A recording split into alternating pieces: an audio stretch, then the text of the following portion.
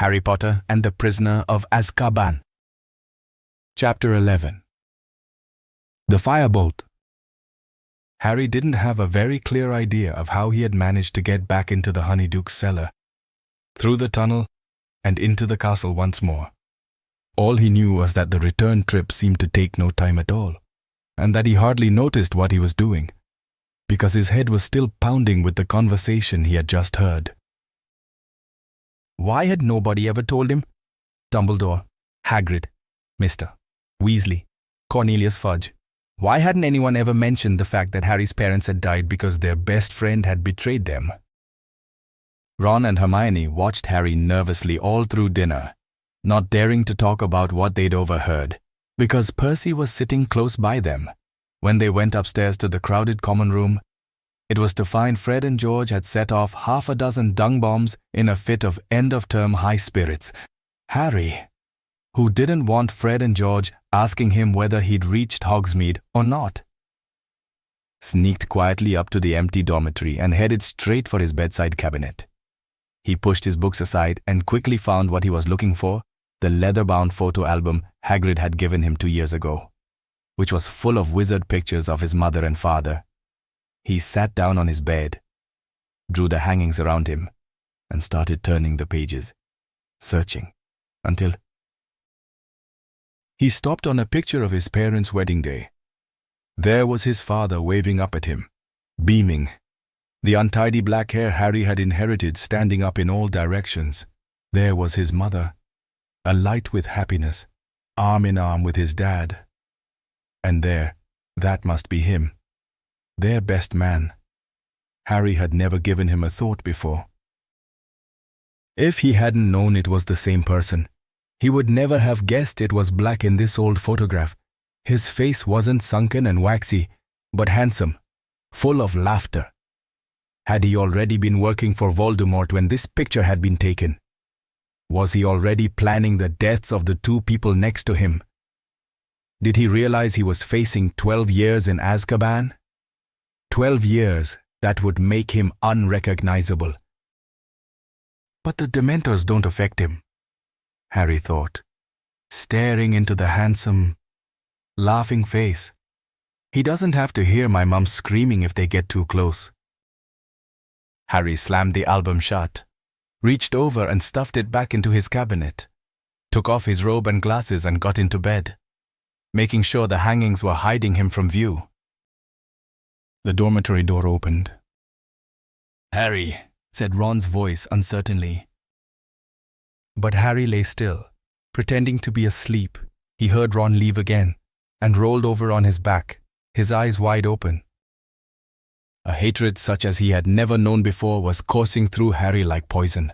He could see Black laughing at him through the darkness, as though somebody had pasted the picture from the album over his eyes. He watched, as though somebody was playing him a piece of film. Sirius Black blasting Peter Pettigrew, who resembled Neville Longbottom, into 1,000 pieces. He could hear, though having no idea what Black's voice might sound like, a low, excited mutter, "It has happened, my lord. The Potters have made me their secret keeper." And then came another voice, laughing shrilly, the same laugh that Harry heard inside his head whenever the Dementors drew near. "Harry, you look terrible." Harry hadn't gotten to sleep until daybreak. He had awoken to find the dormitory deserted, dressed, and gone down the spiral staircase to a common room that was completely empty except for Ron, who was eating a peppermint toad and massaging his stomach, and Hermione, who had spread her homework over 3 tables. "Where is everyone?" said Harry. "Gone. It's the first day of the holidays. Remember?" said Ron, watching Harry closely. "It's nearly lunchtime. I was going to come and wake you up in a minute." Harry slumped into a chair next to the fire. Snow was still falling outside the windows. Crookshanks was spread out in front of the fire like a large ginger rug. "You really don't look well, you know," Hermione said, peering anxiously into his face. "I'm fine," said Harry. "Harry, listen," said Hermione, exchanging a look with Ron. "You must be really upset about what we heard yesterday. But the thing is, you mustn't go doing anything stupid." "Like what?" said Harry. "Like trying to go after Black," said Ron sharply. Harry could tell they had rehearsed this conversation while he had been asleep. He didn't say anything. "You won't, will you, Harry?" said Hermione. "Because Black's not worth dying for," said Ron. Harry looked at them. They didn't seem to understand at all. "Do you know what I see and hear every time a Dementor gets too near me?" Ron and Hermione shook their heads, looking apprehensive. "I can hear my mum screaming and pleading with Voldemort, and if you'd heard your mum screaming like that, just about to be killed, you wouldn't forget it in a hurry.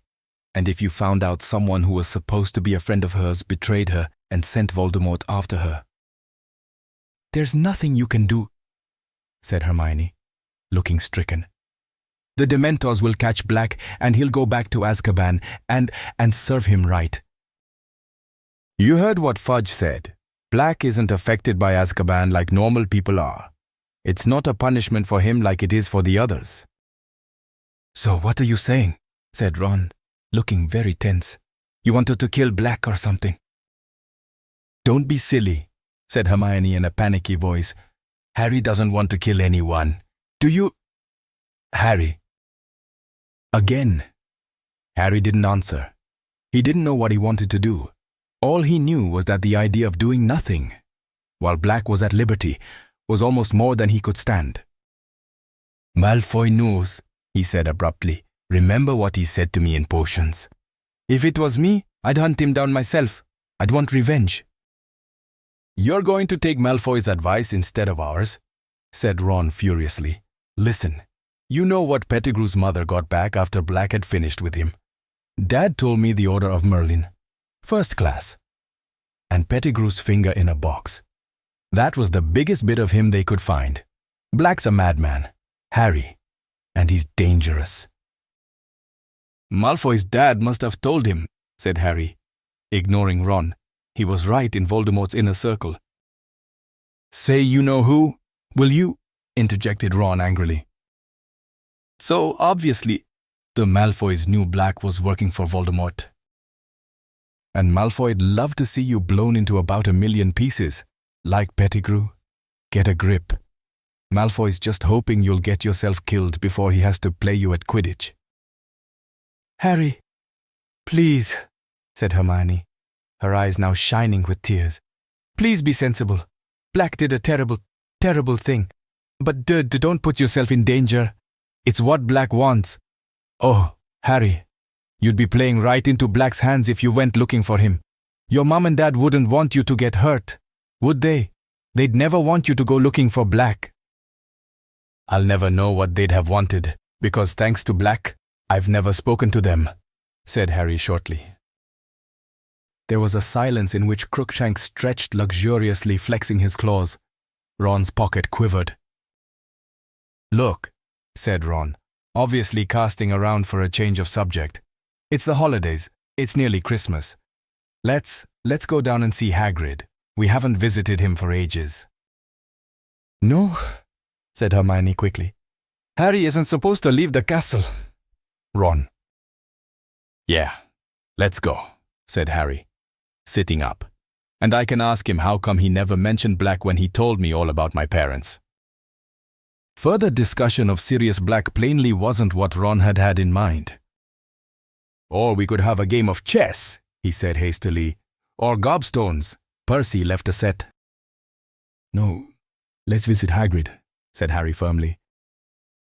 So they got their cloaks from their dormitories and set off through the portrait hole. "Stand and fight, you yellow-bellied mongrels." Down through the empty castle and out through the oak front doors.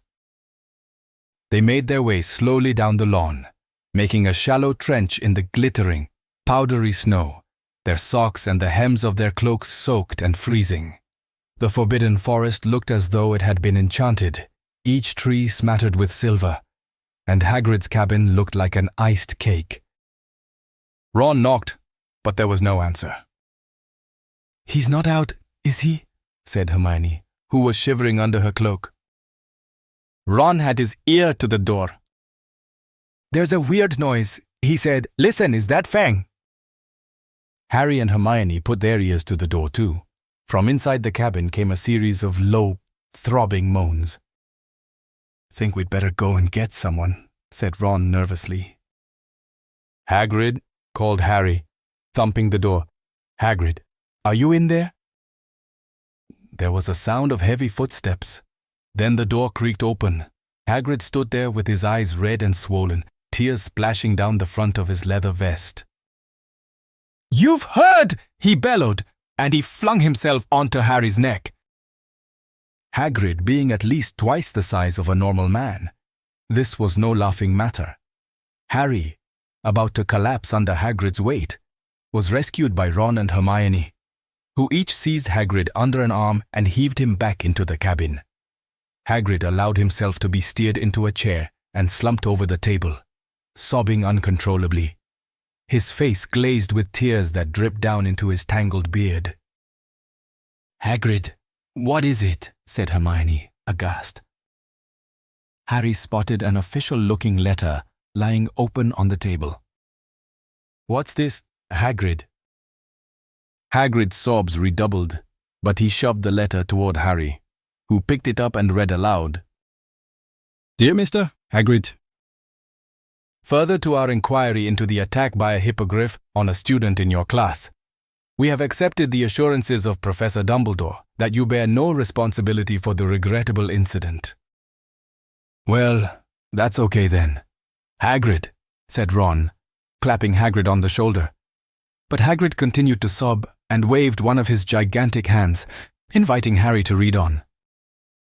"However, we must register our concern about the hippogriff in question.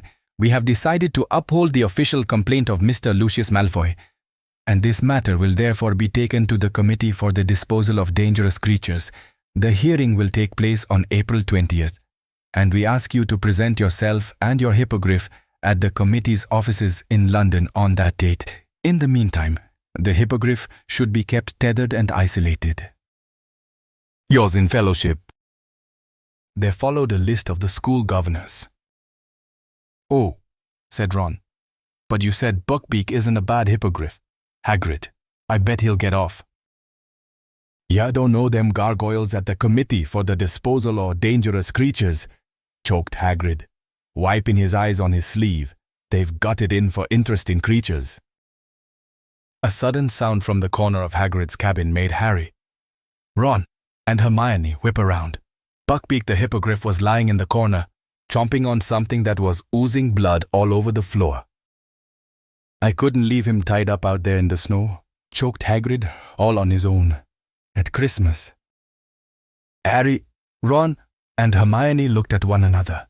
They had never seen eye to eye with Hagrid about what he called interesting creatures and other people called terrifying monsters. On the other hand, there didn't seem to be any particular harm in Buckbeak. In fact, by Hagrid's usual standards, he was positively cute. "You'll have to put up a good strong defense, Hagrid," said Hermione, sitting down and laying a hand on Hagrid's massive forearm. "I'm sure you can prove Buckbeak is safe." "Won't make no difference," sobbed Hagrid. "Them disposal devils, they're all in Lucius Malfoy's pocket. Scared of him. And if I lose the case, Buckbeak." Hagrid drew his finger swiftly across his throat, then gave a great wail and lurched forward, his face in his arms. "What about Dumbledore?"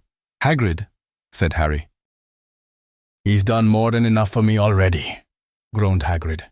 "Got enough on his plate what with keeping them Dementors out of the castle, and Sirius Black lurking around." Ron and Hermione looked quickly at Harry, as though expecting him to start berating Hagrid for not telling him the truth about Black. But Harry couldn't bring himself to do it. Not now that he saw Hagrid so miserable and scared. "Listen, Hagrid," he said, "you can't give up. Hermione's right. You just need a good defense. You can call us as witnesses." "I'm sure I've read about a case of hippogriff baiting," said Hermione thoughtfully. "Where the hippogriff got off. I'll look it up for you, Hagrid, and see exactly what happened." Hagrid howled still more loudly. Harry and Hermione looked at Ron to help them. "Shall I make a cup of tea?" said Ron. Harry stared at him. It's what my mum does whenever someone's upset, Ron muttered, shrugging.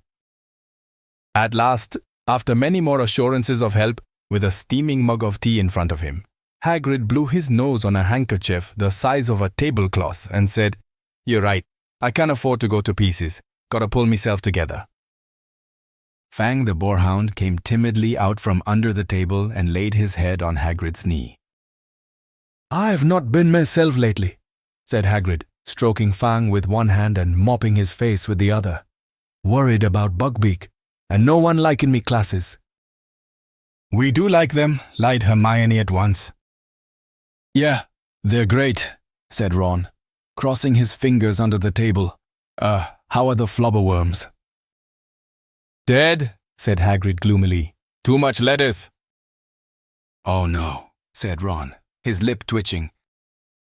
"And them Dementors make me feel ruddy terrible and all," said Hagrid, with a sudden shudder. "Gotta walk past them every time I want a drink in the Three Broomsticks. It's like being back in Azkaban." He fell silent, gulping his tea. Harry, Ron, and Hermione watched him breathlessly. They had never heard Hagrid talk about his brief spell in Azkaban before. After a pause, Hermione said timidly, "Is it awful in there, Hagrid?" "You have no idea," said Hagrid quietly. "Never been anywhere like it. Thought I was going mad. Kept going over horrible stuff in me mind. The day I got expelled from Hogwarts, day me dad died, day I had to let Norbert go." His eyes filled with tears. Norbert was the baby dragon Hagrid had once won in a game of cards. You can't really remember who you are after a while, and you can't really see the point of living at all. I used to hope I'd just die in me sleep when they let me out. It was like being born again. Everything came flooding back. It was the best feeling in the world. Mind, the Dementors weren't keen on letting me go. "But you were innocent," said Hermione. Hagrid snorted. "Think that matters to them? They don't care, long as they've got a couple of hundred humans stuck there with them, so they can leech all the happiness out of them. They don't give a damn who's guilty and who's not." Hagrid went quiet for a moment, staring into his tea. Then he said quietly, "Thought of just letting Buckbeak go, trying to make him fly away, but how do you explain to the hippogriff it's gotta go into hiding? And I'm scared of breaking the law." He looked up at them, tears leaking down his face again. "I don't ever want to go back to Azkaban." The trip to Hagrid's, though far from fun, had nevertheless had the effect Ron and Hermione had hoped. Though Harry had by no means forgotten about Black, he couldn't brood constantly on revenge if he wanted to help Hagrid win his case against the Committee for the Disposal of Dangerous Creatures. He, Ron, and Hermione went to the library the next day and returned to the empty common room, laden with books that might help prepare a defense for Buckbeak. The three of them sat in front of the roaring fire, slowly turning the pages of dusty volumes about famous cases of marauding beasts, speaking occasionally when they ran across something relevant. "Here's something. There was a case in 1722, but the hippogriff was convicted. Look what they did to it. That's disgusting. This might help. Look, a manticore savaged someone in 1296, and they let the manticore off. Oh no. That was only because everyone was too scared to go near it." Meanwhile, in the rest of the castle, the usual magnificent Christmas decorations had been put up, despite the fact that hardly any of the students remained to enjoy them. Thick streamers of holly and mistletoe were strung along the corridors. Mysterious lights shone from inside every suit of armor, and the great hall was filled with its usual 12 Christmas trees, glittering with golden stars. A powerful and delicious smell of cooking pervaded the corridors, and by Christmas Eve, it had grown so strong that even Scabbers poked his nose out of the shelter of Ron's pocket to sniff hopefully at the air. On Christmas morning, Harry was woken by Ron throwing his pillow at him. Presents." Harry reached for his glasses and put them on, squinting through the semi-darkness to the foot of his bed, where a small heap of parcels had appeared. Ron was already ripping the paper off his own presents. Another sweater from Mum. Maroon again. See if you've got one. Mrs. Weasley had sent him a scarlet sweater with the Gryffindor lion knitted on the front, also a dozen home-baked mince pies, some Christmas cake, and a box of nut brittle. As he moved all these things aside, he saw a long, thin package lying underneath. "What's that?" said Ron, looking over, a freshly unwrapped pair of maroon socks in his hand. "Dunno." Harry ripped the parcel open and gasped as a magnificent, gleaming broomstick rolled out onto his bedspread. Ron dropped his socks and jumped off his bed for a closer look. "I don't believe it," he said hoarsely. It was a firebolt, identical to the dream broom Harry had gone to see every day in Diagon Alley. Its handle glittered as he picked it up. He could feel it vibrating and let go. It hung in midair, unsupported, at exactly the right height for him to mount it. His eyes moved from the golden registration number at the top of the handle, right down to the perfectly smooth, streamlined birch twigs that made up the tail. "Who sent it to you?" said Ron in a hushed voice. "Look and see if there's a card," said Harry. Ron ripped apart the firebolt's wrappings. "Nothing. Blimey, who'd spend that much on you?" "Well," said Harry, feeling stunned, "I'm betting it wasn't the Dursleys." "I bet it was Dumbledore," said Ron, now walking around and around the firebolt, taking in every glorious inch. "He sent you the invisibility cloak anonymously." "That was my dad's, though," said Harry. "Dumbledore was just passing it on to me. He wouldn't spend hundreds of galleons on me. He can't go giving students stuff like this." "That's why he wouldn't say it was from him," said Ron, in case some git like Malfoy said it was favoritism. "Hey." Ron gave a great whoop of laughter. "Malfoy, wait till he sees you on this. He'll be sick as a pig. This is an international standard broom. This is—" "I can't believe this," Harry muttered, running a hand along the firebolt, while Ron sank onto Harry's bed, laughing his head off at the thought of Malfoy. "Who?" "I know," said Ron, controlling himself. "I know who it could have been. Lupin." "What?" said Harry, now starting to laugh himself. "Lupin? Listen, if he had this much gold, he'd be able to buy himself some new robes." "Yeah, but he likes you," said Ron. "And he was away when your Nimbus got smashed. And he might have heard about it and decided to visit Diagon Alley and get this for you." "What do you mean?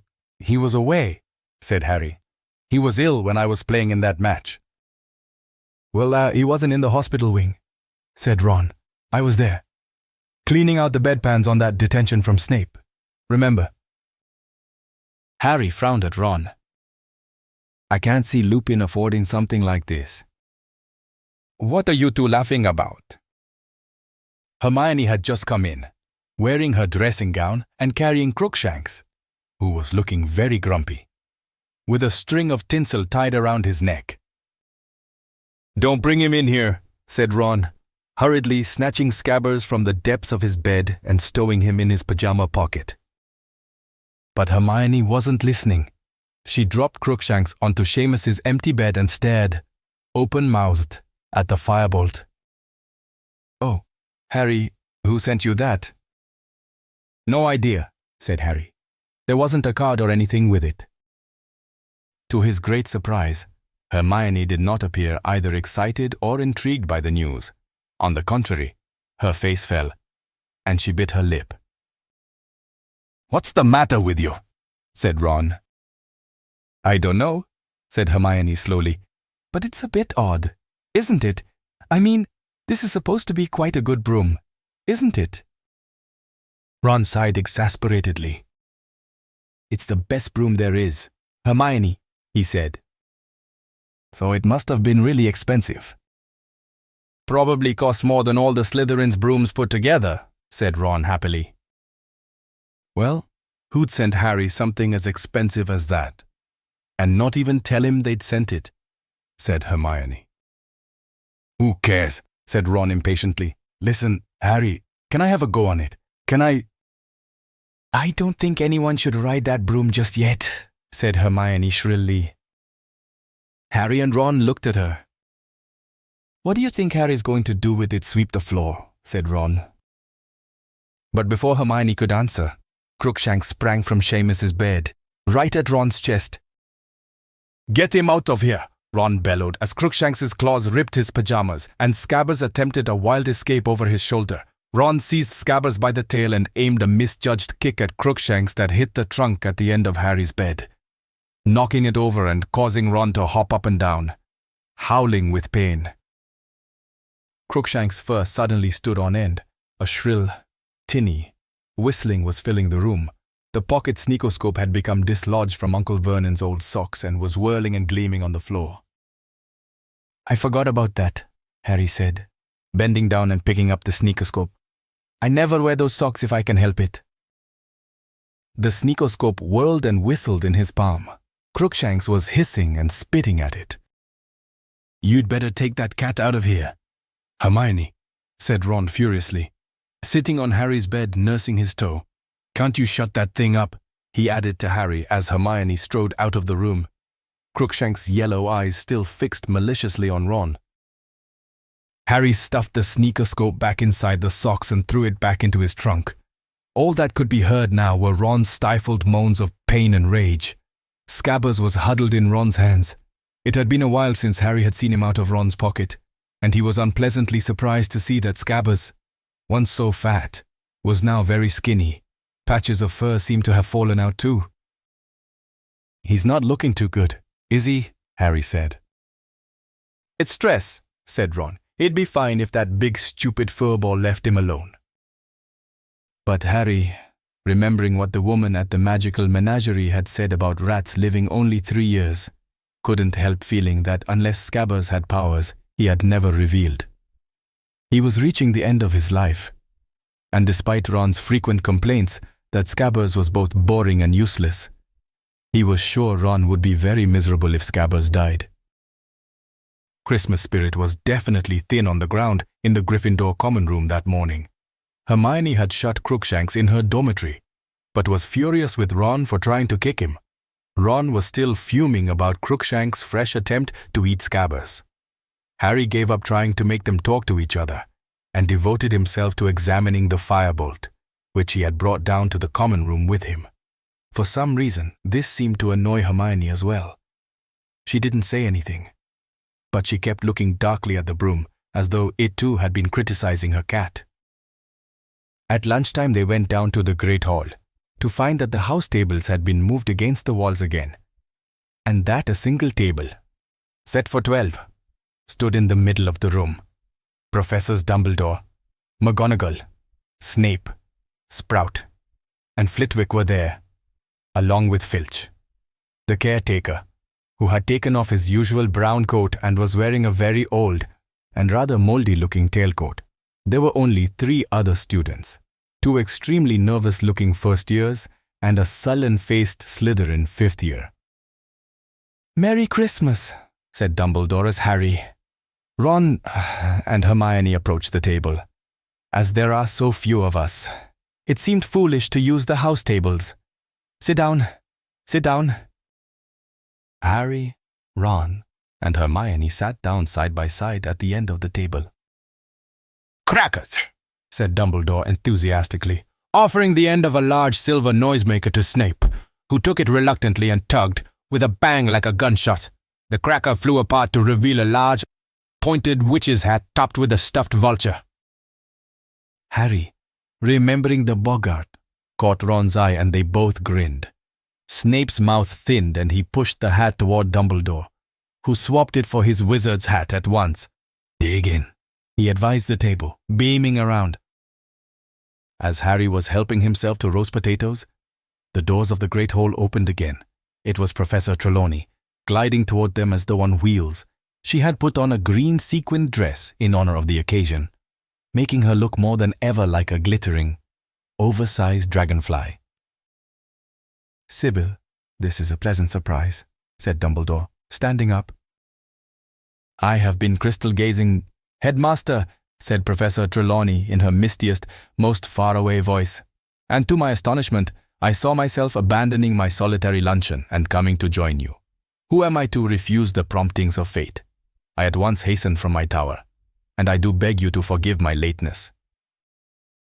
"Certainly, certainly," said Dumbledore, his eyes twinkling. "Let me draw you up a chair." And he did indeed draw a chair in midair with his wand, which revolved for a few seconds before falling with a thud between Professors Snape and McGonagall. Professor Trelawney, however, did not sit down. Her enormous eyes had been roving around the table, and she suddenly uttered a kind of soft scream. "I dare not, Headmaster. If I join the table, we shall be 13. Nothing could be more unlucky. Never forget that when 13 dine together, the first to rise will be the first to die. We'll risk it." "Sibyl," said Professor McGonagall impatiently, "do sit down. The turkey's getting stone cold." Professor Trelawney hesitated, then lowered herself into the empty chair, eyes shut and mouth clenched tight, as though expecting a thunderbolt to hit the table. Professor McGonagall poked a large spoon into the nearest tureen. "Tripe, Sibyl." Professor Trelawney ignored her, eyes open again. She looked around once more and said, "But where is dear Professor Lupin?" "I'm afraid the poor fellow is ill again," said Dumbledore, indicating that everybody should start serving themselves. Most unfortunate that it should happen on Christmas Day. "But surely you already knew that, Sibyl," said Professor McGonagall, her eyebrows raised. Professor Trelawney gave Professor McGonagall a very cold look. "Certainly I knew, Minerva," she said quietly, "but one does not parade the fact that one is all-knowing. I frequently act as though I am not possessed of the inner eye, so as not to make others nervous." "That explains a great deal," said Professor McGonagall tartly. Professor Trelawney's voice suddenly became a good deal less misty. "If you must know, Minerva, I have seen that poor Professor Lupin will not be with us for very long. He seems aware, himself, that his time is short. He positively fled when I offered to crystal gaze for him." "Imagine that," said Professor McGonagall dryly. "I doubt," said Dumbledore, in a cheerful but slightly raised voice, which put an end to Professor McGonagall and Professor Trelawney's conversation, "that Professor Lupin is in any immediate danger. Severus, you've made the potion for him again." "Yes, Headmaster," said Snape. "Good," said Dumbledore. "Then he should be up and about in no time. Derek, have you had any of the chipolatas? They're excellent." The first-year boy went furiously red on being addressed directly by Dumbledore, and took the platter of sausages with trembling hands. Professor Trelawney behaved almost normally until the very end of Christmas dinner. 2 hours later, full to bursting with Christmas dinner and still wearing their cracker hats, Harry and Ron got up first from the table, and she shrieked loudly. "My dears, which of you left his seat first? Which?" "Dunno," said Ron, looking uneasily at Harry. "I doubt it will make much difference," said Professor McGonagall coldly, "unless a mad axeman is waiting outside the doors to slaughter the first into the entrance hall." Even Ron laughed. Professor Trelawney looked highly affronted. "Coming," Harry said to Hermione. "No," Hermione muttered. "I want a quick word with Professor McGonagall." "Probably trying to see if she can take any more classes," yawned Ron as they make their way into the entrance hall, which was completely devoid of mad axemen. When they reached the portrait hall, they found Sir Cadogan enjoying a Christmas part with a couple of monks. Several previous headmasters of Hogwarts and his fat pony. He pushed up his visor, toasted them with a flagon of mead. "Merry Hick Christmas, password." "Scurvy cur," said Ron. "And the same to you, sir," roared Sir Cadogan, as the painting swung forward to admit them. Harry went straight up to the dormitory, collected his firebolt and the broomstick servicing kit Hermione had given him for his birthday, brought them downstairs and tried to find something to do with the firebolt. However, there were no bent twigs to clip. and the handle was so shiny already, it seemed pointless to polish it. He and Ron simply sat admiring it from every angle, until the portrait hole opened, and Hermione came in, accompanied by Professor McGonagall. Though Professor McGonagall was head of Gryffindor House, Harry had only seen her in the common room once before, and that had been to make a very grave announcement. He and Ron stared at her, both holding the firebolt.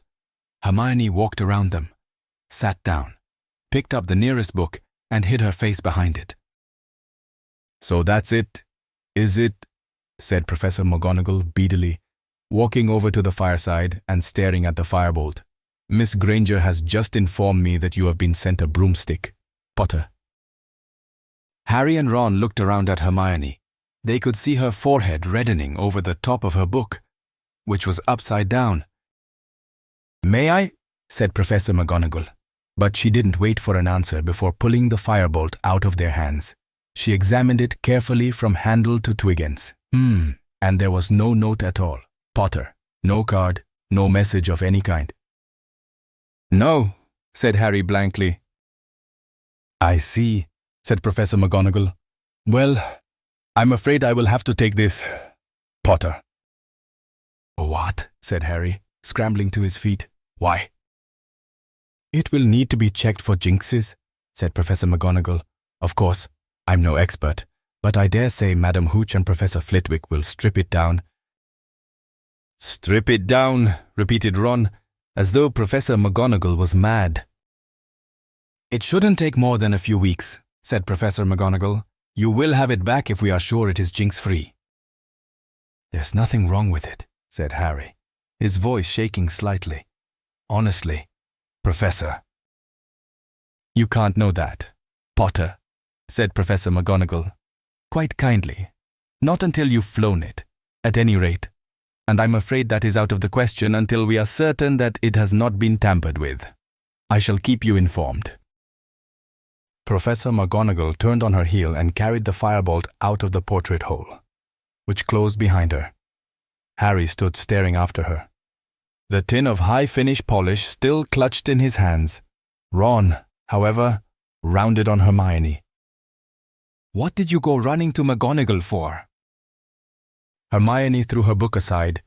She was still pink in the face, but stood up and faced Ron defiantly. "Because I thought, and Professor McGonagall agrees with me, that that broom was probably sent to Harry by Sirius Black." Chapter 12. The Patronus. Harry knew that Hermione had meant well, but that didn't stop him from being angry with her. He had been the owner of the best broom in the world for a few short hours, and now, because of her interference, he didn't know whether he would ever see it again. He was positive that there was nothing wrong with the firebolt now. But what sort of state would it be in once it had been subjected to all sorts of anti-jinx tests? Ron was furious with Hermione too. As far as he was concerned, the stripping down of a brand new firebolt was nothing less than criminal damage. Hermione, who remained convinced that she had acted for the best, started avoiding the common room. Harry and Ron supposed she had taken refuge in the library and didn't try to persuade her to come back. All in all, they were glad when the rest of the school returned shortly after New Year, and Gryffindor Tower became crowded and noisy again. Wood sought Harry out on the night before term started. "Had a good Christmas," he said, and then, without waiting for an answer, he sat down, lowered his voice, and said, "I've been doing some thinking over Christmas. Harry, after last match, you know, if the Dementors come to the next one, I mean, we can't afford you to well." Wood broke off, looking awkward. "I'm working on it," said Harry quickly. "Professor Lupin said he'd train me to ward off the Dementors. We should be starting this week. He said he'd have time after Christmas." "Ah," said Wood, his expression clearing. "Well, in that case, I really didn't want to lose you as seeker. Harry, and have you ordered a new broom yet?" "No," said Harry. "What? You'd better get a move on. You know you can't ride that shooting star against Ravenclaw. He got a firebolt for Christmas, said Ron. A firebolt? No, seriously, a real firebolt. Don't get excited, Oliver, said Harry gloomily. I haven't got it anymore. It was confiscated. And he explained all about how the firebolt was now being checked for jinxes. Jinxed! How could it be jinxed? Sirius Black, Harry said wearily. He's supposed to be after me. So McGonagall reckons he might have sent it. Waving aside the information that a famous murderer was after his seeker, Wood said, But Black couldn't have bought a firebolt. He's on the run. The whole country's on the lookout for him. How could he just walk into Quality Quidditch Supplies and buy a broomstick? I know, said Harry, but McGonagall still wants to strip it down. Wood went pale. I'll go and talk to her, Harry, he promised. I'll make her see reason. A firebolt, a real firebolt, on our team. She wants Gryffindor to win as much as we do. I'll make her see sense. A firebolt. Classes started again the next day. The last thing anyone felt like doing was spending 2 hours on the grounds on a raw January morning. But Hagrid had provided a bonfire full of salamanders for their enjoyment, and they spent an unusually good lesson collecting dry wood and leaves to keep the fire blazing, while the flame-loving lizards scampered up and down the crumbling, white-hot logs. The first divination lesson of the new term was much less fun. Professor Trelawney was now teaching them palmistry, and she lost no time in informing Harry that he had the shortest lifeline she had ever seen. It was defense against the dark arts that Harry was keen to get to. After his conversation with Wood, he wanted to get started on his anti-Dementor lessons as soon as possible. Ah yes, said Lupin, when Harry reminded him of his promise at the end of class. Let me see, how about 8 o'clock on Thursday evening? The history of magic classroom should be large enough. I'll have to think carefully about how we're going to do this. We can't bring a real Dementor into the castle to practice on. Still looks ill? Doesn't he? Said Ron as they walked down the corridor, heading to dinner. What do you reckon's the matter with him? There was a loud and impatient "too" from behind them. It was Hermione, who had been sitting at the feet of a suit of armor, repacking her bag, which was so full of books it wouldn't close. And what are you tutting at us for? Said Ron irritably. Nothing, said Hermione in a lofty voice, heaving her bag back over her shoulder. Yeah, you were, said Ron. I said I wonder what's wrong with Lupin, and you... Well, isn't it obvious? Said Hermione, with a look of maddening superiority. If you don't want to tell us, don't, snapped Ron. Fine, said Hermione haughtily, and she marched off. She doesn't know, said Ron, staring resentfully after Hermione. She's just trying to get us to talk to her again. At 8 o'clock on Thursday evening, Harry left Gryffindor Tower for the History of Magic classroom. It was dark and empty when he arrived, but he lit the lamps with his wand and had waited only 5 minutes when Professor Lupin turned up, carrying a large packing case, which he heaved onto Professor Binns' desk. What's that? Said Harry. Another boggart, said Lupin, stripping off his cloak. I've been combing the castle ever since Tuesday, and very luckily, I found this one lurking inside Mr. Filch's filing cabinet. It's the nearest we'll get to a real Dementor. The boggart will turn into a Dementor when he sees you. So we'll be able to practice on him. I can store him in my office when we're not using him. There's a cupboard under my desk he'll like. Okay, said Harry, trying to sound as though he wasn't apprehensive at all, and merely glad that Lupin had found such a good substitute for a real Dementor. So, Professor Lupin had taken out his own wand and indicated that Harry should do the same. The spell I'm going to try and teach you is highly advanced magic. Harry, well beyond ordinary wizarding level. It is called the Patronus Charm.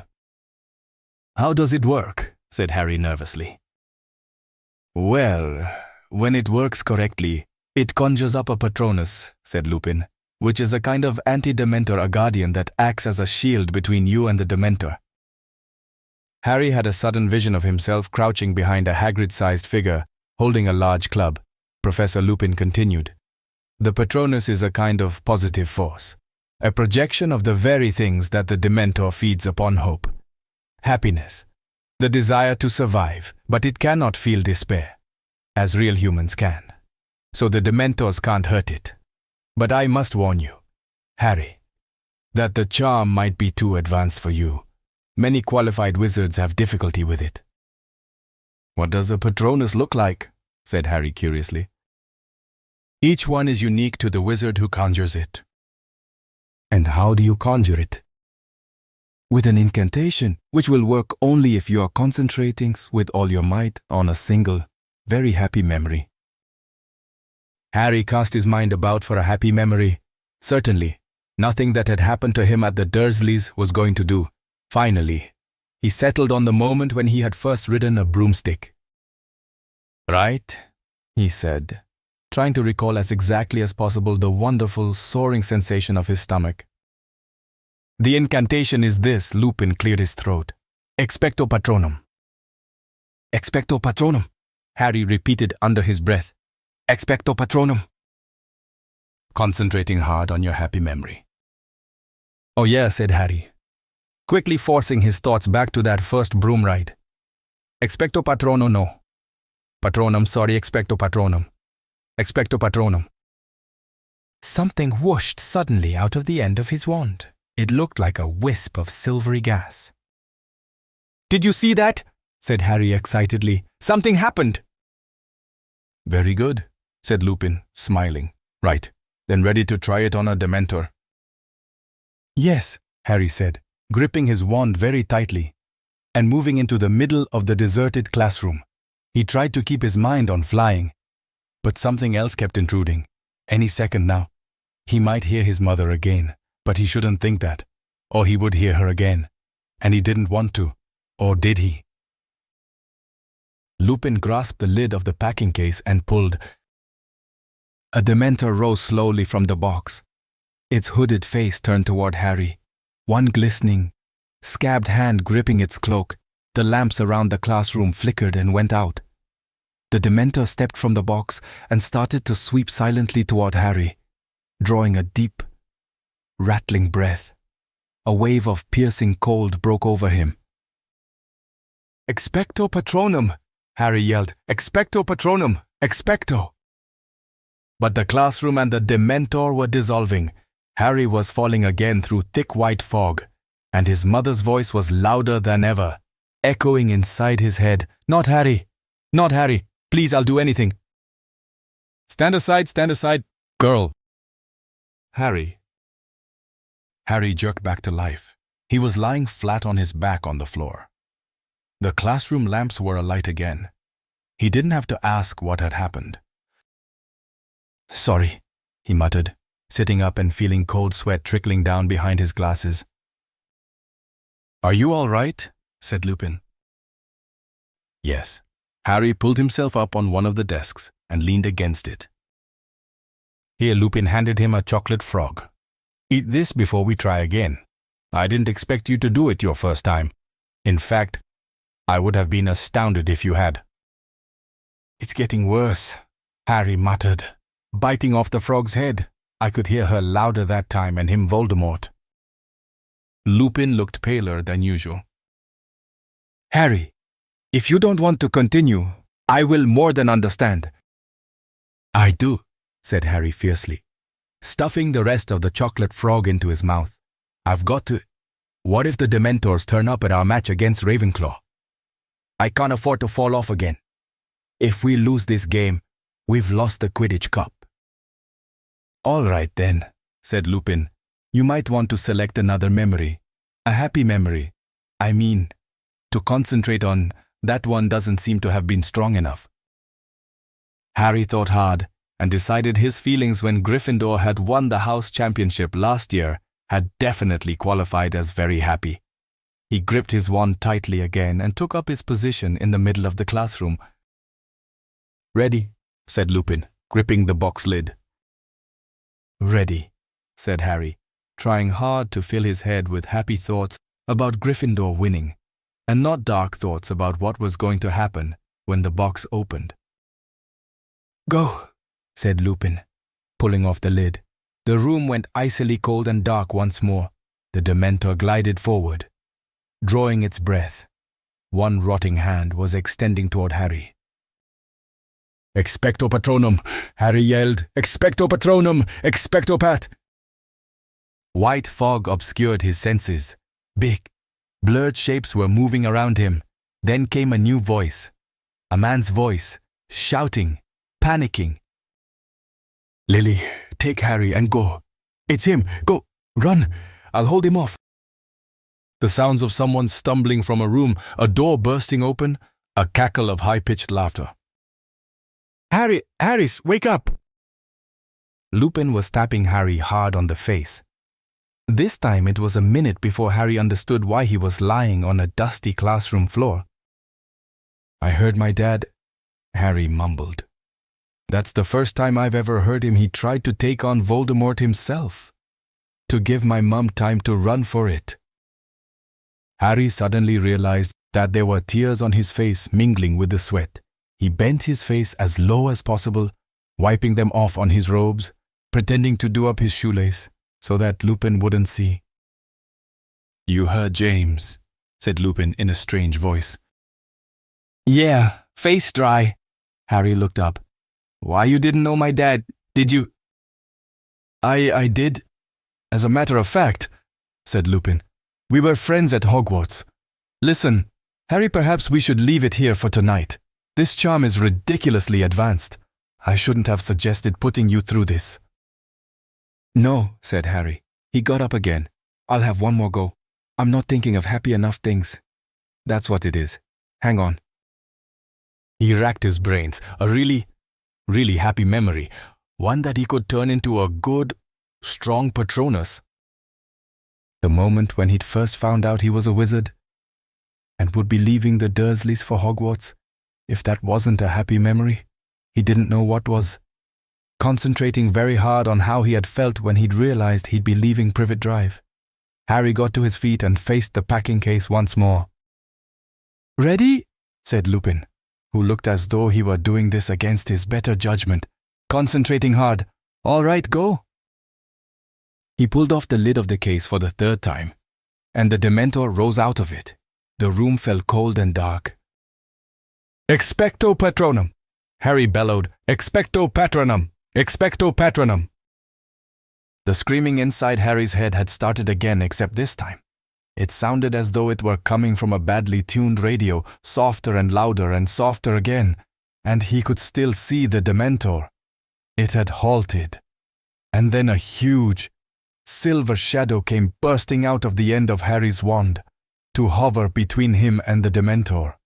And though Harry's legs felt like water, he was still on his feet, though for how much longer, he wasn't sure. "Ridiculous!" roared Lupin, springing forward. There was a loud crack, and Harry's cloudy Patronus vanished along with the Dementor. He sank into a chair, feeling as exhausted as if he'd just run a mile, and felt his legs shaking. Out of the corner of his eye, he saw Professor Lupin forcing the boggart back into the packing case with his wand.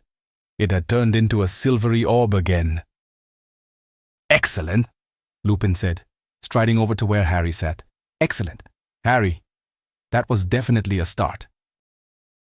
Can we have another go? Just one more go?"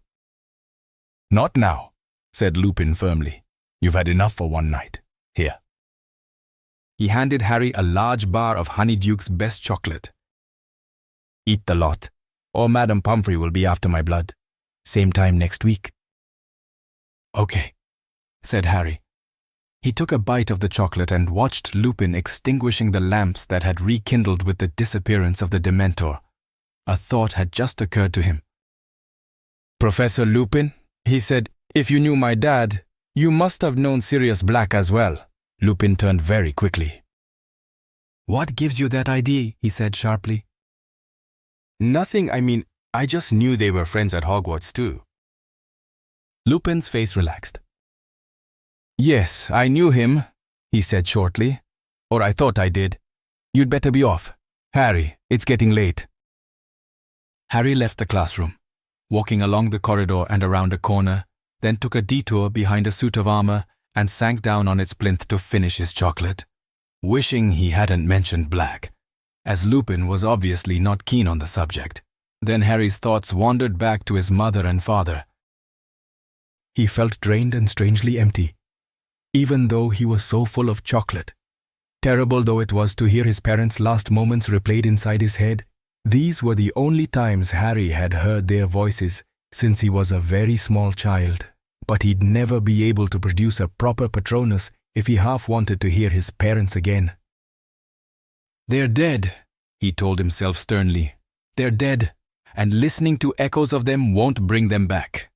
You'd better get a grip on yourself if you want that Quidditch cup." He stood up, crammed the last bit of chocolate into his mouth, and headed back to Gryffindor Tower.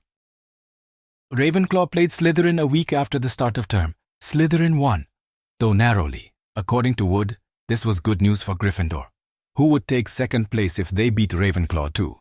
He therefore increased the number of team practices to 5 a week. This meant that with Lupin's anti-Dementor classes, which in themselves were more draining than 6 Quidditch practices, Harry had just 1 night a week to do all his homework. Even so, he was not showing the strain nearly as much as Hermione, whose immense workload finally seemed to be getting to her. Every night, without fail, Hermione was to be seen in a corner of the common room, several tables spread with books, arithmancy charts, rune dictionaries, diagrams of muggles lifting heavy objects, and file upon file of extensive notes. She barely spoke to anybody and snapped when she was interrupted. "How's she doing it?" Ron muttered to Harry one evening, as Harry sat finishing a nasty essay on undetectable poisons for Snape. Harry looked up. Hermione was barely visible behind a tottering pile of books. "Doing what?" "Getting to all her classes," Ron said.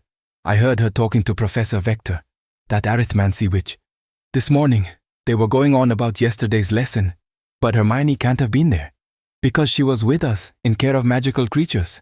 And Ernie Macmillan told me she's never missed a Muggle Studies class, but half of them are at the same time as divination, and she's never missed one of them either." Harry didn't have time to fathom the mystery of Hermione's impossible schedule at the moment. He really needed to get on with Snape's essay. 2 seconds later, however, he was interrupted again, this time by Wood. "Bad news. Harry, I've just been to see Professor McGonagall about the firebolt. She got a bit shirty with me. Told me I'd got my priorities wrong. Seemed to think I cared more about winning the cup than I do about you staying alive. Just because I told her I didn't care if it threw you off. As long as you caught the snitch first." Wood shook his head in disbelief. "Honestly, the way she was yelling at me, you'd think I'd said something terrible. Then I asked her how much longer she was going to keep it." He screwed up his face and imitated Professor McGonagall's severe voice. "As long as necessary. Wood, I reckon it's time you ordered a new broom. Harry, there's an order form at the back of which broomstick. You could get a Nimbus 2001, like Malfoy's got." "I'm not buying anything Malfoy thinks is good," said Harry flatly. January faded imperceptibly into February, with no change in the bitterly cold weather. The match against Ravenclaw was drawing nearer and nearer, but Harry still hadn't ordered a new broom. He was now asking Professor McGonagall for news of the firebolt after every transfiguration lesson. Ron standing hopefully at his shoulder, Hermione rushing past with her face averted. "No, Potter, you can't have it back yet." Professor McGonagall told him the 12th time this happened, before he'd even opened his mouth. "We've checked for most of the usual curses, but Professor Flitwick believes the broom might be carrying a hurling hex. I shall tell you once we've finished checking it. Now, please stop badgering me." To make matters even worse, Harry's anti-Dementor lessons were not going nearly as well as he had hoped. Several sessions on, he was able to produce an indistinct, silvery shadow every time the boggart Dementor approached him. But his Patronus was too feeble to drive the Dementor away. All it did was hover, like a semi-transparent cloud, draining Harry of energy as he fought to keep it there. Harry felt angry with himself, guilty about his secret desire to hear his parents' voices again. "You're expecting too much of yourself," said Professor Lupin, sternly in their 4th week of practice. "For a 13-year-old wizard, even an indistinct Patronus is a huge achievement. You aren't passing out anymore, are you?" "I thought a Patronus would charge the Dementors down or something," said Harry dispiritedly. "Make them disappear." "The true Patronus does do that," said Lupin. "But you've achieved a great deal in a very short space of time. If the Dementors put in an appearance at your next Quidditch match, you will be able to keep them at bay long enough to get back to the ground." "You said it's harder if there are loads of them," said Harry. "I have complete confidence in you," said Lupin, smiling. "Here you've earned a drink, something from the 3 broomsticks. You won't have tried it before." He pulled 2 bottles out of his briefcase. "Butterbeer," said Harry, without thinking. "Yeah, I like that stuff." Lupin raised an eyebrow. "Oh, Ron and Hermione brought me some back from Hogsmeade." Harry lied quickly. "I see," said Lupin, though he still looked slightly suspicious. "Well, let's drink to a Gryffindor victory against Ravenclaw. Not that I'm supposed to take sides. As a teacher," he added hastily. They drank the butterbeer in silence, until Harry voiced something he'd been wondering for a while. "What's under a Dementor's hood?" Professor Lupin lowered his bottle thoughtfully. Well, the only people who really know are in no condition to tell us. You see, the Dementor lowers its hood only to use its last and worst weapon." "What's that?" "They call it the Dementor's kiss," said Lupin, with a slightly twisted smile. "It's what Dementors do to those they wish to destroy utterly. I suppose there must be some kind of mouth under there, because they clamp their jaws upon the mouth of the victim and suck out his soul." Harry accidentally spat out a bit of butterbeer. "What'd they kill?" "Oh no," said Lupin. "Much worse than that. You can exist without your soul. You know, as long as your brain and heart are still working. But you'll have no sense of self anymore. No memory. No anything. There's no chance at all of recovery. You'll just exist as an empty shell, and your soul is gone forever, lost." Lupin drank a little more butterbeer, then said, "It's the fate that awaits Sirius Black. It was in the Daily Prophet this morning. The Ministry have given the Dementors permission to perform it if they find him." Harry sat stunned for a moment at the idea of someone having their soul sucked out through their mouth, but then he thought of Black. "He deserves it," he said suddenly. "You think so?" said Lupin lightly. "Do you really think anyone deserves that?" "Yes," said Harry defiantly, for some things." He would have liked to have told Lupin about the conversation he'd overheard about Black in the 3 broomsticks, about Black betraying his mother and father, but it would have involved revealing that he'd gone to Hogsmeade without permission, and he knew Lupin wouldn't be very impressed by that. So he finished his butterbeer, thanked Lupin, and left the History of Magic classroom. Harry half wished that he hadn't asked what was under a Dementor's hood. The answer had been so horrible, and he was so lost in unpleasant thoughts of what it would feel like to have your soul sucked out of you that he walked headlong into Professor McGonagall halfway up the stairs. "Do watch where you're going, Potter." "Sorry, Professor. I've just been looking for you in the Gryffindor common room." "Well, here it is. We've done everything we could think of, and there doesn't seem to be anything wrong with it at all. You've got a very good friend somewhere, Potter." Harry's jaw dropped. She was holding out his firebolt, and it looked as magnificent as ever. "I can have it back," Harry said weakly. "Seriously." "Seriously," said Professor McGonagall, and she was actually smiling. "I dare say you'll need to get the feel of it before Saturday's match, won't you? And Potter, do try and win, won't you? Or we'll be out of the running for the 8th year in a row, as Professor Snape was kind enough to remind me only last night." Speechless, Harry carried the firebolt back upstairs toward Gryffindor Tower. As he turned a corner, he saw Ron dashing toward him, grinning from ear to ear. She gave it to you and… Excellent. Listen, can I still have a go on it? Tomorrow? Yeah, anything, said Harry, his heart lighter than it had been in a month. You know what we should make up with Hermione. She was only trying to help. Yeah, all right, said Ron. She's in the common room now working for a change. They turned into the corridor to Gryffindor Tower and saw Neville Longbottom, pleading with Sir Cadogan, who seemed to be refusing him entrance. I wrote them down, Neville was saying tearfully, but I must have dropped them somewhere. A likely tale, roared Sir Cadogan. Then, spotting Harry and Ron, good even, my fine young yeomen, come clap this loon in irons. He is trying to force entry to the chambers within. Oh, shut up, said Ron as he and Harry drew level with Neville. I've lost the passwords, Neville told them miserably. I made him tell me what passwords he was going to use this week, because he keeps changing them, and now I don't know what I've done with them.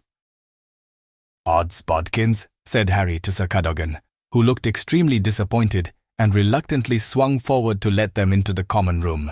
There was a sudden, excited murmur as every head turned, and the next moment, Harry was surrounded by people exclaiming over his firebolt. Where'd you get it? Harry! Will you let me have a go? Have you ridden it yet, Harry? Ravenclaw'll have no chance. They're all on clean sweep 7s. Can I just hold it, Harry? After 10 minutes or so, during which the firebolt was passed around and admired from every angle, the crowd dispersed and Harry and Ron had a clear view of Hermione. The only person who hadn't rushed over to them, bent over her work and carefully avoiding their eyes. Harry and Ron approached her table and at last, she looked up. I got it back, said Harry, grinning at her and holding up the firebolt. See, Hermione, there wasn't anything wrong with it, said Ron. Well, there might have been, said Hermione. I mean, at least you know now that it's safe. Yeah, I suppose so, said Harry. I'd better put it upstairs. I'll take it, said Ron eagerly. I've got to give Scabbers his rat tonic. He took the firebolt and, holding it as if it were made of glass, carried it away up the boys' staircase. Can I sit down? Then, Harry asked Hermione. I suppose so, said Hermione, moving a great stack of parchment off a chair. Harry looked around at the cluttered table, at the long arithmancy essay on which the ink was still glistening, at the even longer Muggle Studies essay, Explain Why Muggles Need Electricity, and at the rune translation Hermione was now poring over. How are you getting through all this stuff? Harry asked her. Oh, well, working hard, said Hermione. Close up, Harry saw that she looked almost as tired as Lupin. Why don't you just drop a couple of subjects? Harry asked, watching her lifting books as she searched for her rune dictionary. I couldn't do that, said Hermione, looking scandalized. Arithmancy looks terrible, said Harry, picking up a very complicated-looking number chart. Oh no, it's wonderful, said Hermione earnestly. It's my favorite subject. But exactly what was wonderful about arithmancy, Harry never found out. At that precise moment, a strangled yell echoed down the boys' staircase. The whole common room fell silent, staring, petrified, at the entrance. Then came hurried footsteps, growing louder and louder, and then Ron came leaping into view, dragging with him a bedsheet. Look! He bellowed, striding over to Hermione's table. Look! He yelled, shaking the sheets in her face. Ron, what? Scabbers. Look, Scabbers. Hermione was leaning away from Ron, looking utterly bewildered. Harry looked down at the sheet Ron was holding. There was something red on it, something that looked horribly like… Blood! Ron yelled into the stunned silence. He's gone. And you know what was on the floor? And no, said Hermione in a trembling voice. Ron threw something down onto Hermione's rune translation.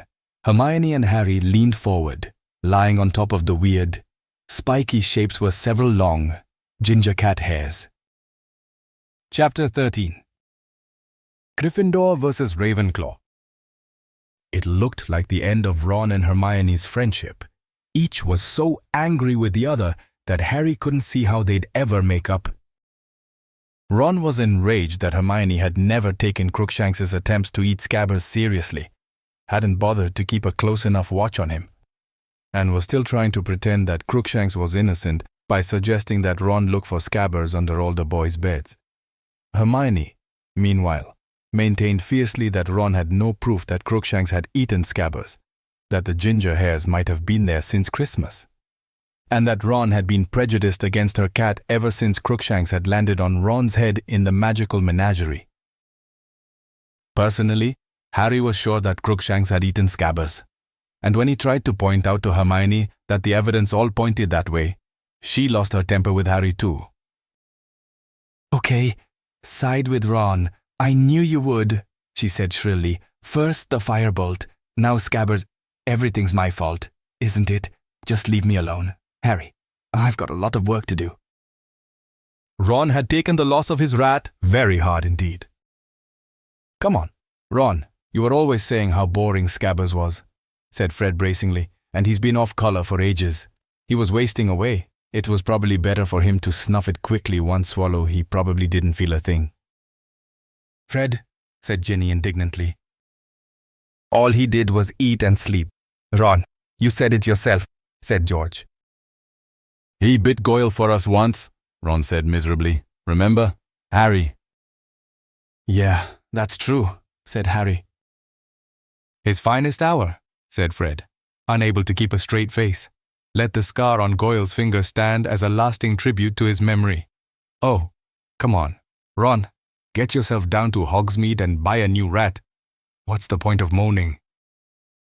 In a last-ditch attempt to cheer Ron up, Harry persuaded him to come along to the Gryffindor team's final practice before the Ravenclaw match, so that he could have a ride on the firebolt after they'd finished. This did seem to take Ron's mind off Scabbers for a moment. Great. Can I try and shoot a few goals on it? So they set off for the Quidditch field together. Madame Hooch, who was still overseeing Gryffindor practices to keep an eye on Harry, was just as impressed with the firebolt as everyone else had been. She took it in her hands before takeoff and gave them the benefit of her professional opinion. Look at the balance on it. If the Nimbus series has a fault, it's a slight list to the tail end. You often find they develop a drag after a few years. They've updated the handle too, a bit slimmer than the clean sweeps. Reminds me of the old silver arrows. A pity they've stopped making them.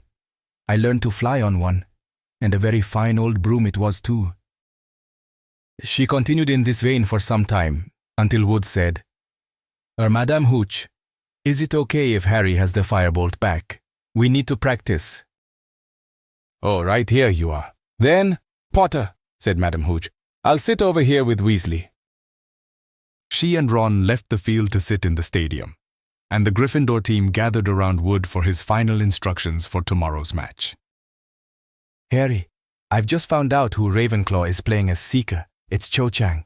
She's a 4th year, and she's pretty good. I really hoped she wouldn't be fit.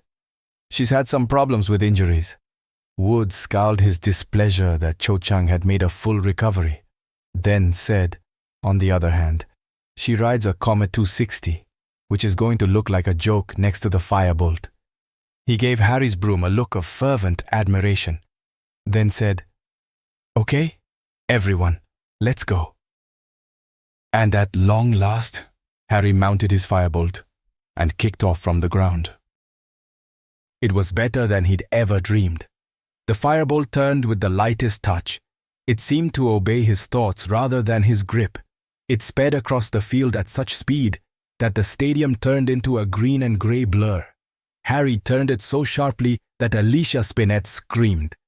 Then he went into a perfectly controlled dive, brushing the grassy field with his toes before rising 30, 40, 50 feet into the air again. "Harry, I'm letting the snitch out," Wood called. Harry turned and raced a bludger toward the goalposts. He outstripped it easily, saw the snitch dart out from behind Wood, and within 10 seconds had caught it tightly in his hand. The team cheered madly. Harry let the snitch go again, gave it a minute's head start, then tore after it. Weaving in and out of the others, he spotted it lurking near Katie Bell's knee, looped her easily, and caught it again. It was the best practice ever.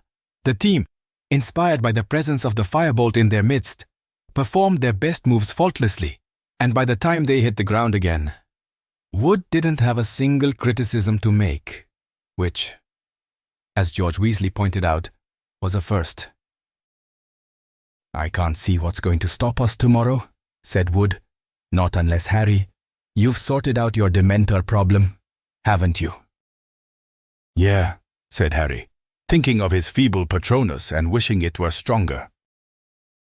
The Dementors won't turn up again. "Oliver, Dumbledore'd go ballistic," said Fred confidently. "Well, let's hope not," said Wood. "Anyway, good work, everyone.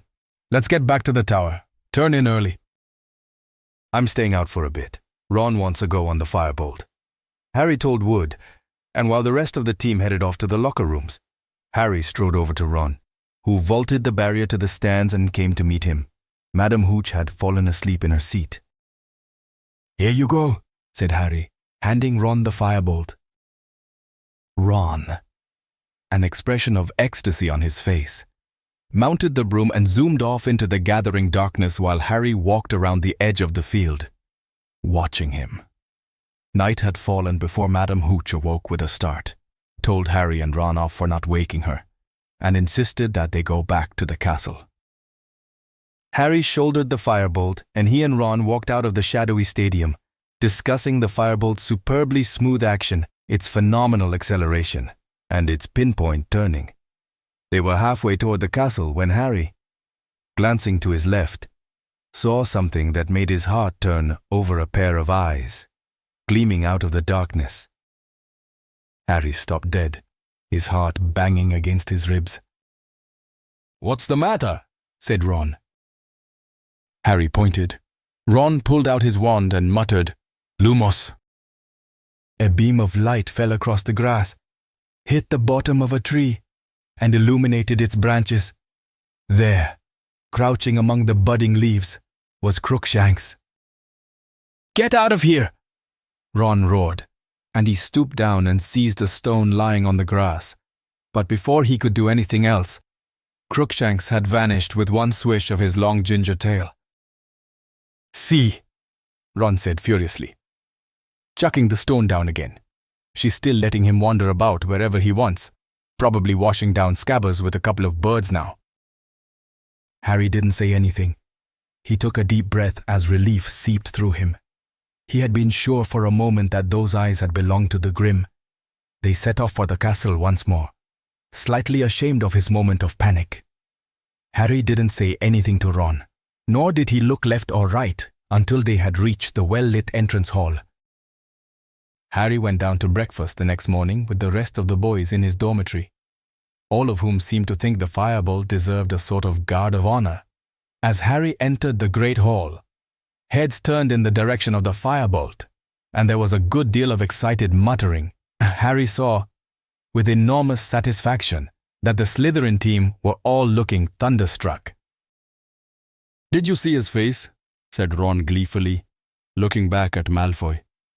"He can't believe it. This is brilliant." Wood, too, was basking in the reflected glory of the firebolt. "Put it here, Harry," he said, laying the broom in the middle of the table and carefully turning it so that its name faced upward. People from the Ravenclaw and Hufflepuff tables were soon coming over to look. Cedric Diggory came over to congratulate Harry on having acquired such a superb replacement for his Nimbus, and Percy's Ravenclaw girlfriend, Penelope Clearwater, asked if she could actually hold the firebolt. Now, Now, Penny, no sabotage, said Percy heartily as she examined the firebolt closely. Penelope and I have got a bet on, he told the team. 10 galleons on the outcome of the match. Penelope put the firebolt down again, thanked Harry, and went back to her table. Harry, make sure you win, said Percy, in an urgent whisper. I haven't got 10 galleons. Yes, I'm coming. Penny. And he bustled off to join her in a piece of toast. Sure you can manage that, Broom? Potter, said a cold, drawling voice. Draco Malfoy had arrived for a closer look, Crabbe and Goyle right behind him. Yeah, reckon so, said Harry casually. Got plenty of special features, hasn't it? Said Malfoy, eyes glittering maliciously. Shame it doesn't come with a parachute in case you get too near a Dementor. Crabbe and Goyle sniggered. Pity you can't attach an extra arm to yours. Malfoy, said Harry. Then it could catch the snitch for you. The Gryffindor team laughed loudly. Malfoy's pale eyes narrowed, and he stalked away. They watched him rejoin the rest of the Slytherin team, who put their heads together, no doubt asking Malfoy whether Harry's broom really was a firebolt. At 11:15, the Gryffindor team set off for the locker rooms. The weather couldn't have been more different from their match against Hufflepuff. It was a clear, cool day with a very light breeze. There would be no visibility problems this time. And Harry, though nervous, was starting to feel the excitement only a Quidditch match could bring. They could hear the rest of the school moving into the stadium beyond. Harry took off his black school robes, removed his wand from his pocket, and stuck it inside the t-shirt he was going to wear under his Quidditch robes. He only hoped he wouldn't need it. He wondered suddenly whether Professor Lupin was in the crowd, watching. You know what we've got to do, said Wood as they prepared to leave the locker rooms. If we lose this match, we're out of the running. Just fly like you did in practice yesterday, and we'll be okay. They walked out onto the field to tumultuous applause. The Ravenclaw team, dressed in blue, were already standing in the middle of the field. Their seeker, Cho Chang, was the only girl on their team. She was shorter than Harry by about a head, and Harry couldn't help noticing, nervous as he was, that she was extremely pretty. She smiled at Harry as the teams faced each other behind their captains, and he felt a slight lurch in the region of his stomach that he didn't think had anything to do with nerves. Wood, Davies, shake hands, Madam Hooch said briskly, and Wood shook hands with the Ravenclaw captain. Mount your brooms on my whistle, 3, 2, 1. Harry kicked off into the air, and the firebolt zoomed higher and faster than any other broom. He soared around the stadium and began squinting around for the snitch, listening all the while to the commentary, which was being provided by the Weasley twins' friend Lee Jordan. They're off, and the big excitement this match is the firebolt that Harry Potter is flying for Gryffindor. According to which broomstick, the firebolt's going to be the broom of choice for the national teams at this year's World Championship. Jordan, would you mind telling us what's going on in the match? Interrupted Professor McGonagall's voice. Right you are. Professor just giving a bit of background information. The firebolt, incidentally, has a built-in auto brake and... Jordan. Okay. Gryffindor in possession. Katie Bell of Gryffindor, heading for goal. Harry streaked past Katie in the opposite direction, gazing around for a glint of gold and noticing that Cho Chang was tailing him closely. She was undoubtedly a very good flyer. She kept cutting across him, forcing him to change direction. Show her your acceleration, Harry, Fred yelled as he whooshed past in pursuit of a bludger that was aiming for Alicia. Harry urged the firebolt forward as they rounded the Ravenclaw goalpost, and Cho fell behind, just as Katie succeeded in scoring the first goal of the match, and the Gryffindor end of the field went wild. He saw it. The snitch was close to the ground, flitting near one of the barriers. Harry dived. Cho saw what he was doing and tore after him. Harry was speeding up, excitement flooding him. Dives were his specialty. He was 10 feet away, Then a bludger, hit by one of the Ravenclaw beaters, came pelting out of nowhere. Harry veered off course, avoiding it by an inch, and in those few crucial seconds, the snitch had vanished. There was a great ooh of disappointment from the Gryffindor supporters, but much applause for their beater from the Ravenclaw end. George Weasley vented his feelings by hitting the second bludger directly at the offending beater, who was forced to roll right over in midair to avoid it. Gryffindor leads by 80 points to 0. And look at that firebolt go. Potter's really putting it through its paces now. See it turn. Chang's comet is just no match for it. The firebolt's precision balance is really noticeable in these long Jordan, are you being paid to advertise firebolts? Get on with the commentary. Ravenclaw was pulling back. They had now scored 3 goals, which put Gryffindor only 50 points ahead. If Cho got the snitch before him, Ravenclaw would win. Harry dropped lower, narrowly avoiding a Ravenclaw chaser. Scanning the field frantically, a glint of gold, a flutter of tiny wings, the snitch was circling the Gryffindor goalpost. Harry accelerated, eyes fixed on the speck of gold ahead, but just then, Cho appeared out of thin air, blocking him. Harry, this is no time to be a gentleman. Wood roared as Harry swerved to avoid a collision. Knock her off her broom if you have to. Harry turned and caught sight of Cho. She was grinning. The snitch had vanished again. Harry turned his firebolt upward and was soon 20 feet above the game. Out of the corner of his eye, he saw Cho following him. She decided to mark him rather than search for the snitch herself. All right. Then, if she wanted to tail him, she'd have to take the consequences. He dived again, and Cho, thinking he'd seen the snitch, tried to follow. Harry pulled out of the dive very sharply. She hurtled downward. He rose fast as a bullet once more, and then saw it. For the third time, the snitch was glittering way above the field at the Ravenclaw end. He accelerated so, many feet below. Did Cho? He was winning, gaining on the snitch with every second then. "Oh!" screamed Cho, pointing. Distracted, Harry looked down. 3 Dementors, 3 tall, black, hooded Dementors, were looking up at him. He didn't stop to think.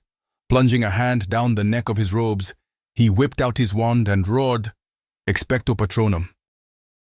Something silver-white, something enormous, erupted from the end of his wand. He knew it had shot directly at the Dementors, but didn't pause to watch. His mind still miraculously clear. He looked ahead. He was nearly there.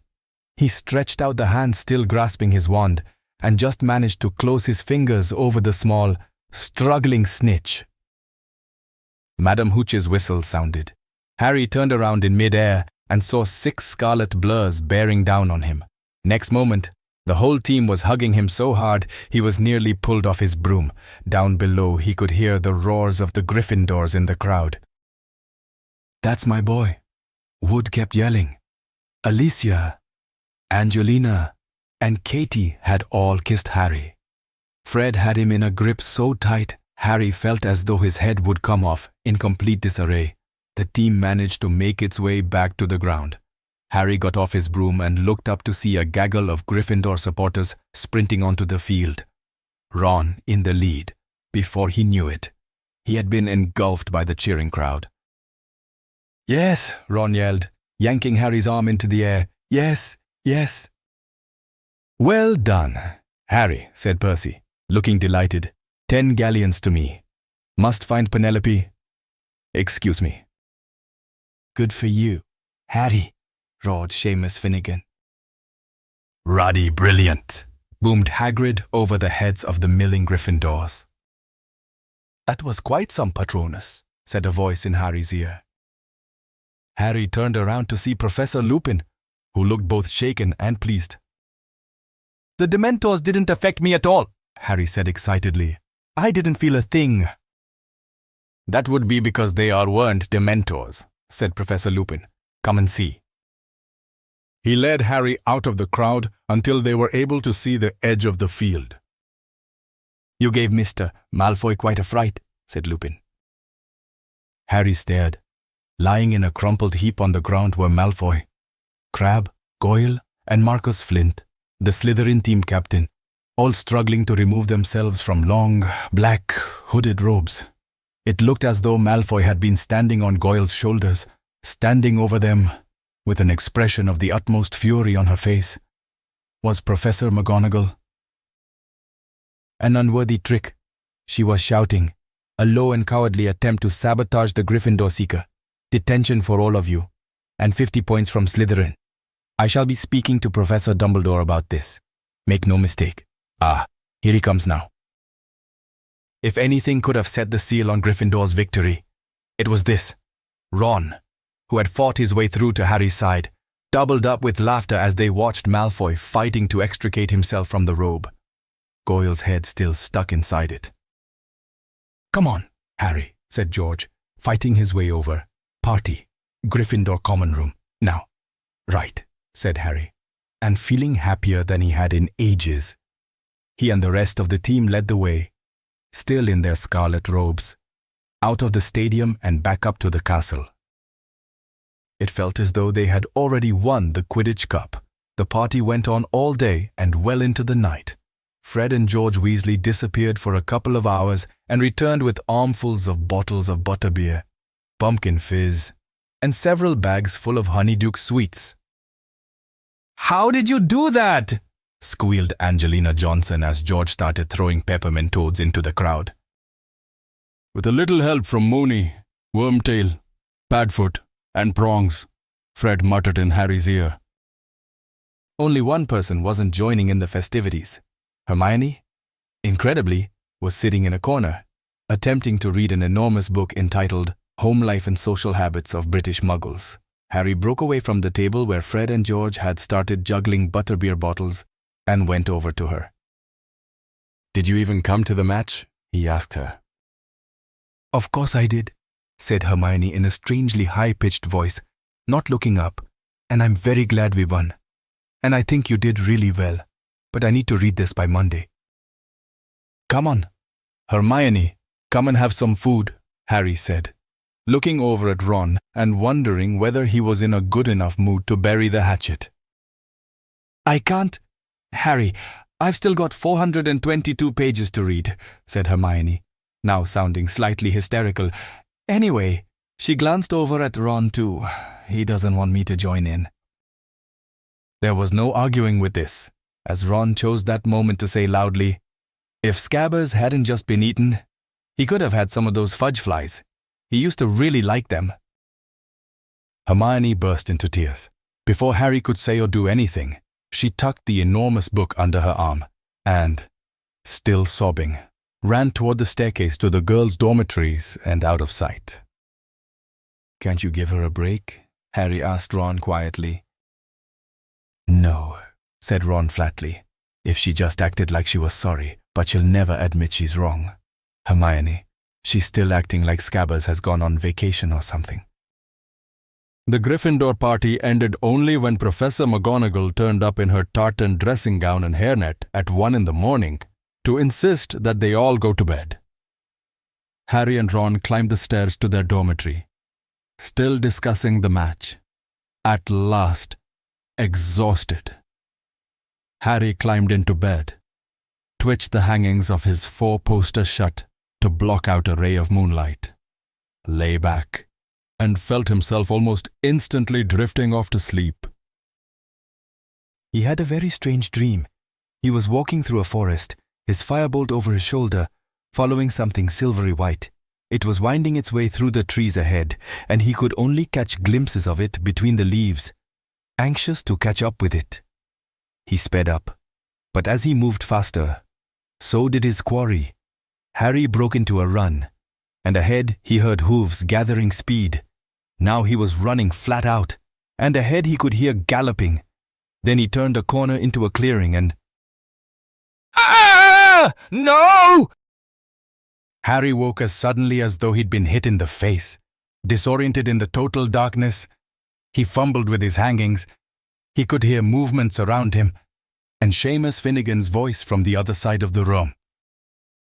"What's going on?" Harry thought he heard the dormitory door slam. At last, finding the divide in his curtains, he ripped them back, and at the same moment, Dean Thomas lit his lamp. Ron was sitting up in bed, the hangings torn from one side, a look of utmost terror on his face. Black, Sirius Black, with a knife. What? Here, just now, slashed the curtains. Woke me up. You sure you weren't dreaming, Ron? Said Dean. Look at the curtains. I tell you, he was here. They all scrambled out of bed. Harry reached the dormitory door first, and they sprinted back down the staircase.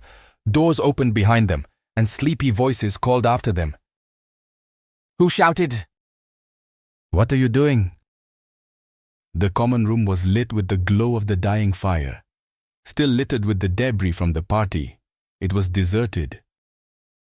Are you sure you weren't dreaming, Ron? I'm telling you, I saw him. What's all the noise? Professor McGonagall told us to go to bed. A few of the girls had come down their staircase, pulling on dressing gowns and yawning. Boy, too, were reappearing. Excellent. Are we carrying on? Said Fred Weasley brightly. Everyone back upstairs, said Percy, hurrying into the common room and pinning his head boy badge to his pajamas as he spoke. Percy Sirius Black, said Ron faintly, in our dormitory, with a knife, woke me up. The common room went very still. Nonsense, said Percy, looking startled. You had too much to eat. Ron had a nightmare, I'm telling you. Now, really, enough's enough. Professor McGonagall was back. She slammed the portrait behind her as she entered the common room and stared furiously around. I am delighted that Gryffindor won the match, but this is getting ridiculous. Percy, I expected better of you. I certainly didn't authorize this. Professor, said Percy, puffing himself up indignantly. I was just telling them all to get back to bed. My brother Ron here had a nightmare. It wasn't a nightmare. Ron yelled, Professor! I woke up, and Sirius Black was standing over me, holding a knife. Professor McGonagall stared at him. Don't be ridiculous, Weasley. How could he possibly have gotten through the portrait hole? Ask him, said Ron, pointing a shaking finger at the back of Sir Cadogan's picture. Ask him if he saw... Glaring suspiciously at Ron, Professor McGonagall pushed the portrait back open and went outside. The whole common room listened with bated breath. Sir Cadogan, did you just let a man enter Gryffindor Tower? Certainly, good lady, cried Sir Cadogan. There was a stunned silence, both inside and outside the common room. You did, said Professor McGonagall. But the password? He had him, said Sir Cadogan proudly. Had the whole week's, my lady. Read him off a little piece of paper. Professor McGonagall pulled herself back through the portrait hole to face the stunned crowd. She was white as chalk. Which person? She said, her voice shaking. Which abysmally foolish person wrote down this week's passwords and left them lying around? There was utter silence, broken by the smallest of terrified squeaks. Neville Longbottom, trembling from head to fluffy slippered toes, raised his hand slowly into the air. Chapter 14. Snape's Grudge. No one in Gryffindor Tower slept that night. They knew that the castle was being searched again, and the whole house stayed awake in the common room, waiting to hear whether Black had been caught. Professor McGonagall came back at dawn to tell them that he had again escaped. Throughout the day, everywhere they went they saw signs of tighter security. Professor Flitwick could be seen teaching the front doors to recognize a large picture of Sirius Black. Filch was suddenly bustling up and down the corridors, boarding up everything from tiny cracks in the walls to mouse holes. Sir Cadogan had been fired. His portrait had been taken back to its lonely landing on the 7th floor. And the fat lady was back. She had been expertly restored, but was still extremely nervous, and had agreed to return to her job only on condition that she was given extra protection. A bunch of surly security trolls had been hired to guard her. They paced the corridor in a menacing group, talking in grunts and comparing the size of their clubs. Harry couldn't help noticing that the statue of the one-eyed witch on the third floor remained unguarded and unblocked. It seemed that Fred and George had been right in thinking that they, and now Harry, Ron, and Hermione were the only ones who knew about the hidden passageway within it. "Do you reckon we should tell someone?" Harry asked Ron. "We know he's not coming in through Honeydukes," said Ron dismissively. "We'd have heard if the shop had been broken into." Harry was glad Ron took this view. If the one-eyed witch was boarded up too, he would never be able to go into Hogsmeade again. Ron had become an instant celebrity. For the first time in his life, people were paying more attention to him than to Harry. And it was clear that Ron was rather enjoying the experience. Though still severely shaken by the night's events, he was happy to tell anyone who asked what had happened, with a wealth of detail. "I was asleep, and I heard this ripping noise, and I thought it was in my dream, you know. But then there was this draft. I woke up and one side of the hangings on my bed had been pulled down. I rolled over, and I saw him standing over me like a skeleton, with loads of filthy hair, holding this great long knife. Must have been 12 inches, and he looked at me, and I looked at him, and then I yelled, and he scampered." "Why, though?" Ron added to Harry as the group of second-year girls who had been listening to his chilling tale departed. "Why did he run?" Harry had been wondering the same thing. Why had Black, having got the wrong bed, not silenced Ron and proceeded to Harry? Black had proved 12 years ago that he didn't mind murdering innocent people. And this time he had been facing 5 unarmed boys, 4 of whom were asleep. "He must have known he'd have a job getting back out of the castle once you'd yelled and woken people up," said Harry thoughtfully. "He'd have had to kill the whole house to get back through the portrait hole. Then he would have met the teachers." Neville was in total disgrace. Professor McGonagall was so furious with him she had banned him from all future Hogsmeade visits, given him a detention, and forbidden anyone to give him the password into the tower. Poor Neville was forced to wait outside the common room every night for somebody to let him in, while the security trolls leered unpleasantly at him. None of these punishments, however, came close to matching the one his grandmother had in store for him. 2 days after Black's break-in, she sent Neville the very worst thing a Hogwarts student could receive over breakfast: a howler.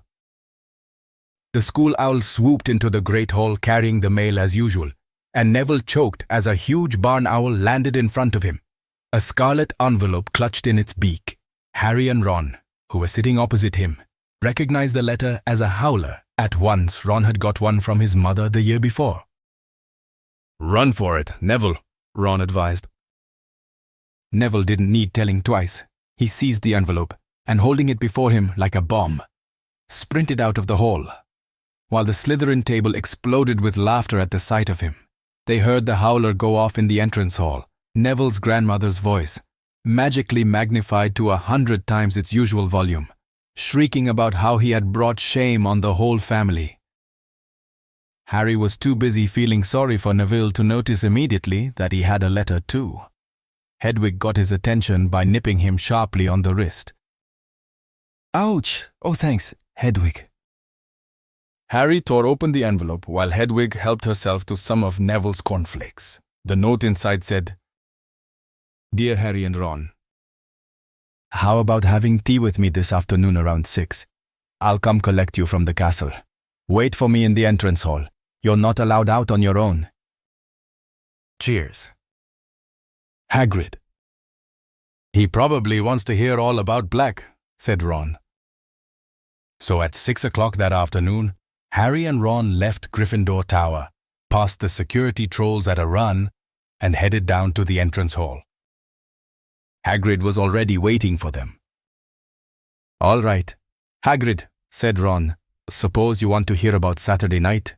Do you—" "I've already heard all about it," said Hagrid, opening the front doors and leading them outside. Said Ron, looking slightly put out.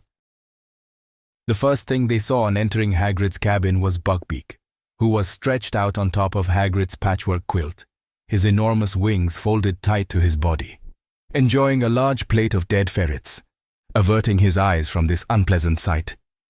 Harry saw a gigantic, hairy brown suit and a very horrible yellow and orange tie hanging from the top of Hagrid's wardrobe door. "What are they for?" "Hagrid," said Harry. "Buckbeak's case against the Committee for the Disposal of Dangerous Creatures," said Hagrid. "This Friday, him and me'll be going down to London together. I've booked 2 beds on the night bus." Harry felt a nasty pang of guilt. He had completely forgotten that Buckbeak's trial was so near, and judging by the uneasy look on Ron's face, he had too.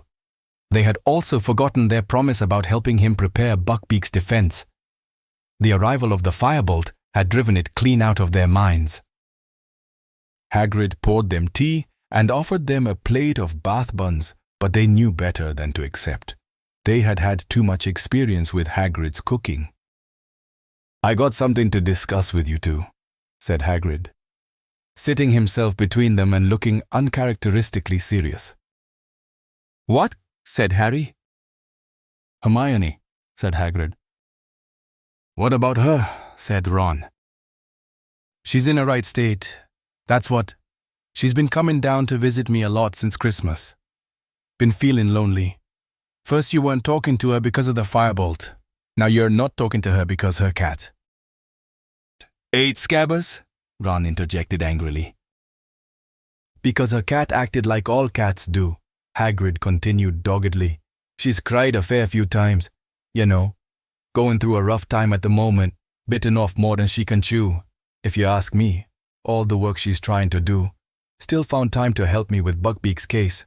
Mind, she's found some really good stuff for me. Reckon he'll stand a good chance now. "Hagrid, we should have helped as well." Sorry, Harry began awkwardly. I'm not blaming you, said Hagrid, waving Harry's apology aside. God knows you've had enough to be getting on with. I've seen you practicing Quidditch every hour of the day and night, but I gotta tell you, I thought you two'd value your friend more than broomsticks or rats. That's all. Harry and Ron exchanged uncomfortable looks. Really upset. She was. When Black nearly stabbed you.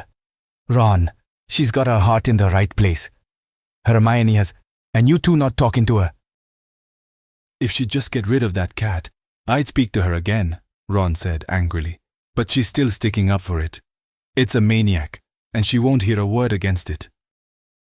"Ah, well, people can be a bit stupid about their pets," said Hagrid wisely. Behind him, Buckbeak spat a few ferret bones onto Hagrid's pillow. They spent the rest of their visit discussing Gryffindor's improved chances for the Quidditch Cup at 9 o'clock. Hagrid walked them back up to the castle. A large group of people was bunched around the bulletin board when they returned to the common room. Hogsmeade? Next weekend, said Ron, craning over the heads to read the new notice. What do you reckon? He added quietly to Harry as they went to sit down. Well, Filch hasn't done anything about the passage into Honeydukes, Harry said, even more quietly. Harry, said a voice in his right ear. Harry started and looked around at Hermione, who was sitting at the table right behind them and clearing a space in the wall of books that had been hiding her. Harry, if you go into Hogsmeade again, I'll tell Professor McGonagall about that map, said Hermione. Can you hear someone talking? Harry, growled Ron, not looking at Hermione. Ron, how can you let him go with you? After what Sirius Black nearly did to you? I mean it. I'll tell her. So now you're trying to get Harry expelled, said Ron furiously. Haven't you done enough damage this year? Hermione opened her mouth to respond, but with a soft hiss, Crookshanks leapt onto her lap. Hermione took one frightened look at the expression on Ron's face, gathered up Crookshanks, and hurried away toward the girls' dormitories.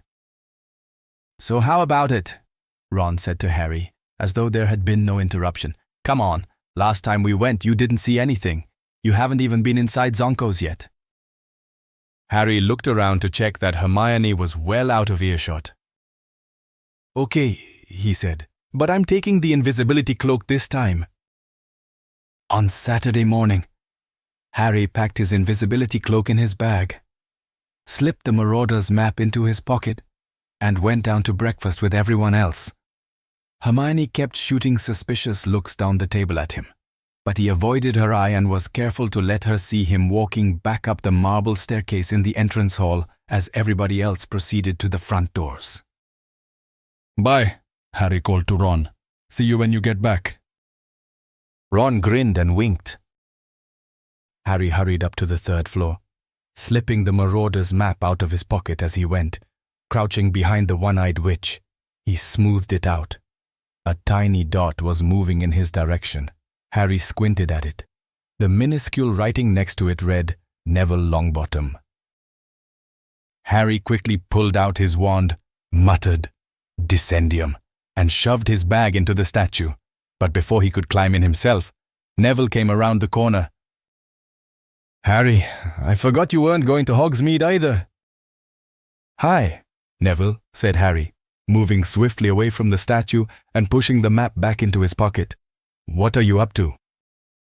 Nothing, shrugged Neville. Want a game of Exploding Snap? Not now. I was going to go to the library and do that vampire essay for Lupin. I'll come with you, said Neville brightly. I haven't done it either. Hang on, yeah? I forgot. I finished it last night. Great.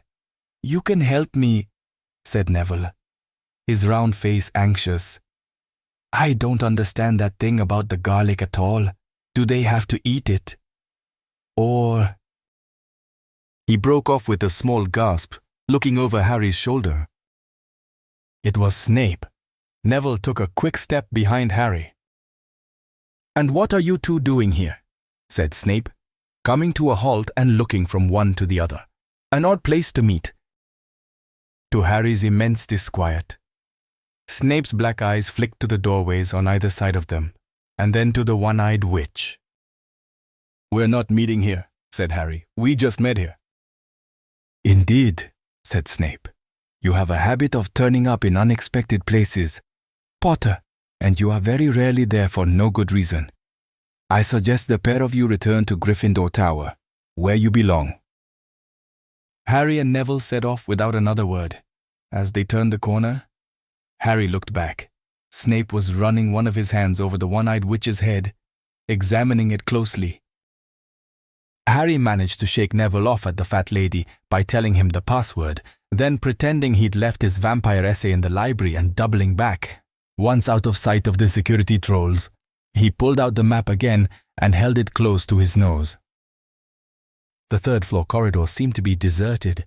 Harry scanned the map carefully and saw, with a leap of relief, that the tiny dot labeled Severus Snape was now back in its office. He sprinted back to the one-eyed witch, opened her hump, heaved himself inside, and slid down to meet his bag at the bottom of the stone chute. He wiped the Marauder's map blank again, then set off at a run. Harry, completely hidden beneath the invisibility cloak, emerged into the sunlight outside Honeyduke's and prodded Ron in the back. It's me, he muttered.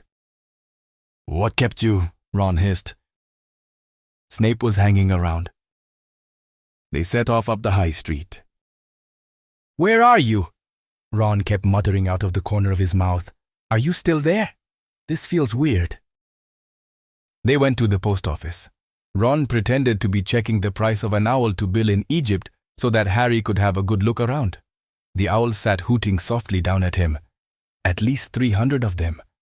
From great greys right down to tiny little Scops owls local deliveries only, which were so small they could have sat in the palm of Harry's hand. Then they visited Zonkos, which was so packed with students, Harry had to exercise great care not to tread on anyone and cause a panic. There were jokes and tricks to fulfill even Fred's and George's wildest dreams. Harry gave Ron whispered orders and passed him some gold from under the cloak. They left Zonkos with their money bags considerably lighter than they had been on entering, but their pockets bulging with dung bombs, hiccup sweets, frog spawn soap, and a nose-biting teacup apiece. The day was fine and breezy, and neither of them felt like staying indoors. So they walked past the 3 broomsticks and climbed a slope to visit the Shrieking Shack, the most haunted dwelling in Britain.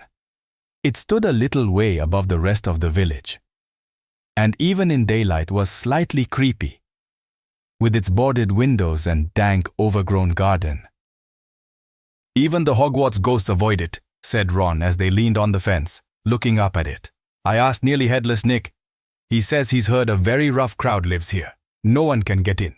Fred and George tried, obviously, but all the entrances are sealed shut.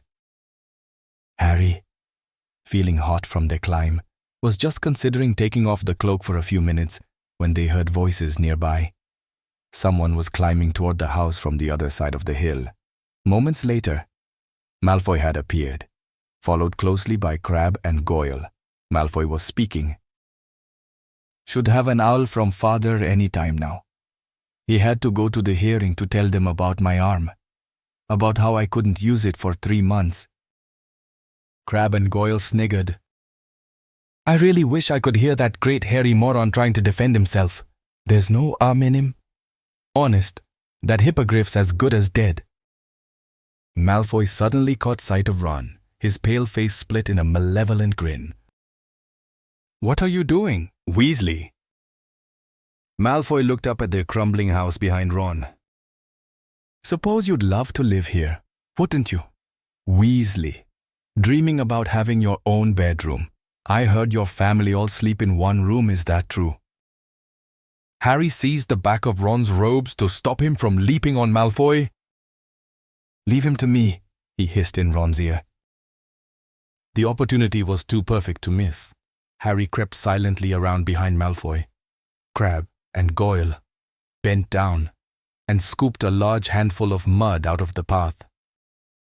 "We were just discussing your friend Hagrid," Malfoy said to Ron. "Just trying to imagine what he's saying to the Committee for the Disposal of Dangerous Creatures. Do you think he'll cry when they cut off his hippogriffs?" Splat! Malfoy's head jerked forward as the mud hit him. His silver blonde hair was suddenly dripping in muck. "What the?" Ron had to hold onto the fence to keep himself standing. He was laughing so hard.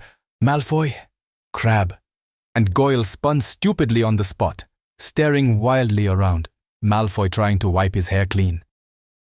"What was that? Who did that?"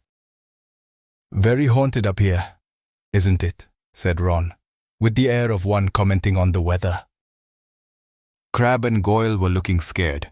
Their bulging muscles were no use against ghosts. Malfoy was staring madly around at the deserted landscape. Harry sneaked along the path, where a particularly sloppy puddle yielded some foul-smelling green sludge. Splatter! Crabbe and Goyle caught some this time. Goyle hopped furiously on the spot, trying to rub it out of his small, dull eyes. "It came from over there," said Malfoy, wiping his face, and staring at a spot some 6 feet to the left of Harry. Crabbe blundered forward, his long arms outstretched like a zombie. Harry dodged around him, picked up a stick, and lobbed it at Crabbe's back. Harry doubled up with silent laughter as Crabbe did a kind of pirouette in midair, trying to see who had thrown it. As Ron was the only person Crabbe could see, it was Ron he started toward, but Harry stuck out his leg. Crabbe stumbled and his huge, flat foot caught the hem of Harry's cloak. Harry felt a great tug, then the cloak slid off his face. For a split second, Malfoy stared at him. "Ah!" he yelled, pointing at Harry's head. Then he turned tail and ran, at breakneck speed, back down the hill. Crabbe and Goyle behind him. Harry tugged the cloak up again, but the damage was done. "Harry," Ron said, stumbling forward and staring hopelessly at the point where Harry had disappeared, "you'd better run for it.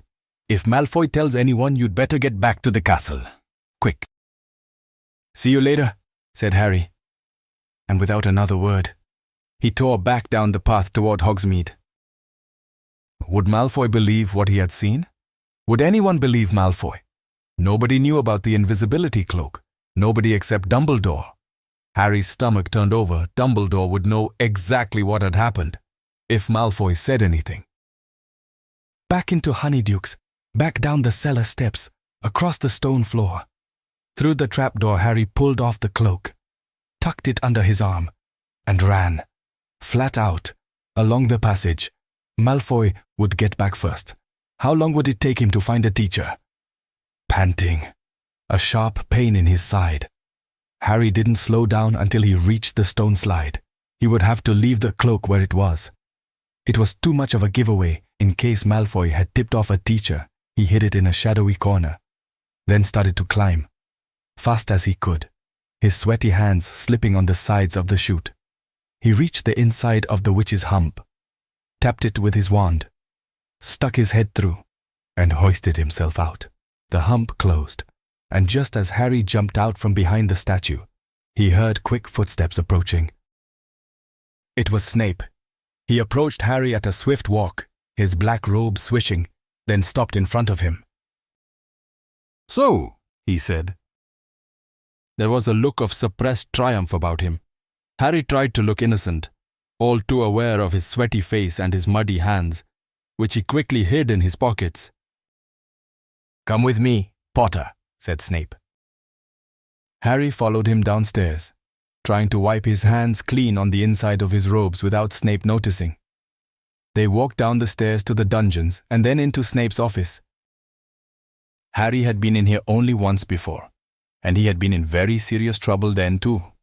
Snape had acquired a few more slimy, horrible things in jars since last time, all standing on shelves behind his desk, glinting in the firelight and adding to the threatening atmosphere. "Sit," said Snape. Harry sat. Snape, however, remained, standing. "Mr. Malfoy has just been to see me with a strange story, Potter," said Snape. Harry didn't say anything. "He tells me that he was up by the Shrieking Shack when he ran into Weasley apparently alone." Still, Harry didn't speak. "Mr. Malfoy states that he was standing talking to Weasley when a large amount of mud hit him in the back of the head. How do you think that could have happened?" Harry tried to look mildly surprised. "I don't know, Professor." Snape's eyes were boring into Harry's. It was exactly like trying to stare down a hippogriff. Harry tried hard not to blink. "Mr. Malfoy then saw an extraordinary apparition.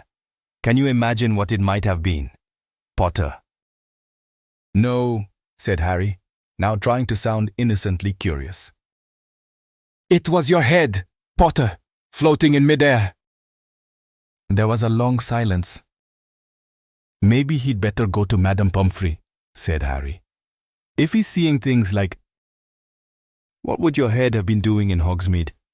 "Potter," said Snape softly. "Your head is not allowed in Hogsmeade. No part of your body has permission to be in Hogsmeade." "I know that," said Harry, striving to keep his face free of guilt or fear. "It sounds like Malfoy's having hallucinations." "Malfoy is not having hallucinations," snarled Snape, and he bent down, a hand on each arm of Harry's chair, so that their faces were a foot apart. "If your head was in Hogsmeade, so was the rest of you." "I've been up in Gryffindor Tower," said Harry, "like you told." "Can anyone confirm that?" Harry didn't say anything. Snape's thin mouth curled into a horrible smile. "So," he said, straightening up again, "everyone from the Minister of Magic downward has been trying to keep famous Harry Potter safe from Sirius Black. But famous Harry Potter is a law unto himself. Let the ordinary people worry about his safety. Famous Harry Potter goes where he wants to, with no thought for the consequences." Harry stayed silent.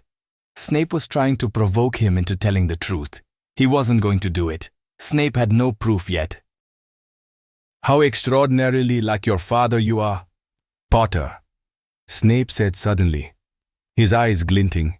He too was exceedingly arrogant. A small amount of talent on the Quidditch field made him think he was a cut above the rest of us too, strutting around the place with his friends and admirers. The resemblance between you is uncanny. "My dad didn't strut," said Harry, before he could stop himself. "And neither do I." Your father didn't set much store by rules either.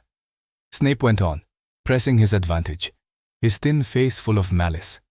Rules were for lesser mortals, not Quidditch Cup winners. His head was so swollen. Shut up! Harry was suddenly on his feet. Rage, such as he had not felt since his last night in Privet Drive, was coursing through him. He didn't care that Snape's face had gone rigid, the black eyes flashing dangerously. What did you say to me, Potter? I told you to shut up about my dad, Harry yelled. I know the truth. All right, he saved your life. Dumbledore told me. You wouldn't even be here if it wasn't for my dad. Snape's sallow skin had gone the color of sour milk. And did the headmaster tell you the circumstances in which your father saved my life? He whispered. Or did he consider the details too unpleasant for precious Potter's delicate ears? Harry bit his lip. He didn't know what had happened and didn't want to admit it, but Snape seemed to have guessed the truth. I would hate for you to run away with a false idea of your father, Potter, he said, a terrible grin twisting his face. Have you been imagining some act of glorious heroism? Then let me correct you. Your saintly father and his friends played a highly amusing joke on me that would have resulted in my death if your father hadn't got cold feet at the last moment. There was nothing brave about what he did. He was saving his own skin as much as mine. Had their joke succeeded, he would have been expelled from Hogwarts. Snape's uneven, yellowish teeth were bared. Turn out your pockets, Potter, he spat suddenly. Harry didn't move. There was a pounding in his ears. Turn out your pockets, or we go straight to the headmaster. Pull them out, Potter. Cold with dread, Harry slowly pulled out the bag of Zonko's tricks and the Marauder's map. Snap picked up the Zonko's bag. Ron gave them to me, said Harry, praying he'd get a chance to tip Ron off before Snape saw him. He brought them back from Hogsmeade last time. Indeed, and you've been carrying them around ever since. How very touching. And what is this? Snape had picked up the map. Harry tried with all his might to keep his face impassive. Spare bit of parchment, he said with a shrug. Snape turned it over, his eyes on Harry.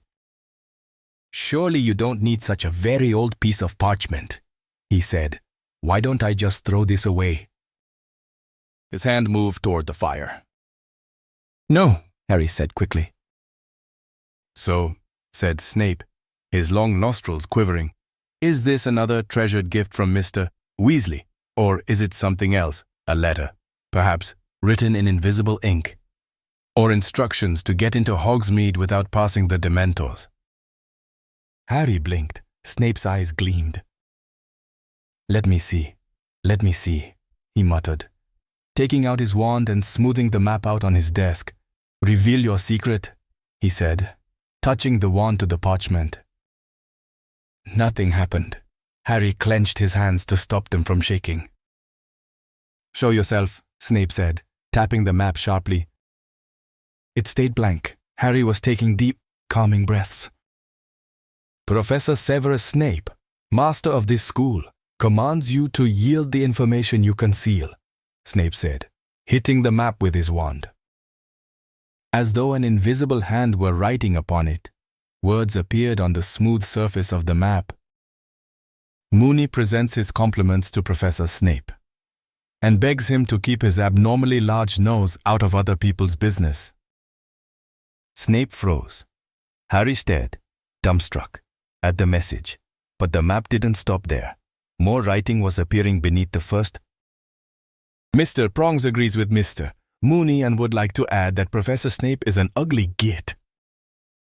It would have been very funny if the situation hadn't been so serious, and there was more. Mr. Padfoot would like to register his astonishment that an idiot like that ever became a professor. Harry closed his eyes in horror.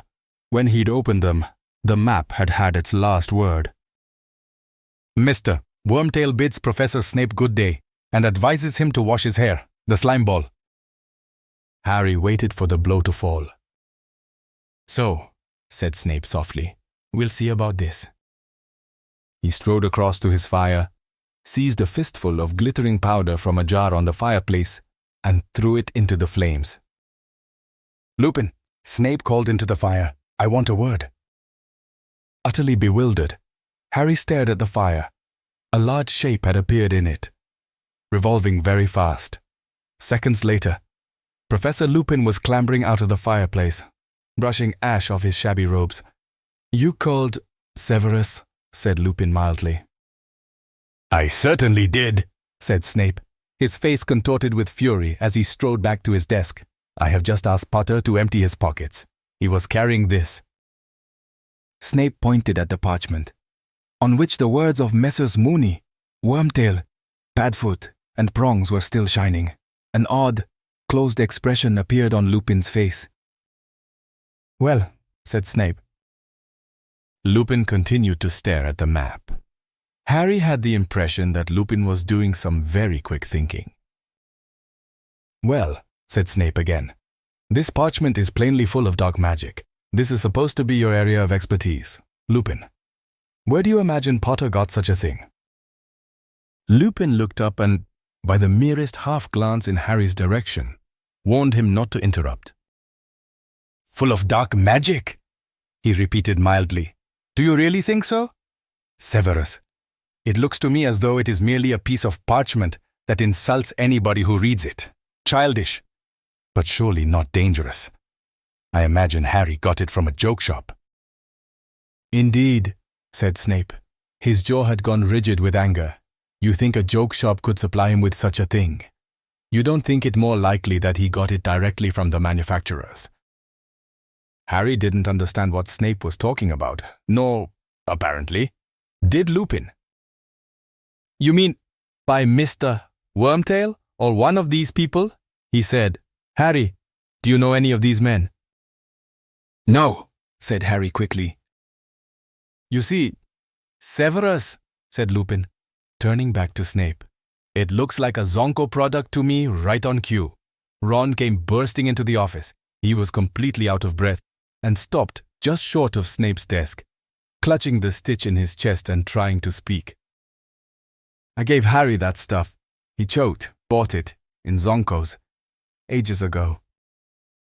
"Well," said Lupin, clapping his hands together and looking around cheerfully, "that seems to clear that up.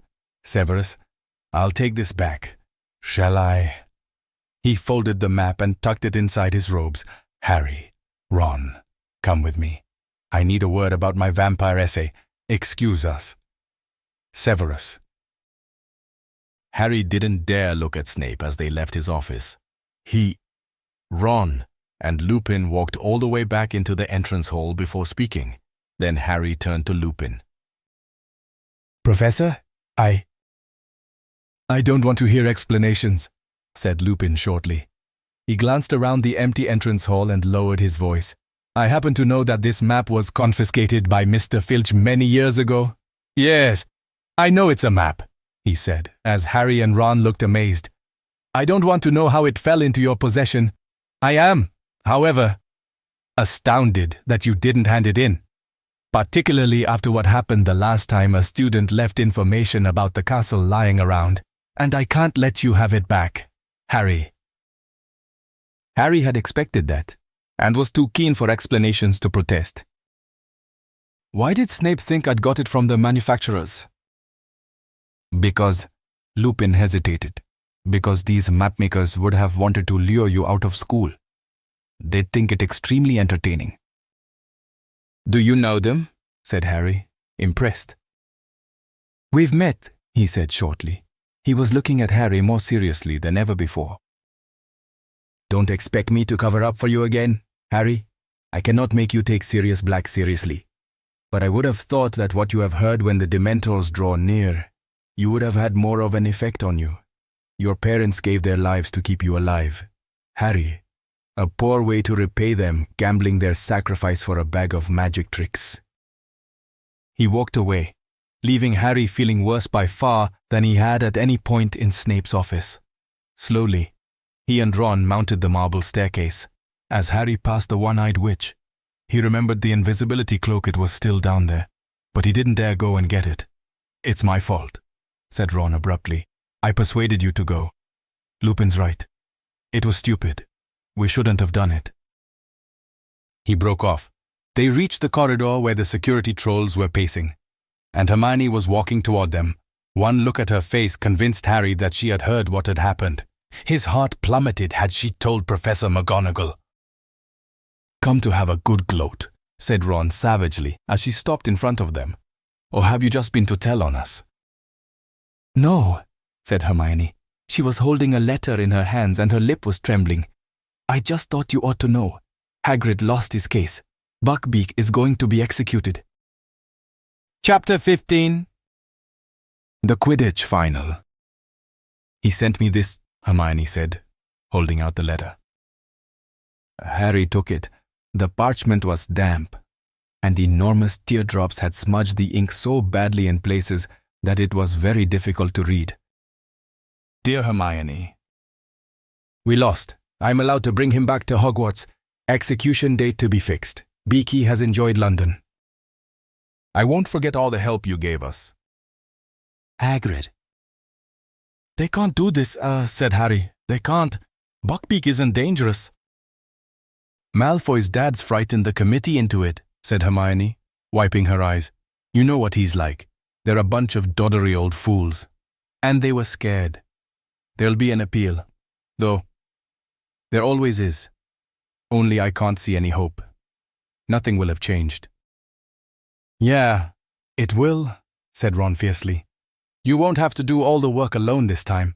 Hermione, I'll help." "Oh, Ron." Hermione flung her arms around Ron's neck and broke down completely. Ron, looking quite terrified, patted her very awkwardly on the top of the head.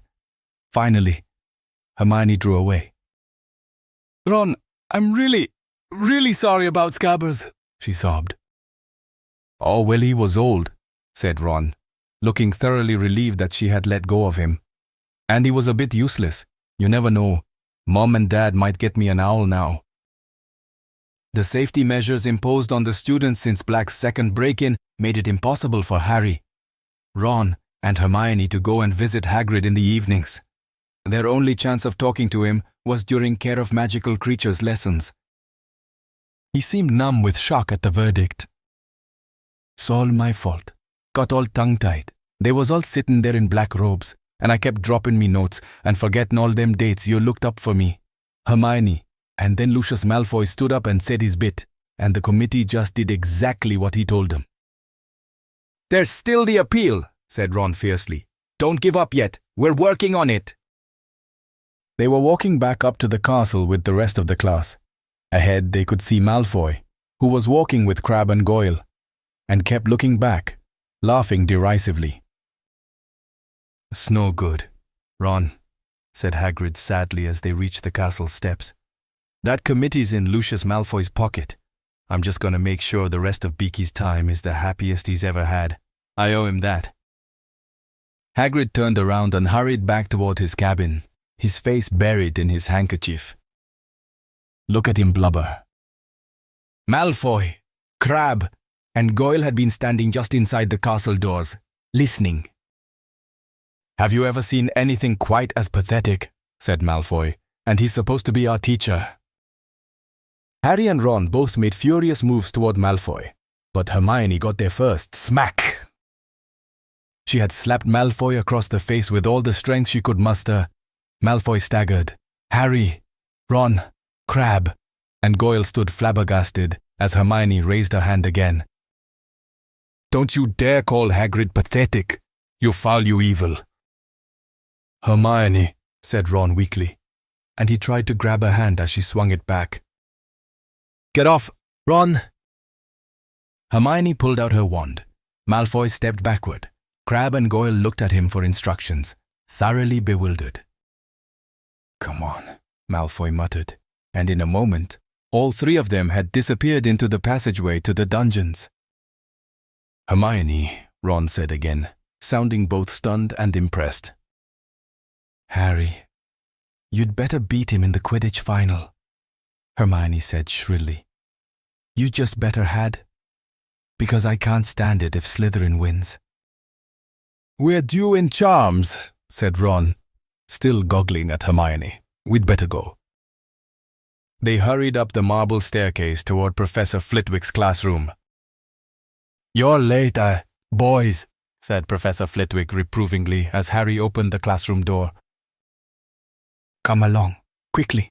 One's out. We're experimenting with cheering charms today. We've already divided into pairs." Harry and Ron hurried to a desk at the back and opened their bags. Ron looked behind him. "Where's Hermione gone?" Harry looked around too. Hermione hadn't entered the classroom, yet Harry knew she had been right next to him when he had opened the door. "That's weird," said Harry, staring at Ron. Maybe she went to the bathroom or something." But Hermione didn't turn up all lesson. "She could have done with a cheering charm on her too," said Ron as the class left for lunch. All grinning broadly, the cheering charms had left them with a feeling of great contentment. Hermione wasn't at lunch either. By the time they had finished their apple pie, the after effects of the cheering charms were wearing off, and Harry and Ron had started to get slightly worried. "You don't think Malfoy did something to her?" Ron said anxiously as they hurried upstairs toward Gryffindor Tower. They passed the security trolls, gave the fat lady the password Flibbertigibbet, and scrambled through the portrait hole into the common room. Hermione was sitting at a table, fast asleep, her head resting on an open arithmancy book. They went to sit down on either side of her. Harry prodded her awake. "Oh, what?" said Hermione, waking with a start and staring wildly around. "Is it time to go? Oh, which lesson have we got now?" "Divination. But it's not for another 20 minutes, said Harry. "Hermione, why didn't you come to Charms?" "What? Oh no!" Hermione squeaked. "I forgot to go to Charms." "But how could you forget?" said Harry. "You were with us till we were right outside the classroom." "I don't believe it," Hermione wailed. "Was Professor Flitwick angry?" "Oh, it was Malfoy. I was thinking about him and I lost track of things." "You know what, Hermione?" said Ron, looking down at the enormous arithmancy book Hermione had been using as a pillow. "I reckon you're cracking up.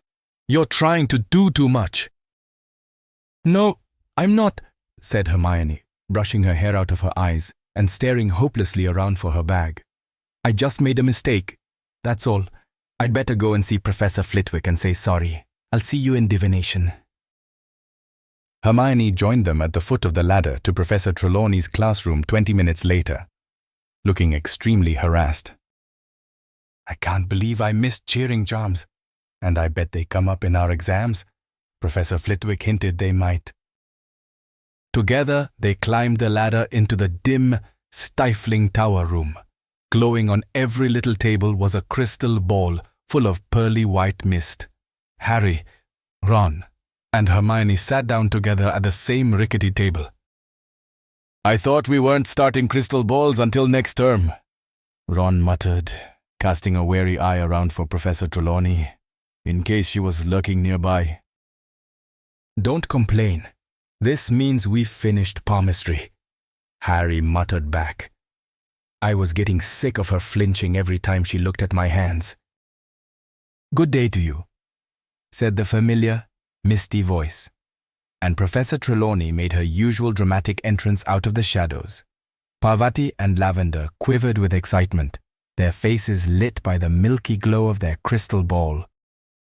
"I have decided to introduce the crystal ball a little earlier than I had planned," said Professor Trelawney, sitting with her back to the fire and gazing around. "The fates have informed me that your examination in June will concern the orb, and I am anxious to give you sufficient practice." Hermione snorted. "Well, honestly, the fates have informed her. Who sets the exam? She does. What an amazing prediction," she said, not troubling to keep her voice low. Harry and Ron choked back laughs. It was hard to tell whether Professor Trelawney had heard them, as her face was hidden in shadow. She continued, however, as though she had not. "Crystal gazing is a particularly refined art," she said dreamily. I do not expect any of you to see when first you peer into the orb's infinite depths. We shall start by practicing relaxing the conscious mind and external eyes. Ron began to snigger uncontrollably and had to stuff his fist in his mouth to stifle the noise so as to clear the inner eye and the superconscious. Perhaps, if we are lucky, some of you will see before the end of the class. And so they began.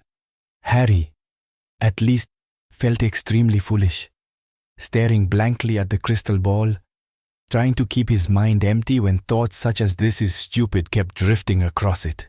It didn't help that Ron kept breaking into silent giggles and Hermione kept tutting. "Seen anything yet?" Harry asked them after a quarter of an hour's quiet crystal gazing. "Yeah, there's a burn on this table," said Ron, pointing. "Someone spilled their candle." "This is such a waste of time," Hermione hissed. "I could be practicing something useful. I could be catching up on cheering charms." Professor Trelawney rustled past. "Would anyone like me to help them interpret the shadowy portents within their orb?" She murmured over the clinking of her bangles. "I don't need help," Ron whispered. "It's obvious what this means. There's going to be loads of fog tonight." Both Harry and Hermione burst out laughing. "Now, really," said Professor Trelawney as everyone's heads turned in their direction. Parvati and Lavender were looking scandalized. "You are disturbing the clairvoyant vibrations." She approached their table and peered into their crystal ball. Harry felt his heart sinking. He was sure he knew what was coming. "There is something here," Professor Trelawney whispered, lowering her face to the ball, so that it was reflected twice in her huge glasses. "Something moving, but what is it?" Harry was prepared to bet everything he owned, including his firebolt, that it wasn't good news, whatever it was, and sure enough. "My dear," Professor Trelawney breathed, gazing up at Harry. "It is here, plainer than ever before. My dear, stalking toward you, growing ever closer, the "Oh, for goodness sake," said Hermione loudly. "Not that ridiculous grim again." Professor Trelawney raised her enormous eyes to Hermione's face. Parvati whispered something to Lavender, and they both glared at Hermione too. Professor Trelawney stood up, eyebrows surveying Hermione with unmistakable anger. "I am sorry to say that from the moment you have arrived in this class, my dear, it has been apparent that you do not have what the noble art of divination requires. Indeed, I don't remember ever meeting a student whose mind was so hopelessly mundane." There was a moment's silence. Then, "Fine," said Hermione suddenly, getting up and cramming Unfogging the Future back into her bag. "Fine," she repeated, swinging the bag over her shoulder and almost knocking Ron off his chair. "I give up. I'm leaving." And to the whole class's amazement, Hermione strode over to the trapdoor, kicked it open, and climbed down the ladder out of sight. It took a few minutes for the class to settle down again. Professor Trelawney seemed to have forgotten all about the grim. She turned abruptly from Harry and Ron's table, breathing rather heavily as she tugged her gauzy shawl more closely to her. "Oh," said Lavender suddenly, making everyone start. "Oh." "Professor Trelawney, I've just remembered. You saw her leaving, didn't you? Didn't you, Professor? Around Easter. One of our number will leave us forever. You said it ages ago, Professor." Professor Trelawney gave her a dewy smile. "Yes, my dear, I did indeed know that Miss Granger would be leaving us. One hopes, however, that one might have mistaken the signs. The inner eye can be a burden, you know." Lavender and Parvati looked deeply impressed and moved over so that Professor Trelawney could join their table instead. "Someday Hermione's having..." Ron muttered to Harry, looking awed. "Yeah." Harry glanced into the crystal ball but saw nothing but swirling white mist. Had Professor Trelawney really seen the grim again? Would he? The last thing he needed was another near-fatal accident, with the Quidditch final drawing ever nearer. The Easter holidays were not exactly relaxing. The third years had never had so much homework. Neville Longbottom seemed close to a nervous collapse, and he wasn't the only one. "Call this a holiday," Seamus Finnegan roared at the common room one afternoon. "The exams are ages away. What are they playing at?" But nobody had as much to do as Hermione. Even without divination, she was taking more subjects than anybody else. She was usually last to leave the common room at night, first to arrive at the library the next morning. She had shadows like lupins under her eyes, and seemed constantly close to tears. Ron had taken over responsibility for Buckbeak's appeal when he wasn't doing his own work.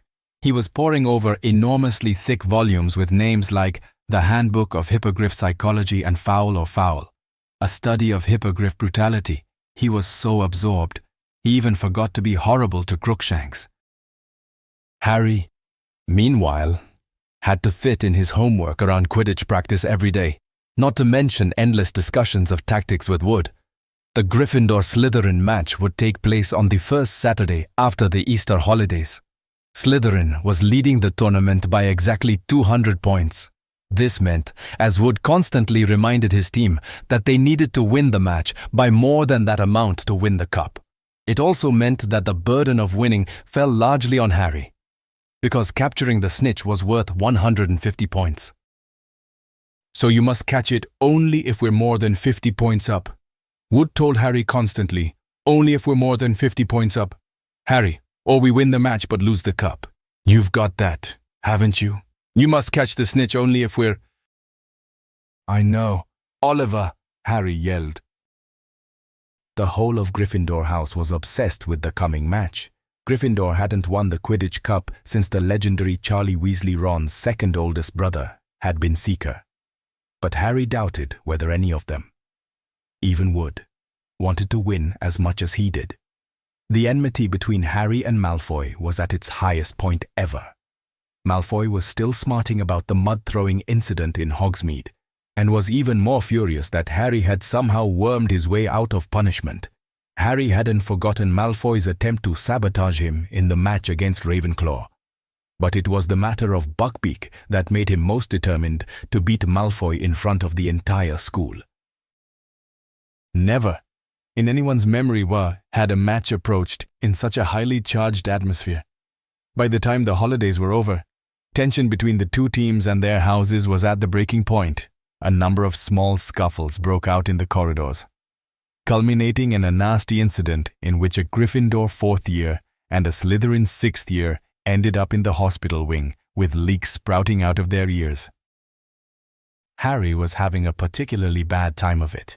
He couldn't walk to class without Slytherin sticking out their legs and trying to trip him up. Crabbe and Goyle kept popping up wherever he went, and slouching away looking disappointed when they saw him surrounded by people.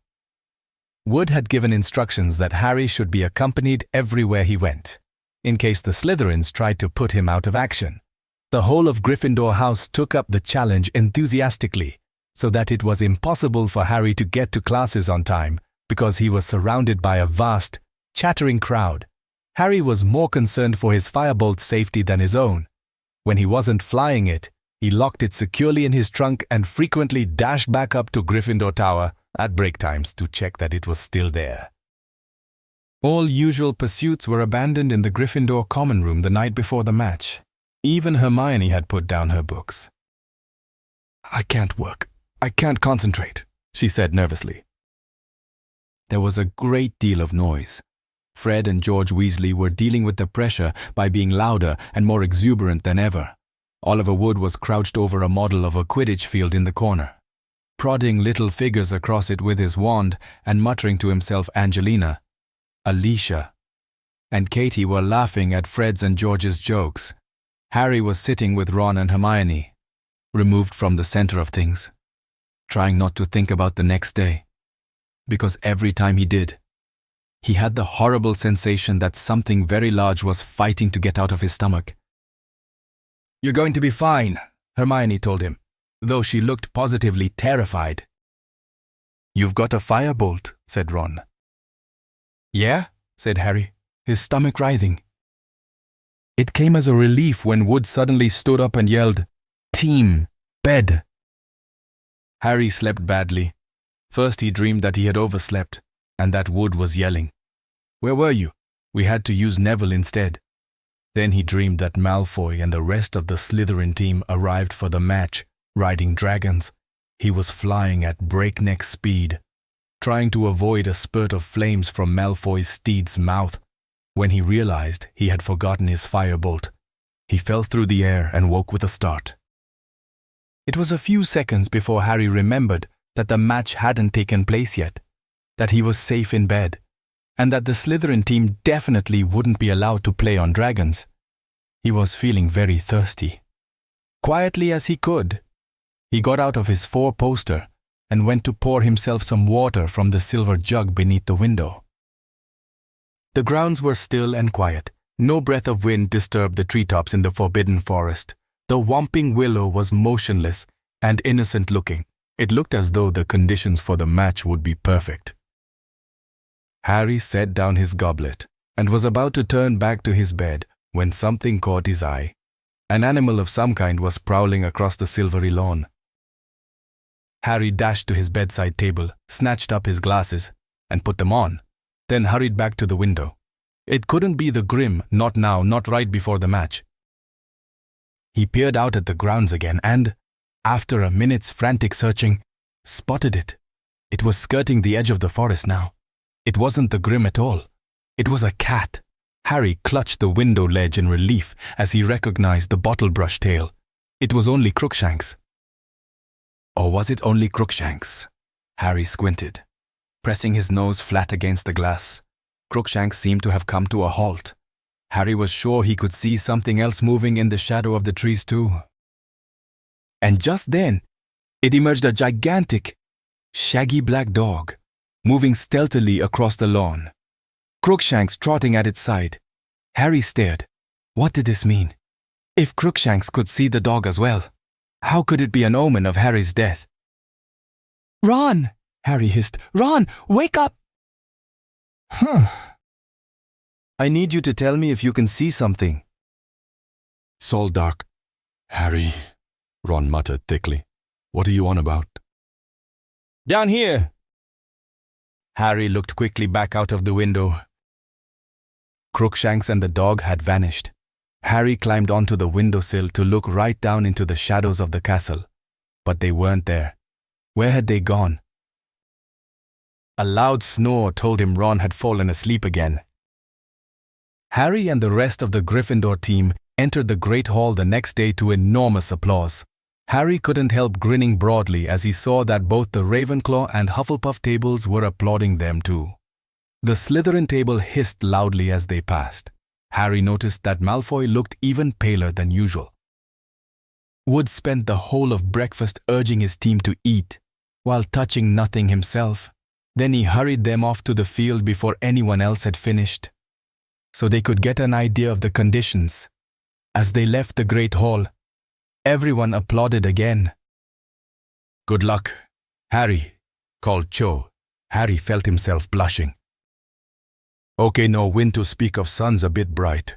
That could impair your vision. Watch out for it, ground's fairly hard." "Good. That'll give us a fast kickoff." Wood paced the field, staring around with the team behind him. Finally, they saw the front doors of the castle open in the distance and the rest of the school spilling onto the lawn. "Locker rooms," said Wood tersely. None of them spoke as they changed into their scarlet robes. Harry wondered if they were feeling like he was, as though he'd eaten something extremely wriggly for breakfast, in what seemed like no time at all. Wood was saying, "Okay, it's time. Let's go." They walked out onto the field to a tidal wave of noise. 3/4 of the crowd was wearing scarlet rosettes, waving scarlet flags with the Gryffindor lion upon them, or brandishing banners with slogans like "Go Gryffindor" and "Lions for the Cup" behind the Slytherin goalposts. However, 200 people were wearing green. The silver serpent of Slytherin glittered on their flags, and Professor Snape sat in the very front row, wearing green like everyone else, and a very grim smile. "And here are the Gryffindors," yelled Lee Jordan, who was acting as commentator as usual. "Potter, Bell, Johnson, Spinnet, Weasley, and Wood. Widely acknowledged as the best team Hogwarts has seen in a good few years. Lee's comments were drowned by a tide of boos from the Slytherin end. And here come the Slytherin team, led by Captain Flint.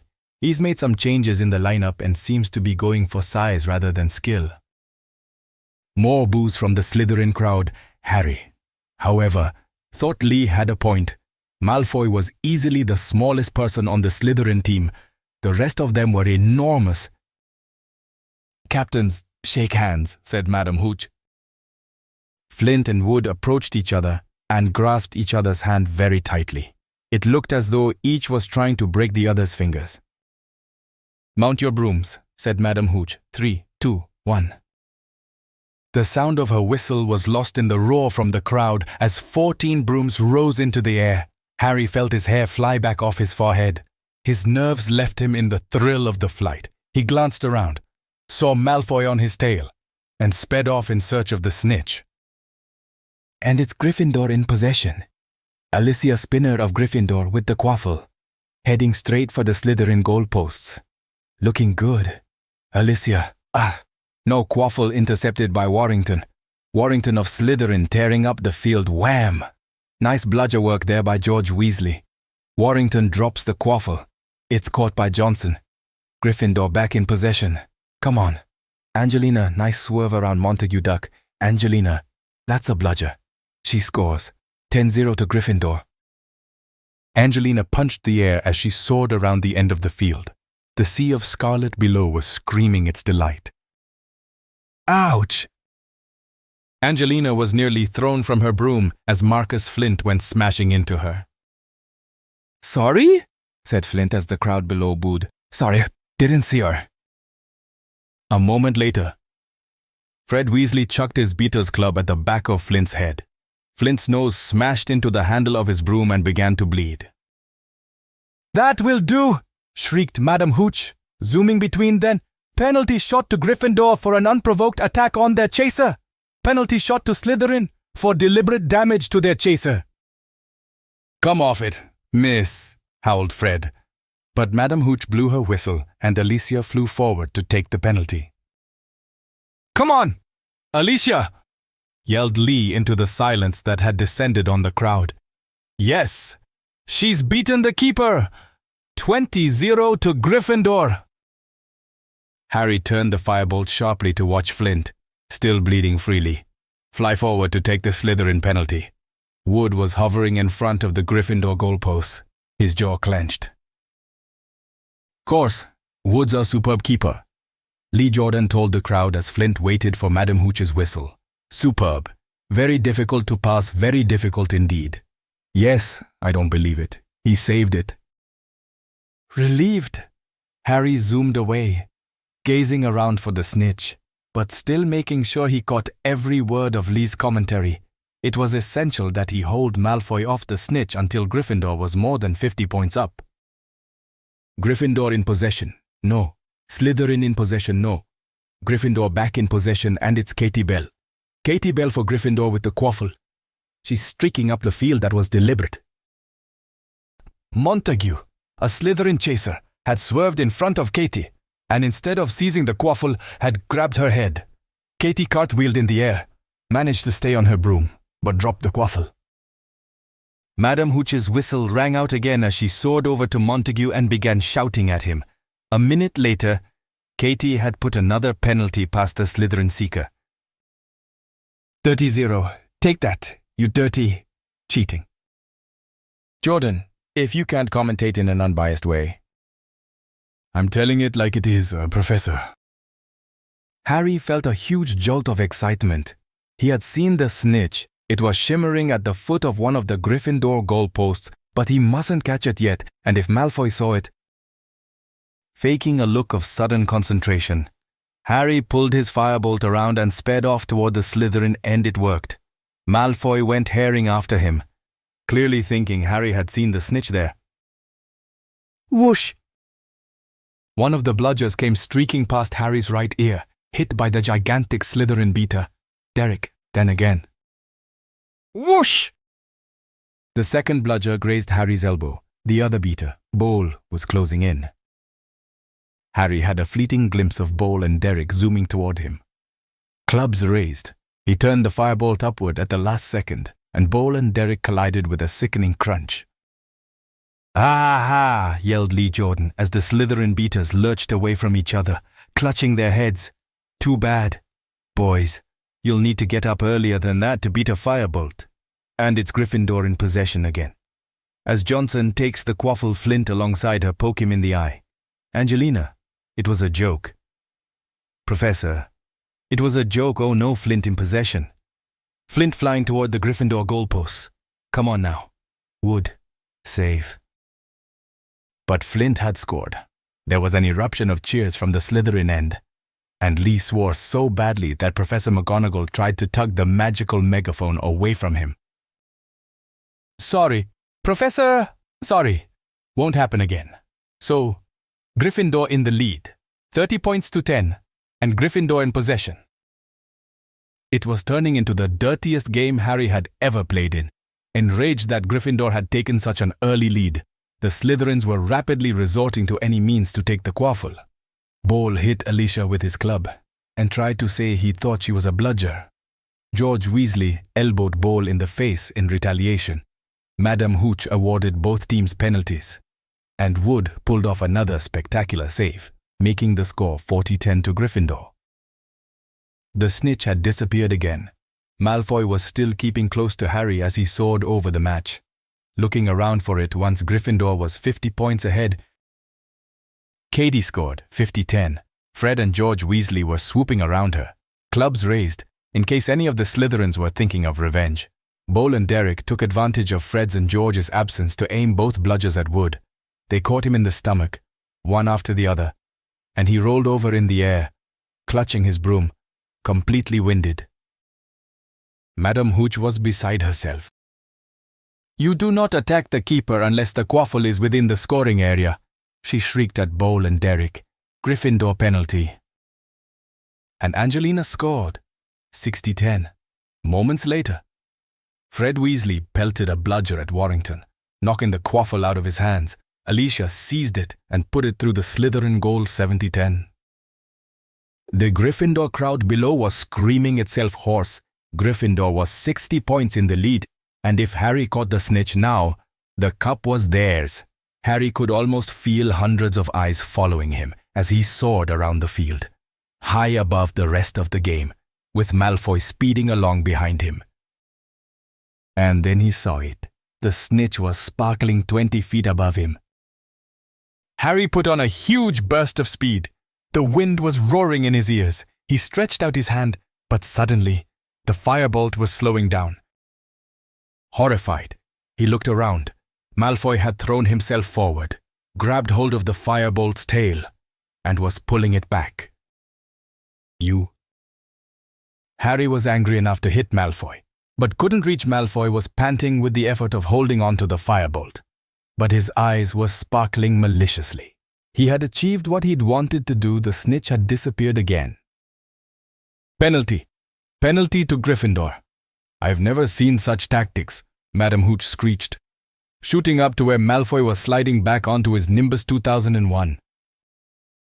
"You cheating scum!" Lee Jordan was howling into the megaphone, dancing out of Professor McGonagall's reach. "You filthy, cheating bee." Professor McGonagall didn't even bother to tell him off.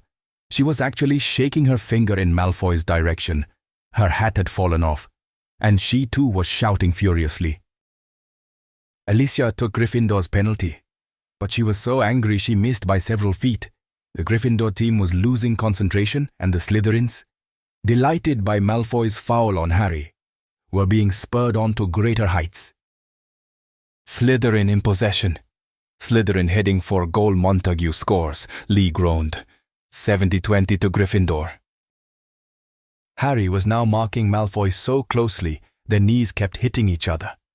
Harry wasn't going to let Malfoy anywhere near the snitch. "Get out of it! Potter!" Malfoy yelled in frustration as he tried to turn and found Harry blocking him. "Angelina Johnson gets the quaffle for Gryffindor. Come on, Angelina." Come on. Harry looked around. Every single Slytherin player apart from Malfoy was streaking up the pitch toward Angelina. Including the Slytherin keeper, they were all going to block her. Harry wheeled the firebolt around, bent so low he was lying flat along the handle, and kicked it forward, like a bullet. He shot toward the Slytherins. Ah! They scattered as the firebolt zoomed toward them. Angelina's way was clear. She scores, she scores. Gryffindor leads by 80 points to 20. Harry, who had almost pelted headlong into the stands, skidded to a halt in mid-air, reversed, and zoomed back into the middle of the field. And then he saw something to make his heart stand still. Malfoy was diving.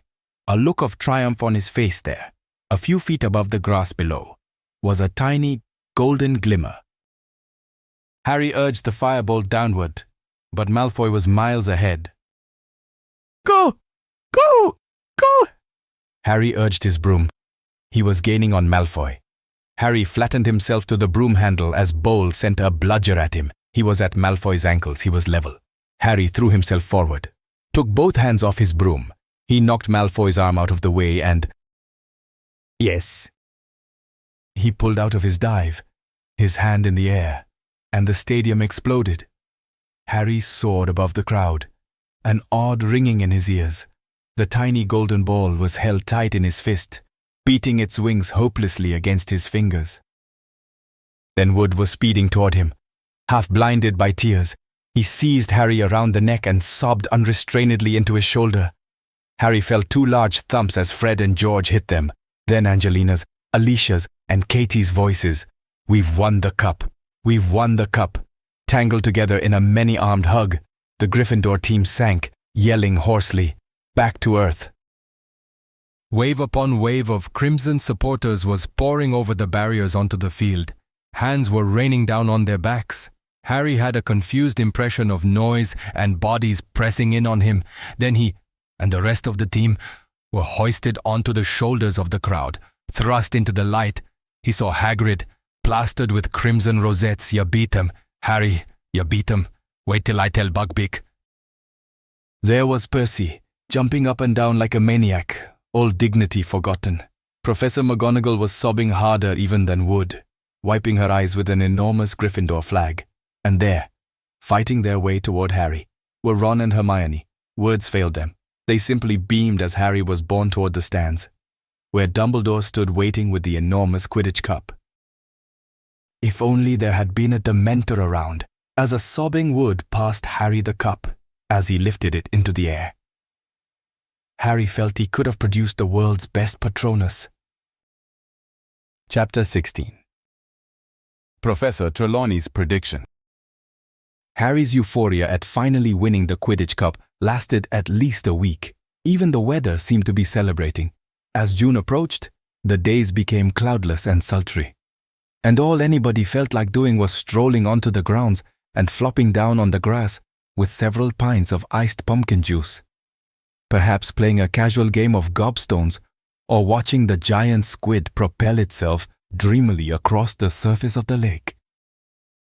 But they couldn't. Exams were nearly upon them, and instead of lazing around outside, the students were forced to remain inside the castle, trying to bully their brains into concentrating while enticing wafts of summer air drifted in through the windows.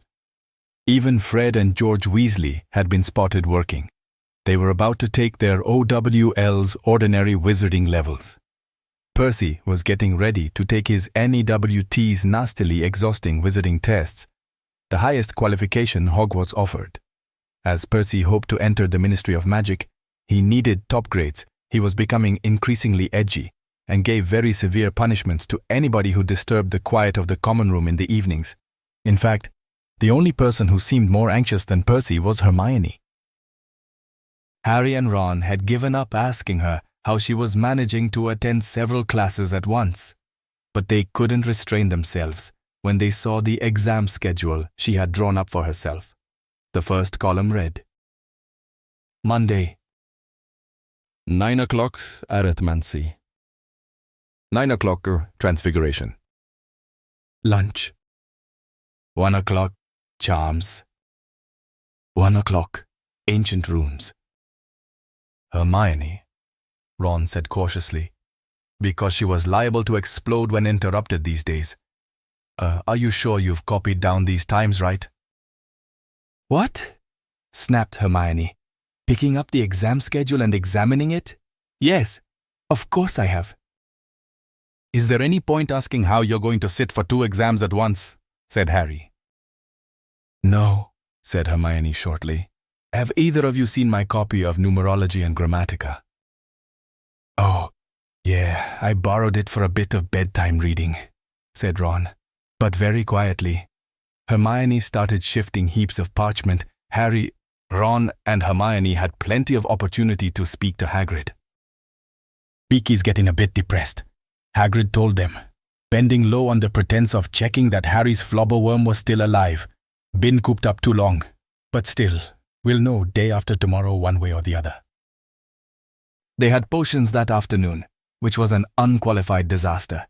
Try as Harry might, he couldn't get his confusing concoction to thicken, and Snape, standing watch with an air of vindictive pleasure, scribbled something that looked suspiciously like a 0 onto his notes before moving away.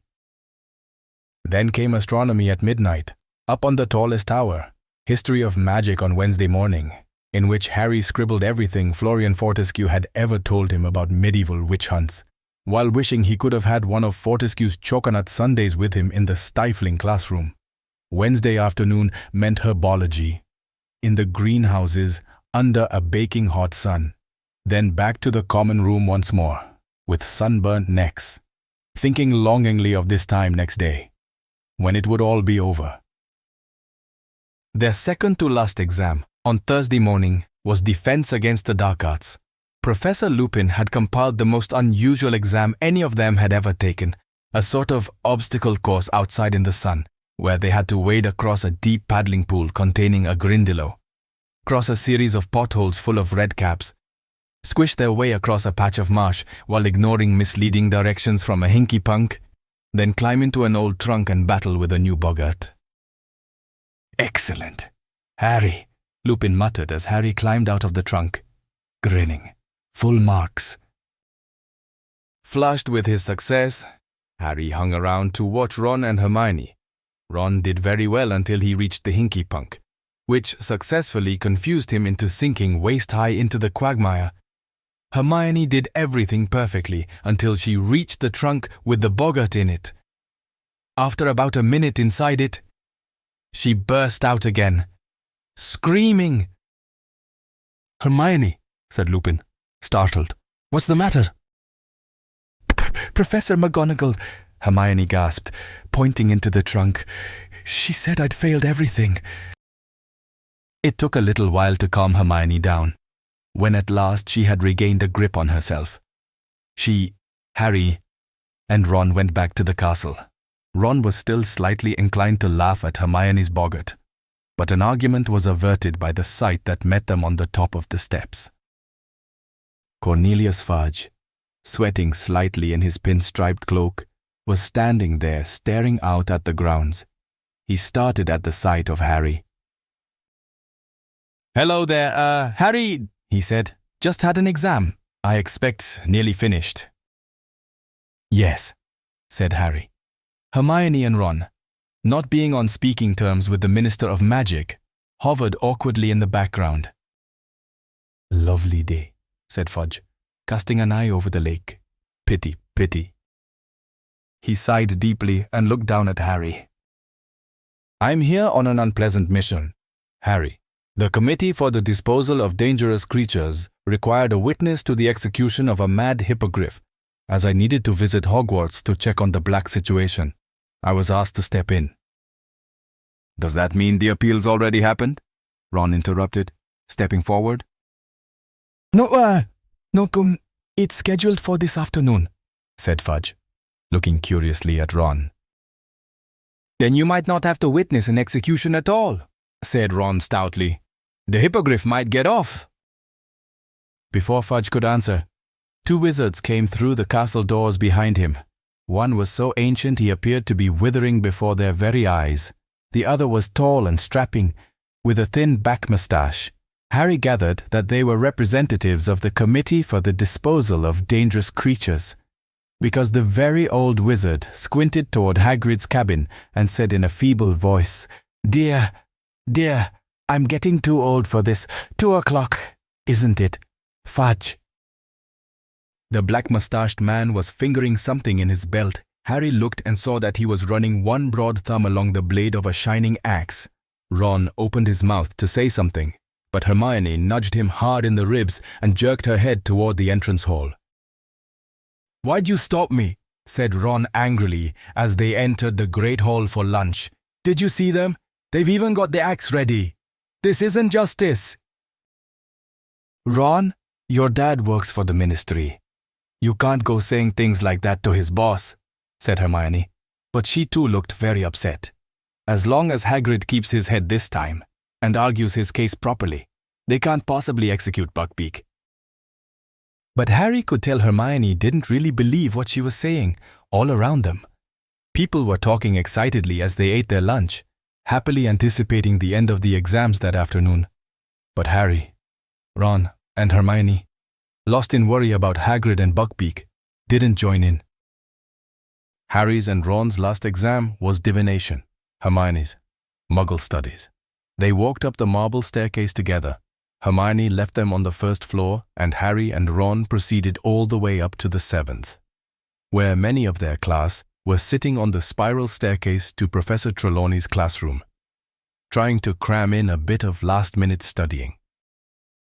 "She's seeing us all separately," Neville informed them as they went to sit down next to him. He had his copy of Unfogging the Future open on his lap at the pages devoted to crystal gazing. "Have either of you ever seen anything in a crystal ball?" he asked them unhappily. "Nope," said Ron in an offhand voice. He kept checking his watch. Harry knew that he was counting down the time until Buckbeak's appeal started. The line of people outside the classroom shortened very slowly as each person climbed back down the silver ladder. The rest of the class hissed, "What did she ask? Was it okay?" But they all refused to say. "She says the crystal balls told her that if I tell you, I'll have a horrible accident," squeaked Neville as he clambered back down the ladder toward Harry and Ron, who had now reached the landing. "That's convenient," snorted Ron. "You know, I'm starting to think Hermione was right about her." He jabbed his thumb toward the trapdoor overhead. "She's a right old fraud." "Yeah," said Harry, looking at his own watch. It was now 2:00. Wish she'd hurry up. Parvati came back down the ladder glowing with pride. "She says I've got all the makings of a true seer," she informed Harry and Ron. "I saw loads of stuff. Well, good luck." She hurried off down the spiral staircase toward Lavender. "Ronald Weasley," said the familiar, misty voice from over their heads. Ron grimaced at Harry and climbed the silver ladder out of sight. Harry was now the only person left to be tested. He settled himself on the floor with his back against the wall, listening to a fly buzzing in the sunny window, his mind across the grounds with Hagrid. Finally, after about 20 minutes, Ron's large feet reappeared on the ladder. "How'd it go?" Harry asked him, standing up. "Rubbish," said Ron. "Couldn't see a thing. So I made some stuff up. Don't think she was convinced, though." "Meet you in the common room," Harry muttered as Professor Trelawney's voice called, "Harry Potter." The tower room was hotter than ever before. The curtains were closed, the fire was alight, and the usual sickly scent made Harry cough as he stumbled through the clutter of chairs and table to where Professor Trelawney sat waiting for him before a large crystal ball. "Good day, my dear," she said softly. "If you would kindly gaze into the orb, take your time. Now, then tell me what you see within it." Harry bent over the crystal ball and stared as hard as he could, willing it to show him something other than swirling white fog. But nothing happened. "Well," Professor Trelawney prompted delicately, "what do you see?" The heat was overpowering and his nostrils were stinging with the perfume smoke wafting from the fire beside them. He thought of what Ron had just said and decided to pretend said Harry. A dark shape, What does it resemble? Whispered Professor Trelawney. Think, now. Harry cast his mind around, and it landed on Buckbeak. A hippogriff, he said firmly. Indeed, whispered Professor Trelawney, scribbling keenly on the parchment perched upon her knees. My boy, you may well be seeing the outcome of poor Hagrid's trouble with the Ministry of Magic. Look closer. Does the hippogriff appear to have its head? Yes, said Harry firmly. Are you sure? Professor Trelawney urged him. Are you quite sure? Dear, you don't see it writhing on the ground, perhaps, and a shadowy figure raising an axe behind it. No, said Harry, starting to feel slightly sick. No blood, no weeping Hagrid. No, said Harry again, wanting more than ever to leave the room and the heat. It looks fine. It's flying away. Professor Trelawney sighed. Well, dear, I think we'll leave it there. A little disappointing, but I'm sure you did your best. Relieved. Harry got up, picked up his bag and turned to go. But then a loud, harsh voice spoke behind him. It will happen tonight. Harry wheeled around. Professor Trelawney had gone rigid in her armchair. Her eyes were unfocused and her mouth sagging. Sorry, said Harry. But Professor Trelawney didn't seem to hear him. Her eyes started to roll. Harry sat there in a panic. She looked as though she was about to have some sort of seizure. He hesitated, thinking of running to the hospital wing, and then Professor Trelawney spoke again, in the same harsh voice, quite unlike her own. The Dark Lord lies alone and friendless, abandoned by his followers. His servant has been chained these 12 years. Tonight, before midnight, the servant will break free and set out to rejoin his master. The Dark Lord will rise again with his servant's aid, greater and more terrible than ever he was. Tonight, before midnight, the servant will set out to rejoin his master. Professor Trelawney's head fell forward onto her chest. She made a grunting sort of noise. Harry sat there, staring at her. Then, quite suddenly, Professor Trelawney's head snapped up again. I'm so sorry, dear boy, she said dreamily. The heat of the day, I drifted off for a moment. Harry sat there, staring at her. Is there anything wrong, my dear? You just told me that the Dark Lord's going to rise again, that his servant's going to go back to him. Professor Trelawney looked thoroughly startled. The Dark Lord, he who must not be named. My dear boy, that's hardly something to joke about. Rise again, indeed. But you just said it. You said the Dark Lord. I think you must have dozed off too, dear, said Professor Trelawney. I would certainly not presume to predict anything quite as far-fetched as that. Harry climbed back down the ladder and the spiral staircase, wondering, had he just heard Professor Trelawney make a real prediction? Or had that been her idea of an impressive end to the test? 5 minutes later, he was dashing past the security trolls outside the entrance to Gryffindor Tower. Professor Trelawney's words still resounding in his head. People were striding past him in the opposite direction, laughing and joking, heading for the grounds and a bit of long-awaited freedom.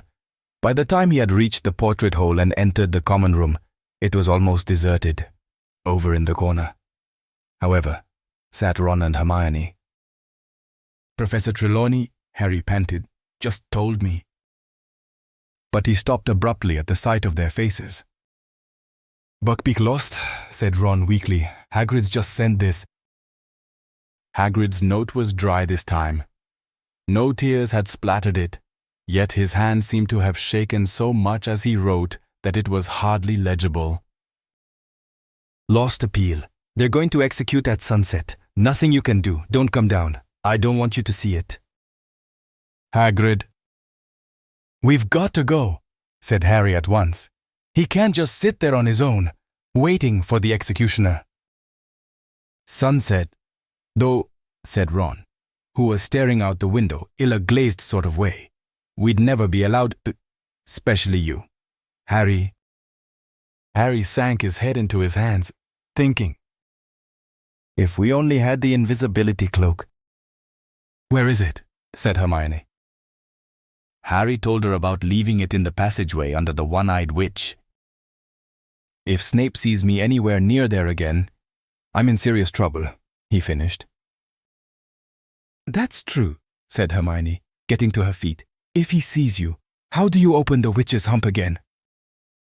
You tap it and say, Descendium, said Harry. But Hermione didn't wait for the rest of his sentence. She strode across the room, pushed open the fat lady's portrait, and vanished from sight. She hasn't gone to get it, Ron said, staring after her. She had. Hermione returned a quarter of an hour later with the silvery cloak folded carefully under her robes. "Hermione, I don't know what's gotten into you lately," said Ron, astounded. "First you hit Malfoy, then you walk out on Professor Trelawney." Hermione looked rather flattered. They went down to dinner with everybody else, but did not return to Gryffindor Tower afterward. Harry had the cloak hidden down the front of his robes. He had to keep his arms folded to hide the lump. They skulked in an empty chamber off the entrance hall, listening until they were sure it was deserted. They heard a last pair of people hurrying across the hall and a door slamming. Hermione poked her head around the door. "Okay," she whispered. "No one there, cloak on." Walking very close together so that nobody would see them, they crossed the hall on tiptoe beneath the cloak, then walked down the stone front steps into the grounds. The sun was already sinking behind the forbidden forest, gilding the top branches of the trees.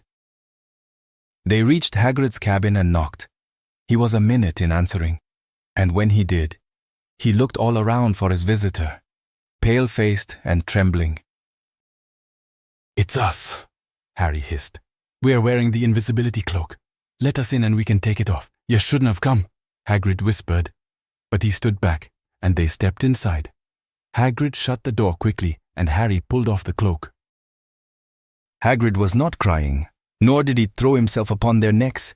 He looked like a man who did not know where he was or what to do. This helplessness was worse to watch than tears. "Want some tea?" he said. His great hands were shaking as he reached for the kettle. "Where's Buckbeak?" "Hagrid," said Hermione hesitantly. I took him outside," said Hagrid, spilling milk all over the table as he filled up the jug. "He's tethered in me pumpkin patch. Thought he ought to see the trees and then smell fresh air before." Hagrid's hand trembled so violently that the milk jug slipped from his grasp and shattered all over the floor. "I'll do it. Hagrid," said Hermione quickly, hurrying over and starting to clean up the mess. "There's another one in the cupboard," Hagrid said, sitting down and wiping his forehead on his sleeve. Harry glanced at Ron, who looked back hopelessly. "Isn't there anything anyone can do, Hagrid?" Harry asked fiercely, sitting down next to him. "Dumbledore." "He's tried," said Hagrid. "He's got no power to overrule the committee. He told them Buckbeak's all right, but they're scared. You know what Lucius Malfoy's like. Threatened them, I expect, and the executioner? McNair, he's an old pal of Malfoy's, but it'll be quick and clean, and I'll be beside him."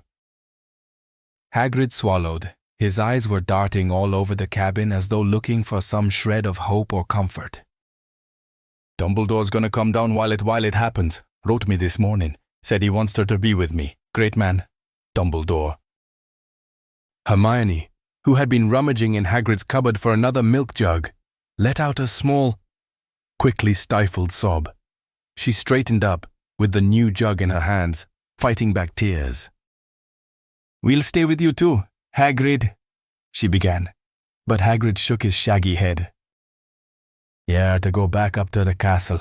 I told you. I don't want you watching, and you shouldn't be down here anyway. If Fudge and Dumbledore catch you out without permission, Harry, you'll be in big trouble." Silent tears were now streaming down Hermione's face, but she hid them from Hagrid, bustling around making tea. Then, as she picked up the milk bottle to pour some into the jug, She let out a shriek. Ron, I don't believe it, it's Scabbers. Ron gaped at her. What are you talking about? Hermione carried the milk jug over to the table and turned it upside down, with a frantic squeak, and much scrambling to get back inside. Scabbers the rat came sliding out onto the table. "Scabbers," said Ron blankly. "Scabbers, what are you doing here?" He grabbed the struggling rat and held him up to the light. Scabbers looked dreadful. He was thinner than ever. Large tufts of hair had fallen out, leaving wide, bald patches, and he writhed in Ron's hands as though desperate to free himself. "It's okay, Scabbers," said Ron. "No cats. There's nothing here to hurt you." Hagrid suddenly stood up, his eyes fixed on the window. His normally ruddy face had gone the color of parchment. "They're coming." Harry, Ron, and Hermione whipped around. A group of men was walking down the distant castle steps. In front was Albus Dumbledore, his silver beard gleaming in the dying sun. Next to him trotted Cornelius Fudge. Behind them came the feeble old committee member and the executioner, McNair. "You gotta go," said Hagrid. Every inch of him was trembling. "They mustn't find you here. Go now." Ron stuffed Scabbers into his pocket and Hermione picked up the cloak. "I'll let you out the back way," said Hagrid. They followed him to the door into his back garden. Harry felt strangely unreal, and even more so when he saw Buckbeak a few yards away, tethered to a tree behind Hagrid's pumpkin patch. Buckbeak seemed to know something was happening. He turned his sharp head from side to side and pawed the ground nervously. "It's okay, Beaky," said Hagrid softly. "It's okay." He turned to Harry, Ron, and Hermione. "Go on," he said. "Get going." But they didn't move. "Hagrid, we can't." "We'll tell them what really happened." "They can't kill him." "Go," said Hagrid fiercely. "It's bad enough without you lot in trouble and all." They had no choice. As Hermione threw the cloak over Harry and Ron, they heard voices at the front of the cabin. Hagrid looked at the place where they had just vanished from sight. "Go quick," he said hoarsely. "Don't listen." And he strode back into his cabin as someone knocked at the front door. Slowly, in a kind of horrified trance, Harry, Ron, and Hermione set off silently around Hagrid's house. As they reached the other side, the front door closed with a sharp snap. "Please, let's hurry," Hermione whispered. "I can't stand it. I can't bear it." They started up the sloping lawn toward the castle. The sun was sinking fast now. The sky had turned to a clear, purple-tinged gray, but to the west there was a ruby-red glow. Ron stopped dead.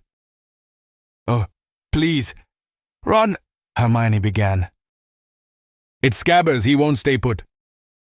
Ron was bent over, trying to keep Scabbers in his pocket, but the rat was going berserk, squeaking madly, twisting and flailing, trying to sink his teeth into Ron's hand. "Scabbers, it's me, you idiot, it's Ron," Ron hissed. They heard a door open behind them and men's voices. "Oh, Ron, please, let's move. They're going to do it," Hermione breathed. "Okay, Scabbers, stay put." They walked forward. Harry, like Hermione, was trying not to listen to the rumble of voices behind them. Ron stopped again. "I can't hold him, Scabbers. Shut up, everyone'll hear us." The rat was squealing wildly, but not loudly enough to cover up the sounds drifting from Hagrid's garden. There was a jumble of indistinct male voices, a silence, and then, without warning, the unmistakable swish and thud of an axe. Hermione swayed on the spot. "They did it," she whispered to Harry. "I don't believe it, they did it." Chapter 17. Cats are rat and dog. Harry's mind had gone blank with shock. The three of them stood transfixed with horror under the invisibility cloak. The very last rays of the setting sun were casting a bloody light over the long-shadowed grounds. Then, behind them, they heard a wild howling. Hagrid, Harry muttered, without thinking about what he was doing. He made to turn back, but both Ron and Hermione seized his arms. "We can't," said Ron, who was paper white. "He'll be in worse trouble if they know we've been to see him." Hermione's breathing was shallow and uneven. "How could they?" she choked. "How could they?" "Come on," said Ron, whose teeth seemed to be chattering. They set off back toward the castle, walking slowly to keep themselves hidden under the cloak. The light was fading fast now. By the time they reached open ground, darkness was settling like a spell around them. "Scabbers, keep still," Ron hissed, clamping his hand over his chest. The rat was wriggling madly. Ron came to a sudden halt, trying to force Scabbers deeper into his pocket. "What's the matter with you? You stupid rat. Stay still, ouch. He bit me." "Ron, be quiet," Hermione whispered urgently. "Fudge will be out here in a minute. He won't stay put." Scabbers was plainly terrified. He was writhing with all his might, trying to break free of Ron's grip. "What's the matter with him?" But Harry had just seen stinking toward them, his body low to the ground, wide yellow eyes glinting eerily in the darkness. Crookshanks. Whether he could see them or was following the sound of Scabbers' squeaks, Harry couldn't tell. "Crookshanks," Hermione moaned. "No, go away. Crookshanks, go away." But the cat was getting nearer. "Scabbers, no." Too late, the rat had slipped between Ron's clutching fingers, hit the ground, and scampered away. In one bound, Crookshanks sprang after him, and before Harry or Hermione could stop him, Ron had thrown the invisibility cloak off himself and pelted away into the darkness. "Ron," Hermione moaned. She and Harry looked at each other, then followed at a sprint. It was impossible to run full out under the cloak. They pulled it off, and it streamed behind them like a banner as they hurtled after Ron. They could hear his feet thundering along ahead and his shouts at Crookshanks. "Get away from him, get away, Scabbers. Come here." There was a loud thud. "Gotcha. Get off, you stinking cat." Harry and Hermione almost fell over Ron. They skidded to a stop right in front of him. He was sprawled on the ground, but Scabbers was back in his pocket. He had both hands held tight over the quivering lump. "Ron, come on back under the cloak," Hermione panted. "Dumbledore the minister, they'll be coming back out in a minute." But before they could cover themselves again, before they could even catch their breath, they heard the soft pounding of gigantic paws. Something was bounding toward them, quiet as a shadow, an enormous, pale-eyed, jet-black dog. Harry reached for his wand, but too late the dog had made an enormous leap, and the front paws hit him on the chest. He keeled over backward in a whirl of hair. He felt its hot breath, saw inch-long teeth. But the force of its leap had carried it too far. It rolled off him, dazed. Feeling as though his ribs were broken, Harry tried to stand up. He could hear it growling as it skidded around for a new attack. Ron was on his feet. As the dog sprang back toward them, he pushed Harry aside. The dog's jaws fastened instead around Ron's outstretched arm. Harry lunged forward. He seized a handful of the brute's hair, but it was dragging Ron away as easily as though he were a rag doll. Then, out of nowhere, something hit Harry so hard across the face he was knocked off his feet again. He heard Hermione shriek with pain and fall too. Harry groped for his wand. Blinking blood out of his eyes. "Lumos," he whispered. The wand light showed him the trunk of a thick tree. They had chased Scabbers into the shadow of the whomping willow, and its branches were creaking as though in a high wind, whipping backward and forward to stop them going nearer. And there, at the base of the trunk, was the dog, dragging Ron backward into a large gap in the roots. Ron was fighting furiously, but his head and torso were slipping out of sight. "Ron!" Harry shouted, trying to follow, but a heavy branch whipped lethally through the air and he was forced backward again. All they could see now was one of Ron's legs, which he had hooked around a root in an effort to stop the dog from pulling him farther underground, but a horrible crack cut the air like a gunshot. Ron's leg had broken, and a moment later, His foot vanished from sight. "Harry, we've got to go for help," Hermione gasped. She was bleeding too. The willow had cut her across the shoulder. "No, that thing's big enough to eat him. We haven't got time." Harry were never going to get through without help. Another branch whipped down at them, twigs clenched like knuckles. "If that dog can get in, we can," Harry panted, darting here and there, trying to find a way through the vicious, swishing branches, but he couldn't get an inch nearer to the tree roots without being in range of the tree's blows.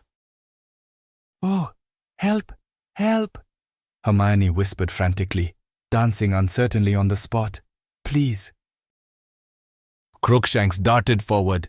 He slithered between the battering branches like a snake and placed his front paws upon a knot on the trunk. Abruptly, as though the tree had been turned to marble, it stopped moving.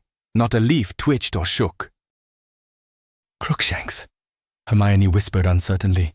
She now grasped Harry's arm painfully hard. "How did he know?" "He's friends with that dog," said Harry grimly. "I've seen them together. Come on and keep your wand out." They covered the distance to the trunk in seconds, but before they had reached the gap in the roots, Crookshanks had slid into it with a flick of his bottle brush tail. Harry went next. He crawled forward, head first, and slid down an earthy slope to the bottom of a very low tunnel. Crookshanks was a little way along, his eyes flashing in the light from Harry's wand. Seconds later, Hermione slithered down beside him. "Where's Ron?" she whispered in a terrified voice. "This way," said Harry, setting off, bent-backed, after Crookshanks. "Where does this tunnel come out?" Hermione asked breathlessly from behind him. "I don't know. It's marked on the Marauders map, but Fred and George said no one's ever gotten into it. It goes off the edge of the map, but it looked like it was heading for Hogsmeade." They moved as fast as they could, bent almost double ahead of them. Crookshanks' tail bobbed in and out of view. On and on went the passage. It felt at least as long as the one to Honeyduke's. All Harry could think of was Ron and what the enormous dog might be doing to him. He was drawing breath in sharp, painful gasps, running at a crouch. And then the tunnel began to rise. Moments later, it twisted, and Crookshanks had gone. Ahead, Harry could see a patch of dim light through a small opening. He and Hermione paused, gasping for breath. Edging forward, both raised their wands to see what lay beyond. It was a room, a very disordered, dusty room. Paper was peeling from the walls.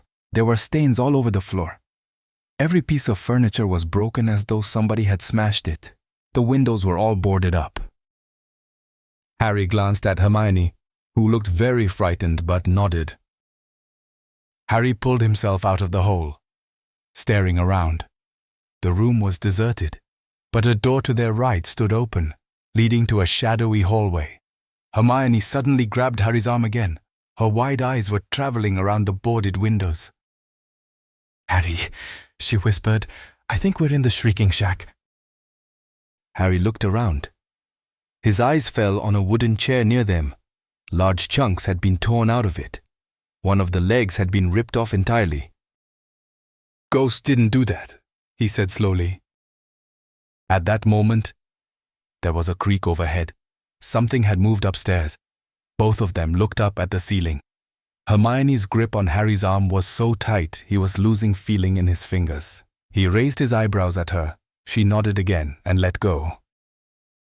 Quietly as they could, they crept out into the hall and up the crumbling staircase.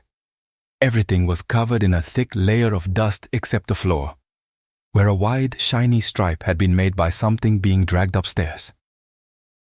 They reached the dark landing. "Knox," they whispered together, and the lights at the end of their wands went out. Only one door was open. As they crept toward it, they heard movement from behind it, a low moan, and then a deep, loud purring. They exchanged a last look, a last nod. Wand held tightly before him. Harry kicked the door wide open. On a magnificent four-poster bed with dusty hangings lay Crookshanks, purring loudly at the sight of them. On the floor beside him, clutching his leg, which stuck out at a strange angle, was Ron. Harry and Hermione dashed across to him. "Ron, are you okay?" "Where's the dog?" "Not a dog," Ron moaned. His teeth were gritted with pain. "Harry, it's a trap." What? "He's the dog. He's an animagus." Ron was staring over Harry's shoulder. Harry wheeled around. With a snap, the man in the shadows closed the door behind them. A mass of filthy matted hair hung to his elbows. If eyes hadn't been shining out of the deep, dark sockets, he might have been a corpse. The waxy skin was stretched so tightly over the bones of his face. It looked like a skull. His yellow teeth were bared in a grin. It was Sirius Black. "Expelliarmus!" he croaked, pointing Ron's wand at them. Harry's and Hermione's wands shot out of their hands, high in the air, and Black caught them. Then he took a step closer. His eyes were fixed on Harry. "I thought you'd come and help your friend," he said hoarsely. His voice sounded as though he had long since lost the habit of using it. "Your father would have done the same for me. Brave of you not to run for a teacher. I'm grateful. It will make everything much easier." The taunt about his father rang in Harry's ears as though Black had bellowed it. A boiling hate erupted in Harry's chest, leaving no place for fear for the first time in his life. He wanted his wand back in his hand, not to defend himself, but to attack, to kill.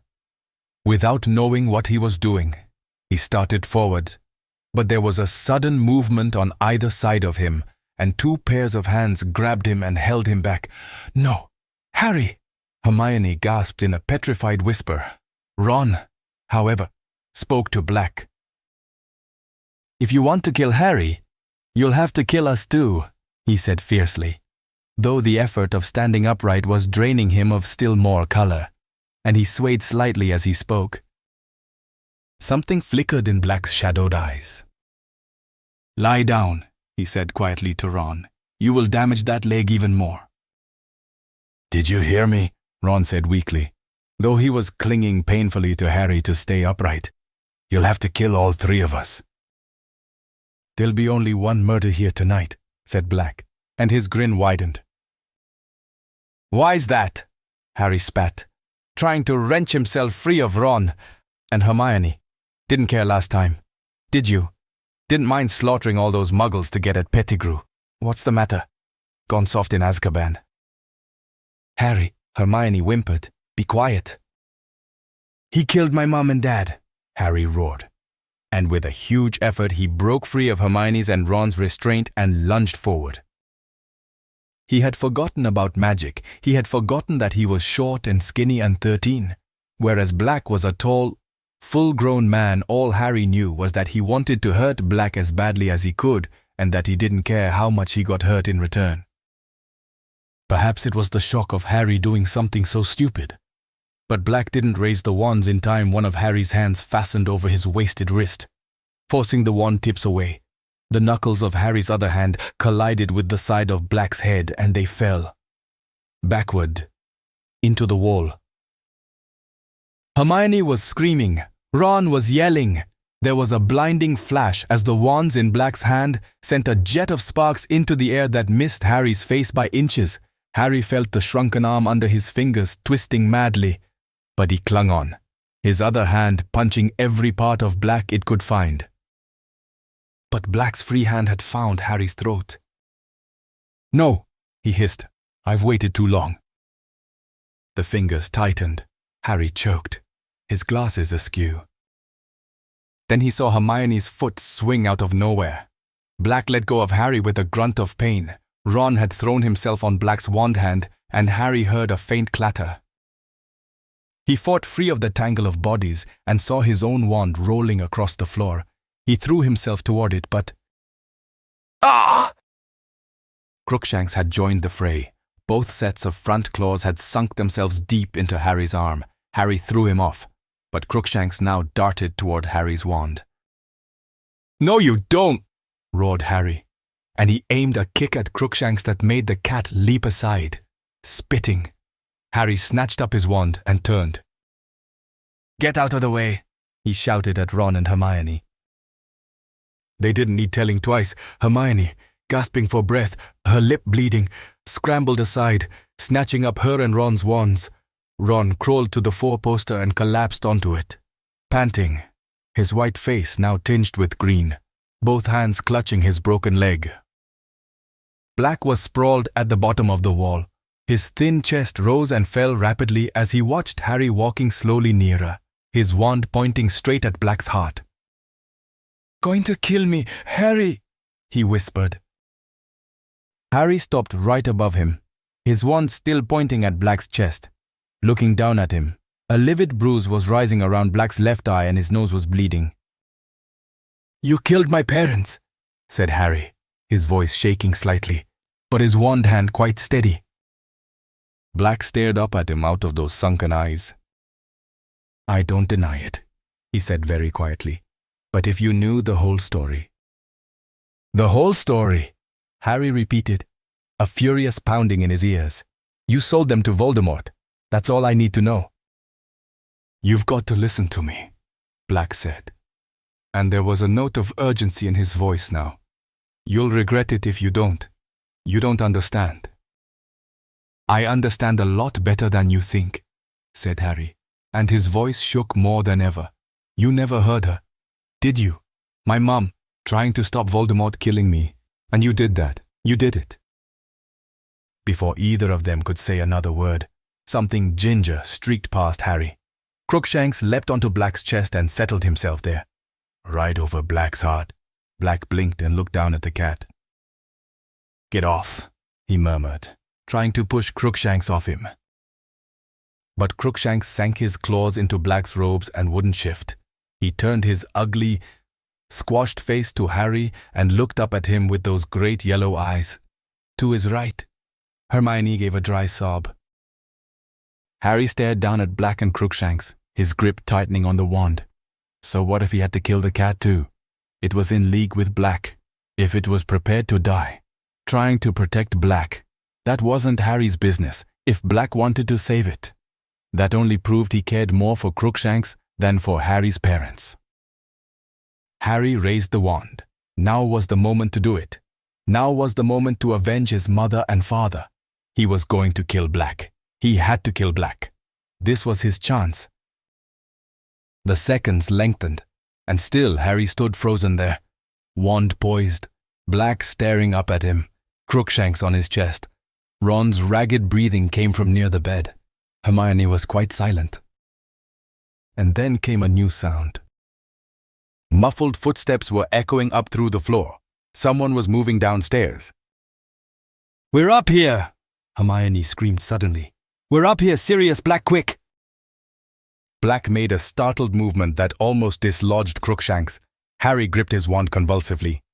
"Do it now," said a voice in his head, but the footsteps were thundering up the stairs and Harry still hadn't done it. The door of the room burst open in a shower of red sparks and Harry wheeled around as Professor Lupin came hurtling into the room, his face bloodless, his wand raised and ready, his eyes flickered over Ron, lying on the floor, over Hermione, cowering next to the door, to Harry, standing there with his wand covering Black, and then to Black himself, crumpled and bleeding at Harry's feet. "Expelliarmus!" Lupin shouted. Harry's wand flew once more out of his hand. So did the two Hermione was holding. Lupin caught them all deftly, then moved into the room, staring at Black, who still had Crookshanks lying protectively across his chest. Harry stood there, feeling suddenly empty. He hadn't done it. His nerve had failed him. Black was going to be handed back to the Dementors. Then Lupin spoke, in a very tense voice. "Where is he? Sirius?" Harry looked quickly at Lupin. He didn't understand what Lupin meant. Who was Lupin talking about? He turned to look at Black again. Black's face was quite expressionless. For a few seconds, he didn't move at all. Then, very slowly, he raised his empty hand and pointed straight at Ron, mystified. Harry glanced around at Ron, who looked bewildered. But then, Lupin muttered, staring at Black so intently it seemed he was trying to read his mind. Why hasn't he shown himself before now? Unless Lupin's eyes suddenly widened, as though he was seeing something beyond Black, something none of the rest could see. Unless he was the one. Unless you switched, without telling me. Very slowly, his sunken gaze never leaving Lupin's face, Black nodded. Professor, Harry interrupted loudly. What's going on? But he never finished the question, because what he saw made his voice die in his throat. Lupin was lowering his wand, gazing fixed at Black. The professor walked to Black's side, seized his hand, pulled him to his feet so that Crookshanks fell to the floor, and embraced Black like a brother.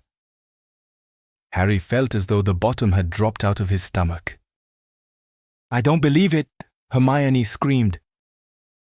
Lupin let go of Black and turned to her. She had raised herself off the floor and was pointing at Lupin, wild-eyed. You. Hermione. You and him. Hermione, calm down. I didn't tell anyone, Hermione shrieked. I've been covering up for you. Hermione, listen to me, please, Lupin shouted. I can explain. Harry could feel himself shaking, not with fear, but with a fresh wave of fury. I trusted you, he shouted at Lupin, his voice wavering and out of control. And all the time you've been his friend. You're wrong, said Lupin. I haven't been Sirius's friend, but I am now. Let me explain. No! Hermione screamed. Harry, don't trust him. He's been helping Black get into the castle. He wants you dead too. He's a werewolf. There was a ringing silence. Everyone's eyes were now on Lupin, who looked remarkably calm, though rather pale.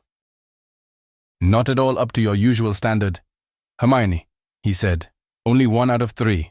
I'm afraid I have not been helping Sirius get into the castle, and I certainly don't want Harry dead. An odd shiver passed over his face. But I won't deny that I'm a werewolf. Ron made a valiant effort to get up again, but fell back with a whimper of pain. Lupin made toward him, looking concerned, but Ron gasped, Get away from me, werewolf. Lupin stopped dead. Then, with an obvious effort, he turned to Hermione and said, How long have you known? Ages, Hermione whispered, since I did Professor Snape's essay. He'll be delighted, said Lupin coolly. He assigned that essay, hoping someone would realize what my symptoms meant. Did you check the lunar chart and realize that I was always ill at the full moon? Or did you realize that the boggart changed into the moon when it saw me? Both, Hermione said quietly. Lupin forced a laugh. You're the cleverest witch of your age I've ever met, Hermione. I'm not, Hermione whispered. If I'd been a bit cleverer, I'd have told everyone what you are. But they already know, said Lupin. At least the staff do. Dumbledore hired you when he knew you were a werewolf, Ron gasped. Is he mad? Some of the staff thought so, said Lupin. He had to work very hard to convince certain teachers that I'm trustworthy. And he was wrong, Harry yelled. You've been helping him all the time. He was pointing at Black, who suddenly crossed to the 4-poster bed and sank onto it, his face hidden in one shaking hand. Crookshanks leapt up beside him and stepped onto his lap. Purring, Ron edged away from both of them, dragging his leg. I have not been helping Sirius, said Lupin. If you'll give me a chance, I'll explain. Look, he separated Harry's, Ron's and Hermione's wands and threw each back to its owner. Harry caught his, stunned. There, said Lupin, sticking his own wand back into his belt. You're armed. We're not. Now will you listen? Harry didn't know what to think. Was it a trick? If you haven't been helping him, he said, with a furious glance at Black, how did you know he was here? The map, said Lupin. The Marauders map. I was in my office examining it. You know how to work it, Harry said suspiciously. Of course I know how to work it, said Lupin, waving his hand impatiently. I helped write it. I'm Mooney, that was my friend's nickname for me at school. You wrote? The important thing is, I was watching it carefully this evening, because I had an idea that you, Ron, and Hermione might try and sneak out of the castle to visit Hagrid before his hippogriff was executed. And I was right, wasn't I? He had started to pace up and down, looking at them. Little patches of dust rose at his feet.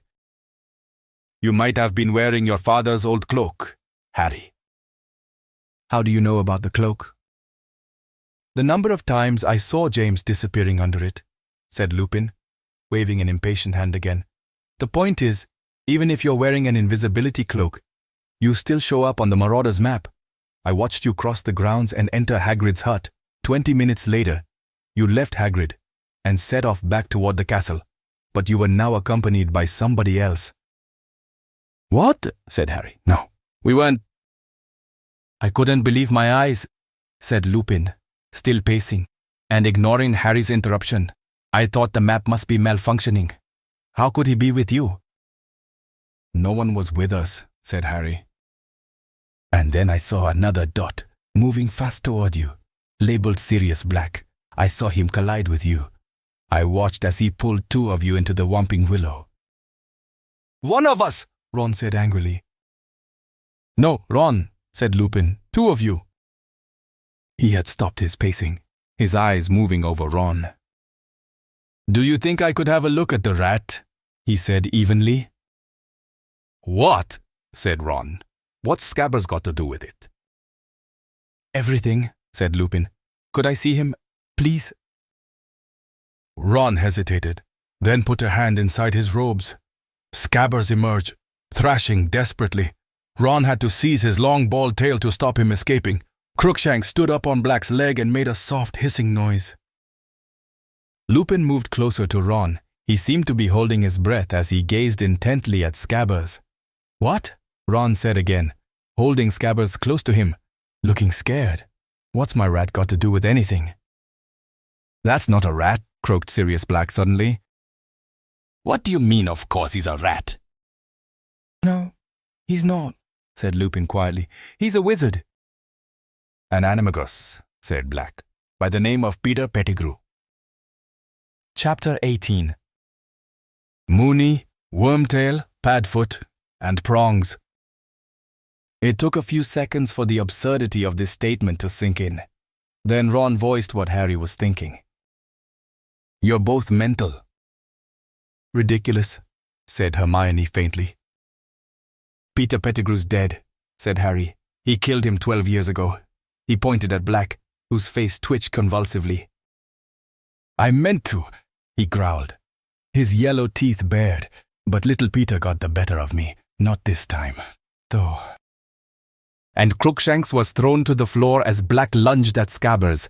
Ron yelled with pain as Black's weight fell on his broken leg. Sirius, no! Lupin yelled, launching himself forwards and dragging Black away from Ron again. Wait! You can't do it just like that. They need to understand. We've got to explain. We can explain afterwards, snarled Black, trying to throw Lupin off. One hand was still clawing the air as it tried to reach Scabbers, who was squealing like a piglet, scratching Ron's face and neck as he tried to escape. They've got a right to know everything, Lupin panted, still trying to restrain Black. Ron's kept him as a pet. There are parts of it even I don't understand. And Harry, you owe Harry the truth. Sirius. Black stopped struggling, though his hollowed eyes were still fixed on Scabbers, who was clamped tightly under Ron's bitten, scratched, and bleeding hands. All right, then, Black said, without taking his eyes off the rat. Tell them whatever you like, but make it quick. Remus, I want to commit the murder I was imprisoned for. You're nutters. Both of you, said Ron shakily, looking round at Harry and Hermione for support. I've had enough of this. I'm off. He tried to heave himself up on his good leg, but Lupin raised his wand again, pointing it at Scabbers. You're going to hear me out, Ron, he said quietly. Just keep a tight hold on Peter while you listen. He's not Peter. He's Scabbers, Ron yelled, trying to force the rat back into his front pocket. But Scabbers was fighting too hard. Ron swayed and overbalanced, and Harry caught him and pushed him back down to the bed. Then, ignoring Black, Harry turned to Lupin. "There were witnesses who saw Pettigrew die," he said, "a whole street full of them." "They didn't see what they thought they saw," said Black savagely, still watching Scabbers struggling in Ron's hands. "Everyone thought Sirius killed Peter," said Lupin, nodding. "I believed it myself until I saw the map tonight, because the Marauder's map never lies. Peter's alive. Ron's holding him. Harry." Harry looked down at Ron, and as their eyes met, they agreed, silently. Black and Lupin were both out of their minds. Their story made no sense whatsoever. How could Scabbers be Peter Pettigrew? Azkaban must have unhinged Black after all, but why was Lupin playing along with him? Then Hermione spoke, in a trembling, would-be calm sort of voice, as though trying to will Professor Lupin to talk sensibly.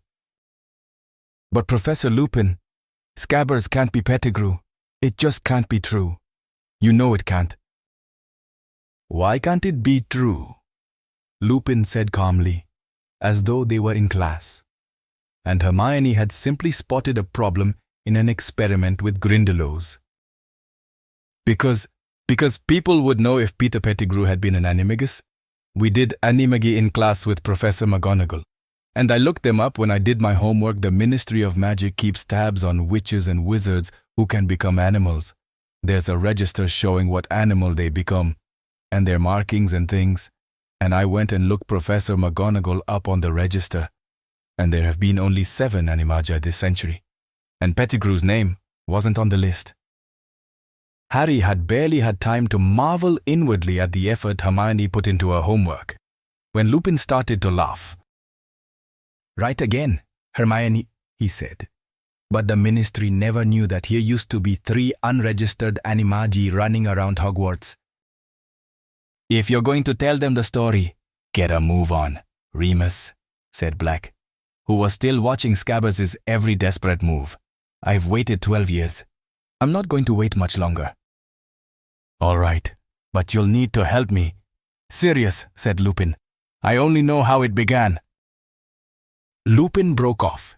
There had been a loud creak behind him. The bedroom door had opened of its own accord. All 5 of them stared at it. Then Lupin strode toward it and looked out into the landing. No one there. "This place is haunted," said Ron. "It's not," said Lupin, still looking at the door in a puzzled way. "The shrieking shack was never haunted. The screams and howls the villagers used to hear were made by me." He pushed his graying hair out of his eyes, thought for a moment, then said, "That's where all of this starts with my becoming a werewolf. None of this could have happened if I hadn't been bitter, and if I hadn't been so foolhardy." He looked sober and tired. Ron started to interrupt, but Hermione said, "Shh." She was watching Lupin very intently. As a very small boy, when I received the bite, my parents tried everything, but in those days there was no cure. The potion that Professor Snape has been making for me is a very recent discovery. It makes me safe. You see, as long as I take it in the week, preceding the full moon, I keep my mind when I transform. I'm able to curl up in my office, a harmless wolf, and wait for the moon to wane again. Before the Wolfsbane potion was discovered, however, I became a fully fledged monster once a month. It seemed impossible that I would be able to come to Hogwarts. Other parents weren't likely to want their children exposed to me.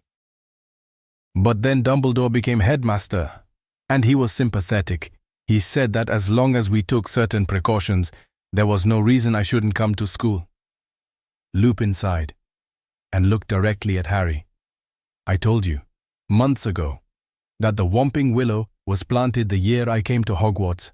The truth is that it was planted because I came to Hogwarts. This house," Lupin looked miserably around the room. "The tunnel that leads to it, they were built for my use. Once a month, I was smuggled out of the castle into this place to transform.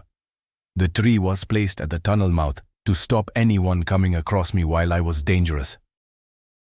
Harry couldn't see where this story was going, but he was listening raptly, all the same. The only sound apart from Lupin's voice was Scabbers' frightened squeaking. My transformations in those days were terrible. It is very painful to turn into a werewolf. I was separated from humans to bite, so I bit and scratched myself instead. The villagers heard the noise and the screaming and thought they were hearing particularly violent spirits. Dumbledore encouraged the rumor. Even now, when the house has been silent for years, the villagers don't dare approach it. But apart from my transformations, I was happier than I had ever been in my life. For the first time ever, I had friends. 3 great friends. Sirius Black, Peter Pettigrew, and, of course, your father, Harry James Potter. Now, my 3 friends could hardly fail to notice that I disappeared once a month.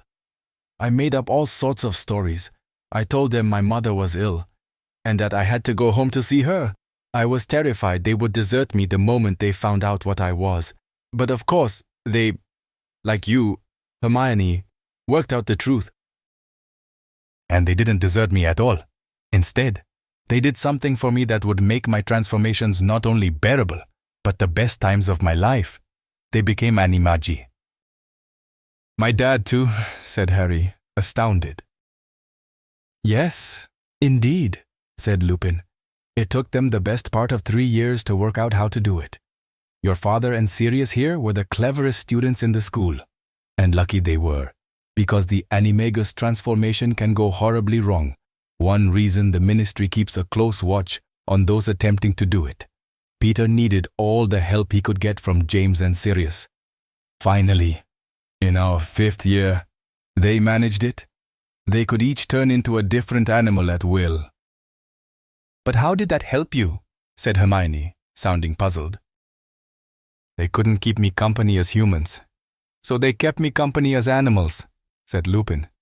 A werewolf is only a danger to people. They sneaked out of the castle every month under James's invisibility cloak. They transformed. Peter, as the smallest, could slip beneath the willow's attacking branches and touch the knot that freezes it. They would then slip down the tunnel and join me. Under their influence, I became less dangerous. My body was still wolfish, but my mind seemed to become less so while I was with them. Hurry up!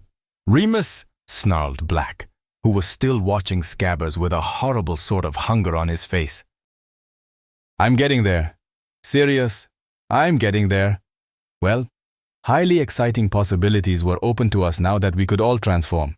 Soon, we were leaving the Shrieking Shack and roaming the school grounds and the village by night. Sirius and James transformed into such large animals. They were able to keep a werewolf in check.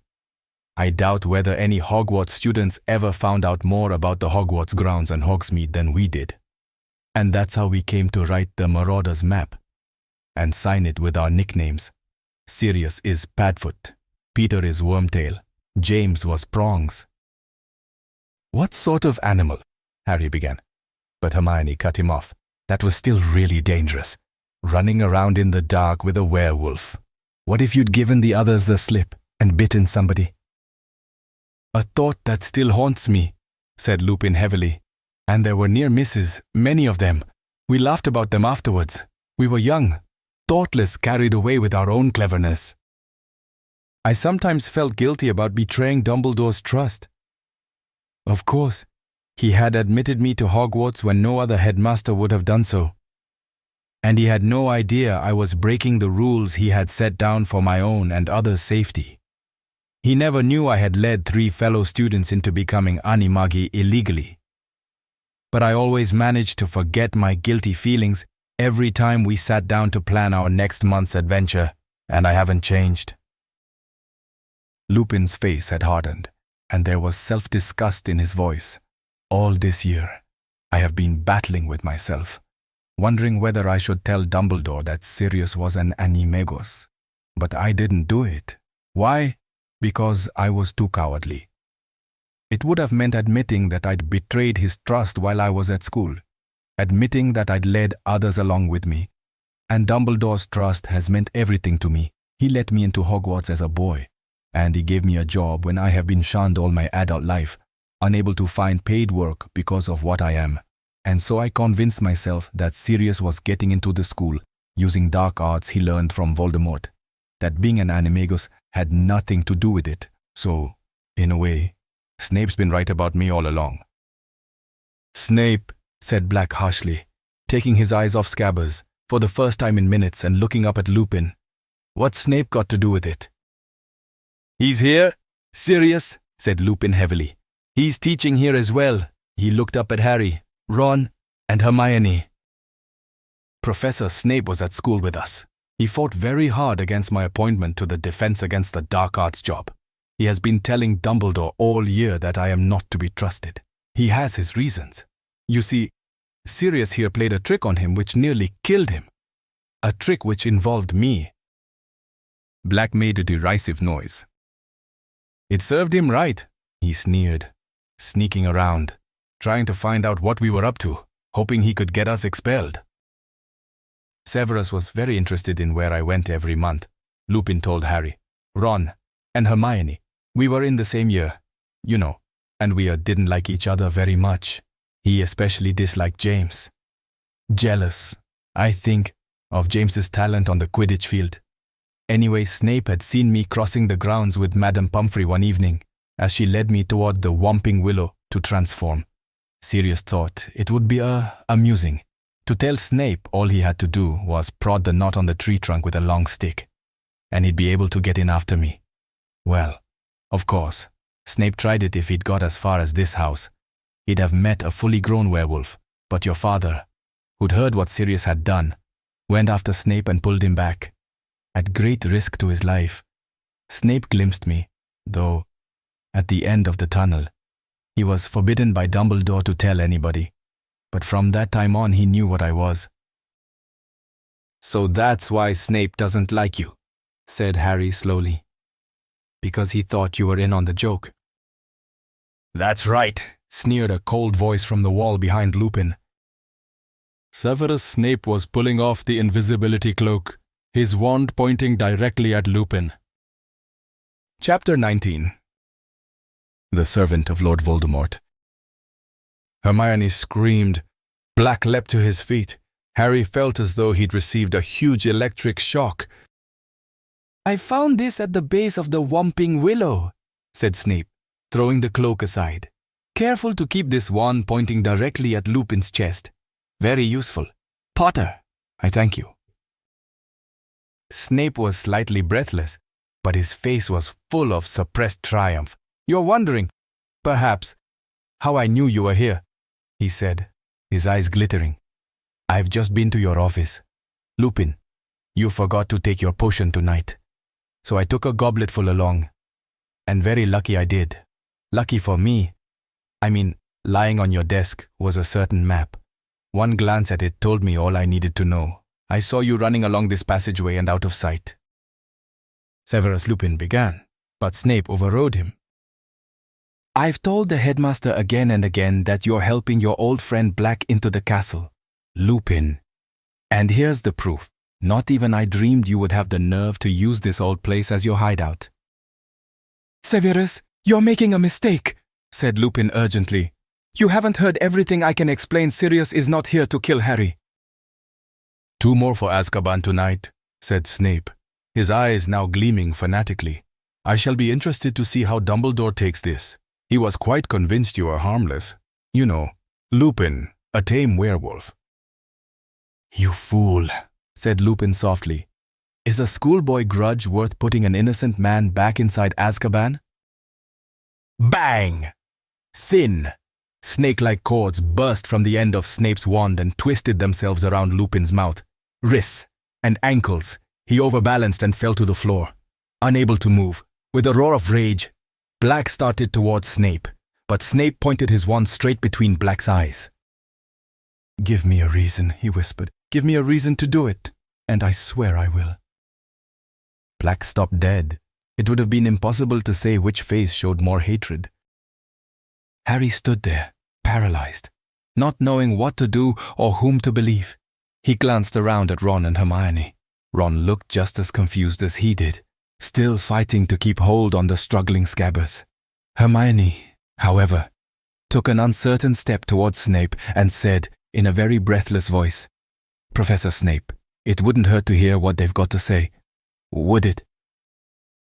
Miss Granger, you are already facing suspension from this school? Snape spat. You, Potter, and Weasley are out of bounds, in the company of a convicted murderer and a werewolf. For once in your life, hold your tongue. But if there was a mistake? Keep quiet. You stupid girl, Snape shouted, looking suddenly quite deranged. Don't talk about what you don't understand. A few sparks shot out of the end of his wand, which was still pointed at Black's face. Hermione fell silent. Vengeance is very sweet, Snape breathed at Black. How I hoped I would be the one to catch you. The joke's on you again, Severus, Black snarled. As long as this boy brings his rat up to the castle, he jerked his head at Ron. I'll come quietly. Up to the castle, said Snape silkily. I don't think we need to go that far. All I have to do is call the Dementors once we get out of the willow. They'll be very pleased to see you. Black, pleased enough to give you a little kiss. I dare say.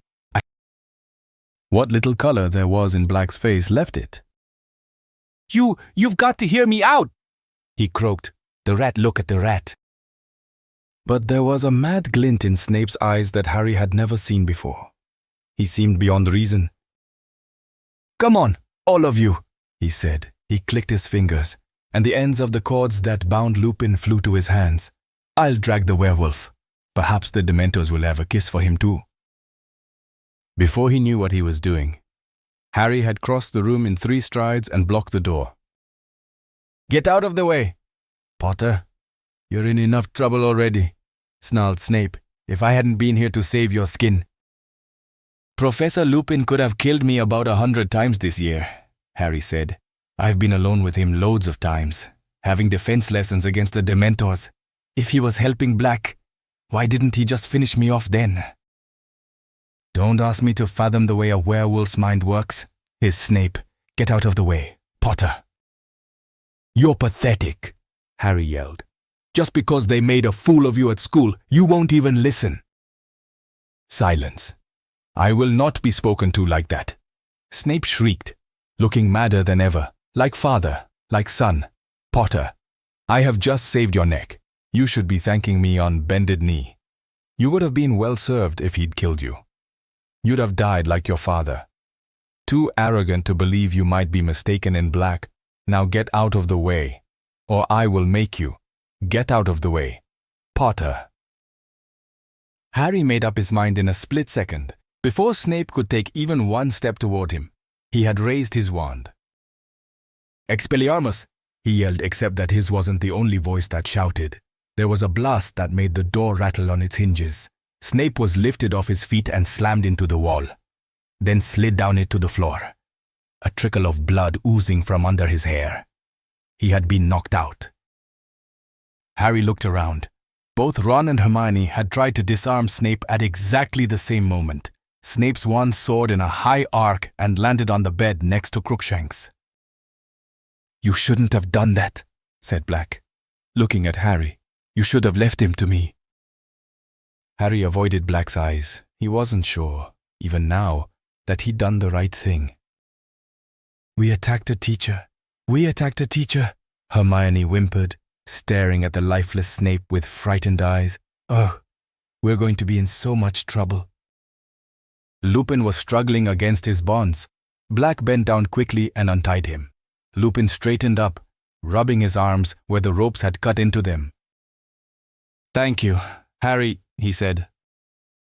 I'm still not saying I believe you, he told Lupin.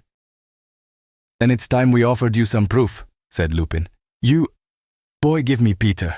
Please, now. Ron clutched Scabbers closer to his chest.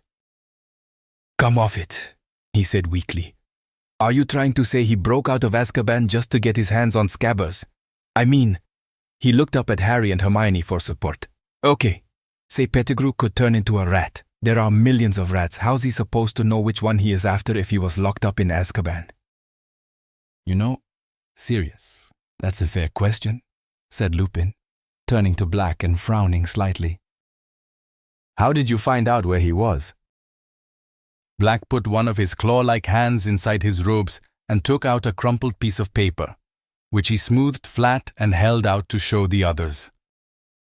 It was the photograph of Ron and his family that had appeared in the Daily Prophet the previous summer, and there, on Ron's shoulder, was Scabbers.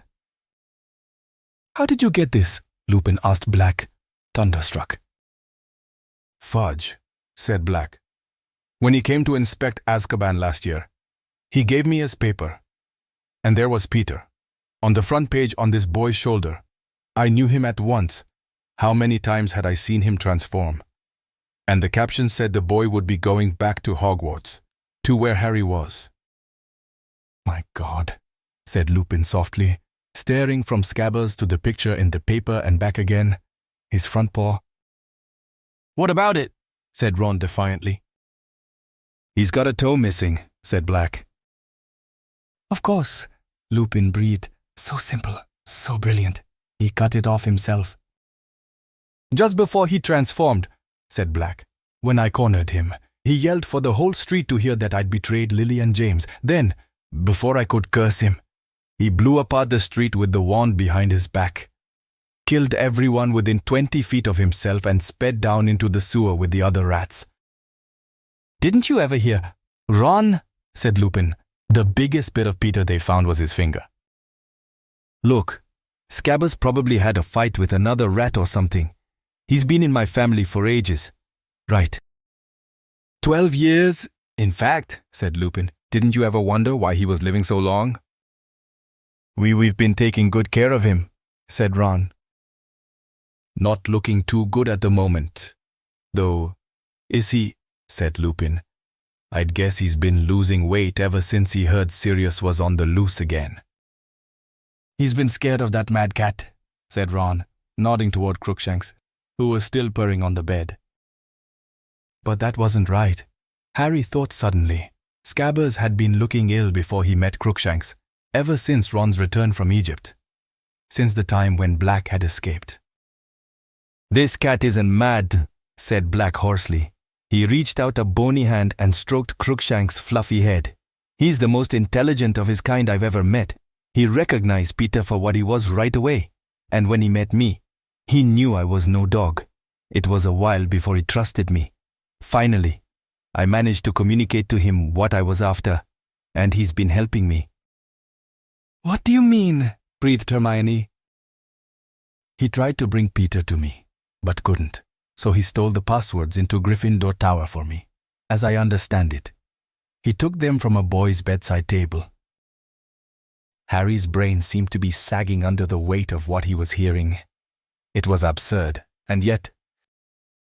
But Peter got wind of what was going on and ran for it, croaked Black. This cat Crookshanks, did you call him? Told me Peter had left blood on the sheets. I supposed he bit himself. Well, faking his own death had worked once. These words jolted Harry to his senses. And why did he fake his death? He said furiously. Because he knew you were about to kill him like you killed my parents. No, said Lupin. Harry. And now you've come to finish him off. Yes, I have, said Black, with an evil look at Scabbers. Then I should have let Snape take you, Harry shouted. Harry, said Lupin hurriedly. Don't you see, all this time we've thought Sirius betrayed your parents, and Peter tracked him down, but it was the other way around. Don't you see? Peter betrayed your mother and father, Sirius tracked Peter down. That's not true, Harry yelled. He was their secret keeper. He said so before you turned up. He said he killed them. He was pointing at Black, who shook his head slowly. The sunken eyes were suddenly overbright. Harry, I as good as killed them, he croaked. I persuaded Lily and James to change to Peter at the last moment. Persuaded them to use him as secret keeper instead of me. I'm to blame. I know it. The night they died, I'd arranged to check on Peter, make sure he was still safe. But when I arrived at his hiding place, he'd gone. yet there was no sign of a struggle. It didn't feel right. I was scared. I set out for your parents' house straight away. And when I saw their house destroyed and their bodies, I realized what Peter must have done. What I'd done. His voice broke. He turned away. Enough of this, said Lupin, and there was a steely note in his voice Harry had never heard before. There's one certain way to prove what really happened. Ron, give me that rat. What are you going to do with him if I give him to you? Ron asked Lupin tensely. Force him to show himself, said Lupin. If he really is a rat, it won't hurt him. Ron hesitated. Then at long last, he held out Scabbers and Lupin took him. Scabbers began to squeak without stopping, twisting and turning, his tiny black eyes bulging in his head. Ready. Serious, said Lupin. Black had already retrieved Snape's wand from the bed. He approached Lupin and the struggling rat, and his wet eyes suddenly seemed to be burning in his face. Together, he said quietly. I think so, said Lupin, holding Scabbers tightly in one hand and his wand in the other. On the count of 3. 1, 2, 3. A flash of blue-white light erupted from both wands. For a moment, Scabbers was frozen in midair. His small grey form twisting madly, Ron yelled, the rat fell and hit the floor. There was another blinding flash of light, and then... It was like watching a speeded-up film of a growing tree. A head was shooting upward from the ground. Limbs were sprouting. A moment later, a man was standing where Scabbers had been, cringing and wringing his hands. Crookshanks was spitting and snarling on the bed. The hair on his back was standing up. He was a very short man, hardly taller than Harry and Hermione. His thin, colorless hair was unkempt and there was a large bald patch on top. He had the shrunken appearance of a plump man who has lost a lot of weight in a short time. His skin looked grubby, almost like Scabbers' fur, and something of the rat lingered around his pointed nose and his very small, watery eyes. He looked around at them all, his breathing fast and shallow. Harry saw his eyes dart to the door and back again. Well, hello, Peter, said Lupin pleasantly, as though rats frequently erupted into old-school friends around him. Long time no see. Serious. Remus, even Pettigrew's voice was squeaky. Again. His eyes darted toward the door. My friends, my old friends. Black's wand arm rose, but Lupin seized him around the wrist, gave him a warning took, then turned again to Pettigrew, his voice light and casual. We've been having a little chat, Peter, about what happened the night Lily and James died. You might have missed the finer points while you were squeaking around down there on the bed. Remus, gasped Pettigrew, and Harry could see beads of sweat breaking out over his pasty face. You don't believe him, do you? He tried to kill me. Remus. So we've heard, said Lupin. More coldly, I'd like to clear up 1 or 2 little matters with you. Peter, if you'll be so. He's come to try and kill me again, Pettigrew squeaked suddenly, pointing at Black, and Harry saw that he used his middle finger. Because his index was missing, he killed Lily and James, and now he's going to kill me too. You've got to help me, Remus. Black's face looked more skull-like than ever as he stared at Pettigrew with his fathomless eyes. No one's going to try and kill you until we've sorted a few things out, said Lupin. Sorted things out, squealed Pettigrew, looking wildly about him once more, eyes taking in the boarded windows and, again, the only door. I knew he'd come after me. I knew he'd be back for me. I've been waiting for this for 12 years. You knew Sirius was going to break out of Azkaban, said Lupin, his brow furrowed, when nobody has ever done it before.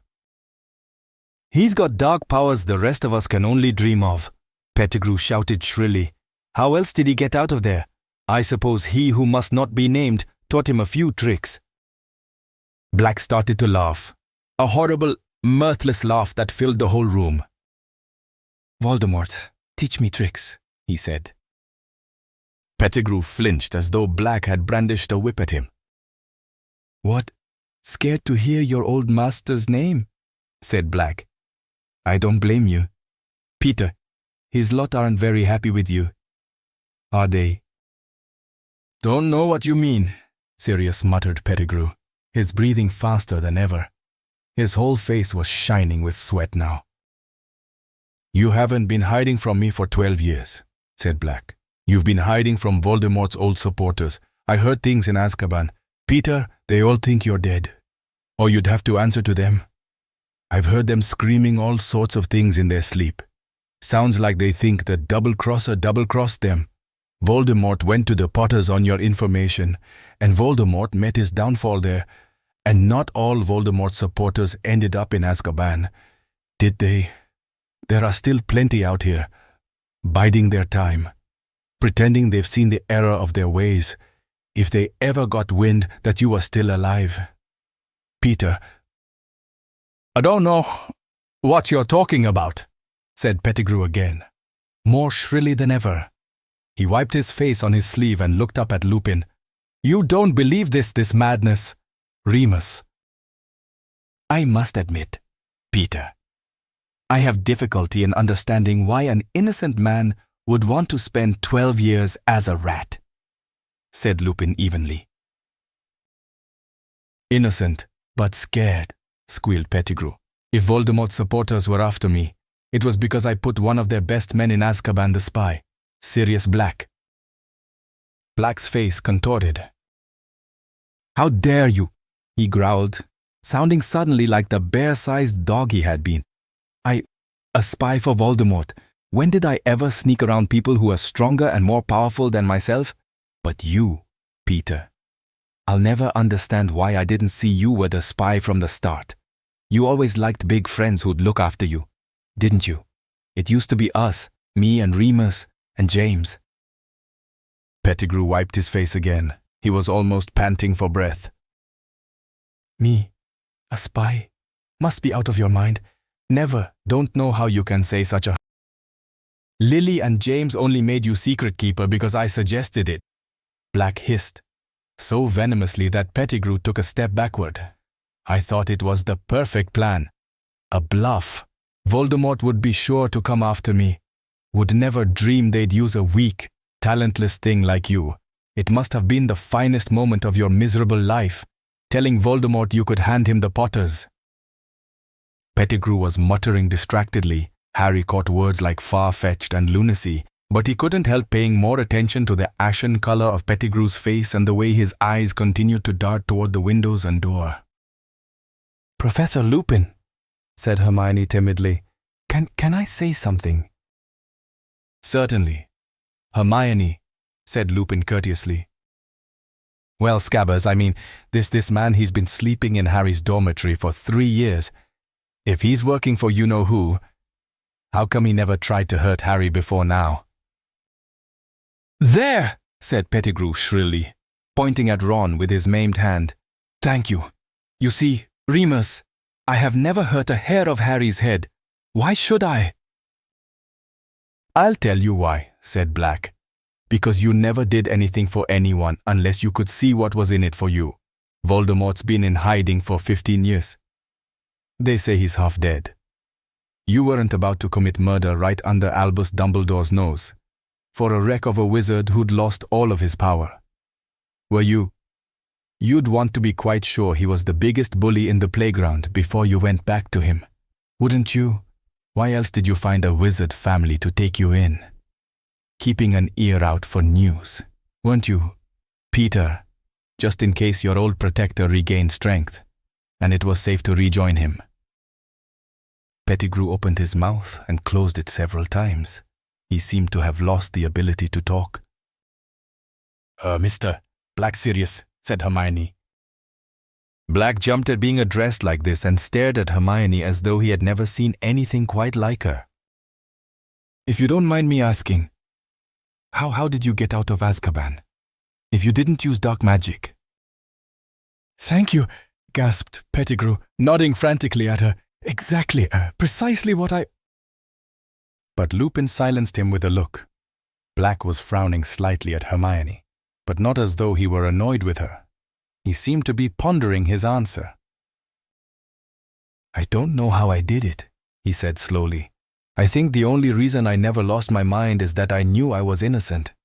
That wasn't a happy thought, so the Dementors couldn't suck it out of me, but it kept me sane, and knowing who I am helped me keep my powers. So when it all became too much, I could transform in my cell, become a dog. Dementors can't see. You know. He swallowed. They feel their way toward people by feeding off their emotions. They could tell that my feelings were less human, less complex when I was a dog. But they thought, of course, that I was losing my mind like everyone else in there. So it didn't trouble them. But I was weak. Very weak. And I had no hope of driving them away from me without a wand. But then I saw Peter in that picture. I realized he was at Hogwarts with Harry, perfectly positioned to act, if one hint reached his ears that the dark side was gathering strength again. Pettigrew was shaking his head, mouthing noiselessly, but staring all the while at Black as though hypnotized. Ready to strike at the moment he could be sure of allies, and to deliver the last Potter to them, if he gave them Harry. Who dare say he'd betrayed Lord Voldemort? He'd be welcomed back with honors. So you see, I had to do something. I was the only one who knew Peter was still alive. Harry remembered what Mr. Weasley had told Mrs. Weasley. The guards say he's been talking in his sleep. Always the same words. He's at Hogwarts. It was as if someone had lit a fire in my head, and the Dementors couldn't destroy it. It wasn't a happy feeling. It was an obsession. But it gave me strength. It cleared my mind. So, one night when they opened my door to bring food, I slipped past them as a dog. It's so much harder for them to sense animal emotions that they were confused. I was thin. Very thin. Thin enough to slip through the bars. I swam as a dog back to the mainland. I journeyed north and slipped into the Hogwarts grounds as a dog. I've been living in the forest ever since, except when I came to watch the Quidditch. Of course, you fly as well as your father did, Harry. He looked at Harry, who did not look away. Believe me, croaked Black. Believe me, Harry. I never betrayed James and Lily. I would have died before I betrayed them. And at long last, Harry believed him, throat too tight to speak. He nodded. No. Pettigrew had fallen to his knees as though Harry's nod had been his own death sentence. He shuffled forward on his knees, groveling, his hands clasped in front of him as though praying. Sirius, it's me. It's Peter, your friend. You wouldn't... Black kicked out and Pettigrew recoiled. There's enough filth on my robes without you touching them, said Black. Remus, Pettigrew squeaked, turning to Lupin instead, writhing imploringly in front of him. You don't believe this? Wouldn't Sirius have told you they'd changed the plan? Not if he thought I was the spy. Peter, said Lupin, I assume that's why you didn't tell me, Sirius, he said casually over Pettigrew's head. Forgive me, Remus, said Black. Not at all. Padfoot. Old friend, said Lupin, who was now rolling up his sleeves. And will you, in turn, forgive me for believing you were the spy? Of course, said Black, and the ghost of a grin flitted across his gaunt face. He, too, began rolling up his sleeves. Shall we kill him together? Yes, I think so, said Lupin grimly. You won't, gasped Pettigrew, and he scrambled around to Ron. Ron, haven't I been a good friend? A good pet? You won't let them kill me. Ron, will you? You're on my side, aren't you? But Ron was staring at Pettigrew with the utmost revulsion. I let you sleep in my bed, he said. Kind boy, kind master. Pettigrew crawled toward Ron. You won't let them do it. I was your rat. I was a good pet. If you made a better rat than a human, it's not much to boast about. Peter, said Black harshly. Ron, going still paler with pain, wrenched his broken leg out of Pettigrew's reach. Pettigrew turned on his knees, staggered forward, and seized the hem of Hermione's robes. Sweet girl, clever girl, you won't let them help me. Hermione pulled her robes out of Pettigrew's clutching hands and backed away against the wall, looking horrified. Pettigrew knelt, trembling uncontrollably, and turned his head slowly toward Harry. Harry, you look just like your father, just like him. How dare you speak to Harry? Roared Black. How dare you face him? How dare you talk about James in front of him? Harry, whispered Pettigrew, shuffling toward him, hands outstretched. Harry, James wouldn't have wanted me killed. James would have understood. Harry, he would have shown me mercy. Both Black and Lupin strode forward, seized Pettigrew's shoulders, and threw him backward onto the floor. He sat there, twitching with terror, staring up at them. You sold Lily and James to Voldemort, said Black, who was shaking too. Do you deny it? Pettigrew burst into tears. It was horrible to watch, like an oversized, balding baby, cowering on the floor. Sirius, what could I have done? The Dark Lord, you have no idea. He has weapons you can't imagine. I was scared. Sirius, I was never brave like you and Remus and James. I never meant it to happen. He who must not be named forced me. Don't lie, bellowed Black. You'd been passing information to him for a year before Lily and James died. You were his spy. He was taking over everywhere, gasped Pettigrew. What was there to be gained by refusing him? What was there to be gained by fighting the most evil wizard who has ever existed, said Black, with a terrible fury in his face. Only innocent lives, Peter. You don't understand, whined Pettigrew. He would have killed me. Sirius. Then you should have died, roared Black. Died rather than betray your friends, as we would have done for you. Black and Lupin stood shoulder to shoulder, wands raised. You should have realized, said Lupin quietly. If Voldemort didn't kill you, we would. Goodbye, Peter. Hermione covered her face with her hands and turned to the wall. No!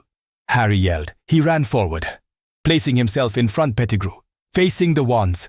You can't kill him, he said breathlessly. You can't! Black and Lupin both looked staggered. Harry, this piece of vermin is the reason you have no parents, Black snarled. This cringing bit of filth would have seen you die too, without turning a hair. You heard him. His own stinking skin meant more to him than your whole family. I know, Harry panted. We'll take him up to the castle. We'll hand him over to the Dementors. He can go to Azkaban, but don't kill him.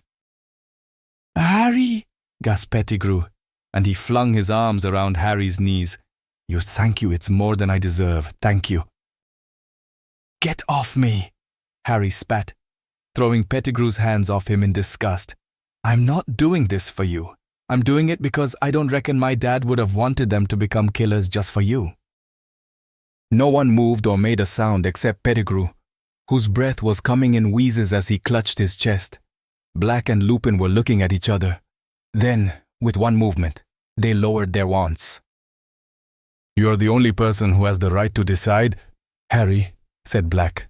But think what he did. He can go to Azkaban, Harry repeated. If anyone deserves that place, he does. Pettigrew was still wheezing behind him. Very well, said Lupin. Stand aside. Harry. Harry hesitated. I'm going to tie him up, said Lupin. That's all. I swear. Harry stepped out of the way. Thin cords shot from Lupin's wand this time. And next moment, Pettigrew was wriggling on the floor, bound and gagged. But if you transform, Peter, growled Black, his own wand pointing at Pettigrew too. We will kill you. You agree, Harry? Harry looked down at the pitiful figure on the floor and nodded so that Pettigrew could see him. Right, said Lupin, suddenly businesslike. Ron, I can't mend bones nearly as well as Madame Pumphrey, so I think it's best if we just strap your leg up until we can get you to the hospital wing. He hurried over to Ron, bent down, tapped Ron's leg with his wand, and muttered, Ferula. Bandages spun up Ron's leg, strapping it tightly to a splint. Lupin helped him to his feet. Ron put his weight gingerly on the leg and didn't wince. "That's better," he said. "Thanks." "What about Professor Snape?" said Hermione in a small voice, looking down at Snape's prone figure. "There's nothing seriously wrong with him," said Lupin, bending over Snape and checking his pulse. "You were just a little overenthusiastic, still out cold. Perhaps it will be best if we don't revive him until we're safely back in the castle. We can take him like this." He muttered mobile corpus, as though invisible strings were tied to Snape's wrists, neck, and knees. He was pulled into a standing position, head still lolling unpleasantly, like a grotesque puppet. He hung a few inches above the ground, his limp feet dangling.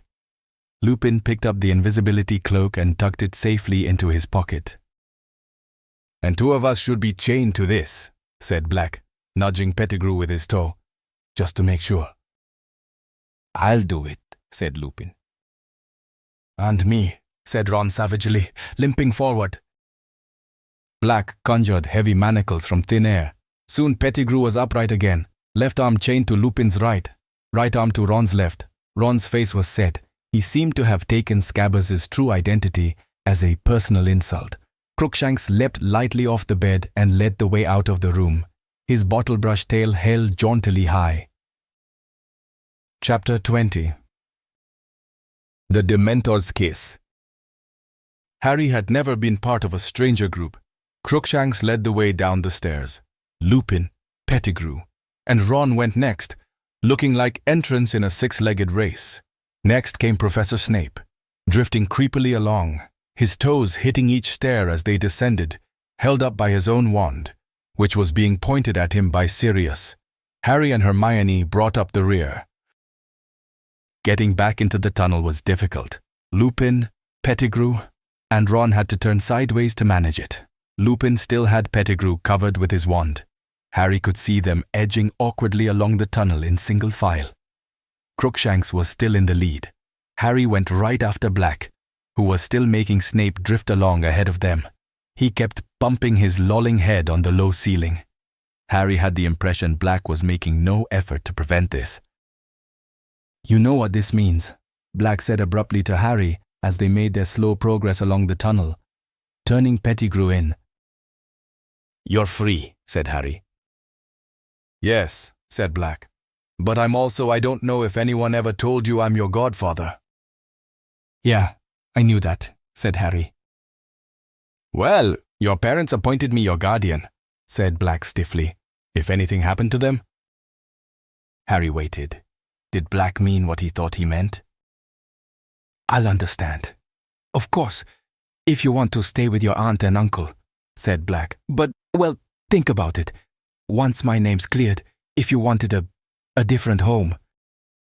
Some sort of explosion took place in the pit of Harry's stomach. "What live with you?" he said, accidentally cracking his head on a bit of rock protruding from the ceiling. "Leave the Dursleys." "Of course, I thought you wouldn't want to," said Black quickly. "I understand. I just thought I'd—" "Are you insane?" said Harry, his voice easily as croaky as Black's. "Of course I want to leave the Dursleys. Have you got a house?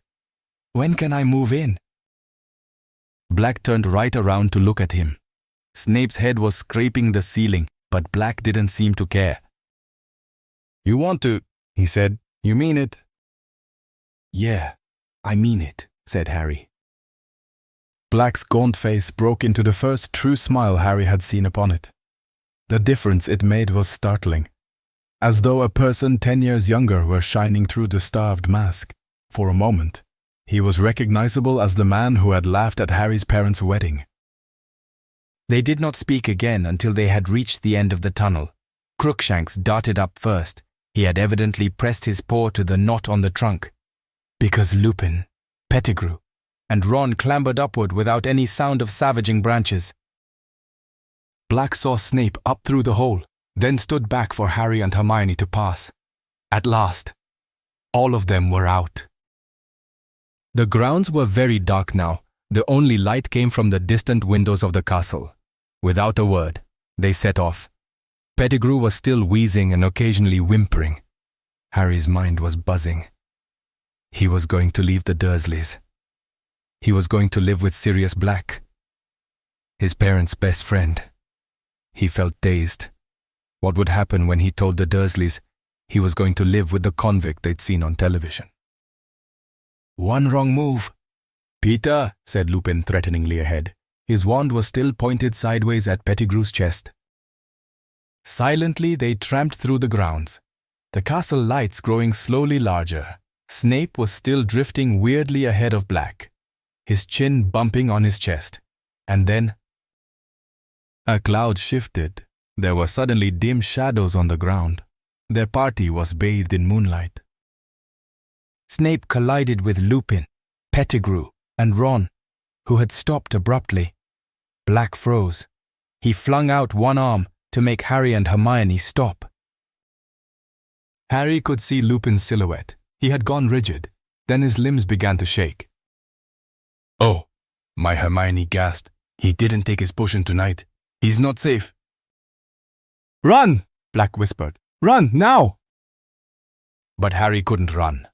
Ron was chained to Pettigrew and Lupin. He leapt forward, but Black caught him around the chest and threw him back. Leave it to me, Ron. There was a terrible snarling noise. Lupin's head was lengthening. So was his body. His shoulders were hunching. Hair was sprouting visibly on his face and hands, which were curling into clawed paws. Crookshank's hair was on end again. He was backing away. As the werewolf reared, snapping its long jaws, Sirius disappeared from Harry's side. He had transformed. The enormous, bear-like dog bounded forward. As the werewolf wrenched itself free of the manacle binding it, the dog seized it about the neck and pulled it backward, away from Ron and Pettigrew. They were locked, jaw to jaw, claws ripping at each other. Harry stood, transfixed by the sight, too intent upon the battle to notice anything else. It was Hermione's scream that alerted him. Pettigrew had dived for Lupin's dropped wand. Ron, unsteady on his bandaged leg, fell. There was a bang. A burst of light and Ron lay motionless on the ground. Another bang, Crookshanks flew into the air and back to the earth in a heap. Expelliarmus! Harry yelled, pointing his own wand at Pettigrew. Lupin's wand flew high into the air and out of sight. Stay where you are, Harry shouted, running forward. Too late. Pettigrew had transformed. Harry saw his bald tail whip through the manacle on Ron's outstretched arm and heard a scurrying through the grass. There was a howl and a rumbling growl. Harry turned to see the werewolf taking flight. It was galloping into the forest. Sirius, he's gone. Pettigrew transformed, Harry yelled. Black was bleeding.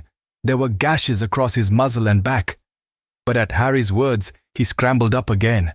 And in an instant, the sound of his paws faded to silence as he pounded away across the grounds. Harry and Hermione dashed over to Ron. What did he do to him?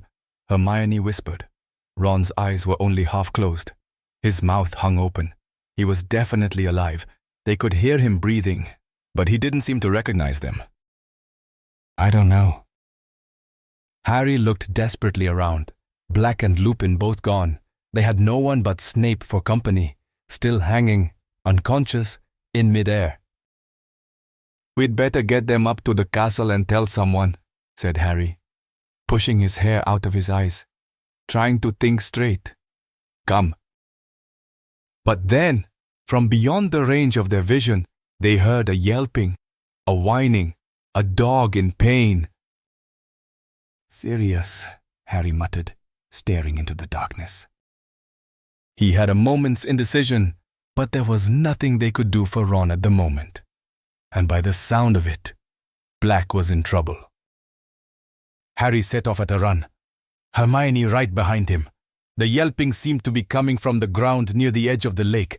They pelted toward it, and Harry, running flat out, felt the cold without realizing what it must mean. The yelping stopped abruptly. As they reached the lakeshore, they saw why Sirius had turned back into a man. He was crouched on all fours, his hands over his head. No!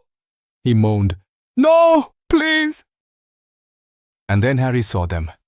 Dementors, at least 100 of them, gliding in a black mass around the lake toward them. He spun around, the familiar, icy cold penetrating his insides, fog starting to obscure his vision. More were appearing out of the darkness on every side. They were encircling them. Hermione, think of something happy, Harry yelled, raising his wand, blinking furiously to try and clear his vision, shaking his head to rid it of the faint screaming that had started inside it. I'm going to live with my godfather. I'm leaving the Dursleys. He forced himself to think of black, and only black, and began to chant Expecto Patronum, Expecto Patronum. Black gave a shudder, rolled over, and lay motionless on the ground, pale as death. He'll be all right. I'm going to go and live with him. Expecto Patronum. Hermione, help me. Expecto Patronum. Expecto, Hermione whispered, Expecto, Expecto. But she couldn't do it. The Dementors were closing in, barely 10 feet from them. They formed a solid wall around Harry and Hermione, and were getting closer. Expecto Patronum, Harry yelled, trying to blot the screaming from his ears. Expecto Patronum. A thin wisp of silver escaped his wand and hovered like mist before him. At the same moment, Harry felt Hermione collapse next to him. He was alone, completely alone. Expecto, Expecto Patronum. Harry felt his knees hit the cold grass. Fog was clouding his eyes. With a huge effort, he fought to remember Sirius was innocent. Innocent. We'll be okay. I'm going to live with him. Expecto Patronum, he gasped. By the feeble light of his formless Patronus, he saw a Dementor halt, very close to him. It couldn't walk through the cloud of silver mist Harry had conjured. A dead, slimy hand slid out from under the cloak. It made a gesture as though to sweep the Patronus aside. No, Harry gasped. He's innocent. Expecto, Expecto Patronum. He could feel them watching him, hear their rattling breath like an evil wind around him. The nearest Dementor seemed to be considering him. Then it raised both its rotting hands and lowered its hood. Where there should have been eyes, there was only thin, grey, scabbed skin, stretched blankly over empty sockets. But there was a mouth, a gaping, shapeless hole, sucking the air with the sound of a death rattle. A paralyzing terror filled Harry so that he couldn't move or speak. His Patronus flickered and died. White fog was blinding him. He had to fight. Expecto Patronum. He couldn't see, and in the distance, he heard the familiar screaming. Expecto Patronum. He groped in the mist for Sirius and found his arm. They weren't going to take him. But a pair of strong, clammy hands suddenly attached themselves around Harry's neck. They were forcing his face upward. He could feel its breath. It was going to get rid of him first. He could feel its putrid breath. His mother was screaming in his ears. She was going to be the last thing he ever heard. And then, through the fog that was drowning him, he thought he saw a silvery light growing brighter and brighter. He felt himself fall forward onto the grass, face down, too weak to move, sick and shaking. Harry opened his eyes. The Dementor must have released him. The blinding light was illuminating the grass around him. The screaming had stopped. The cold was ebbing away. Something was driving the Dementors back. It was circling around him and Black and Hermione. They were leaving.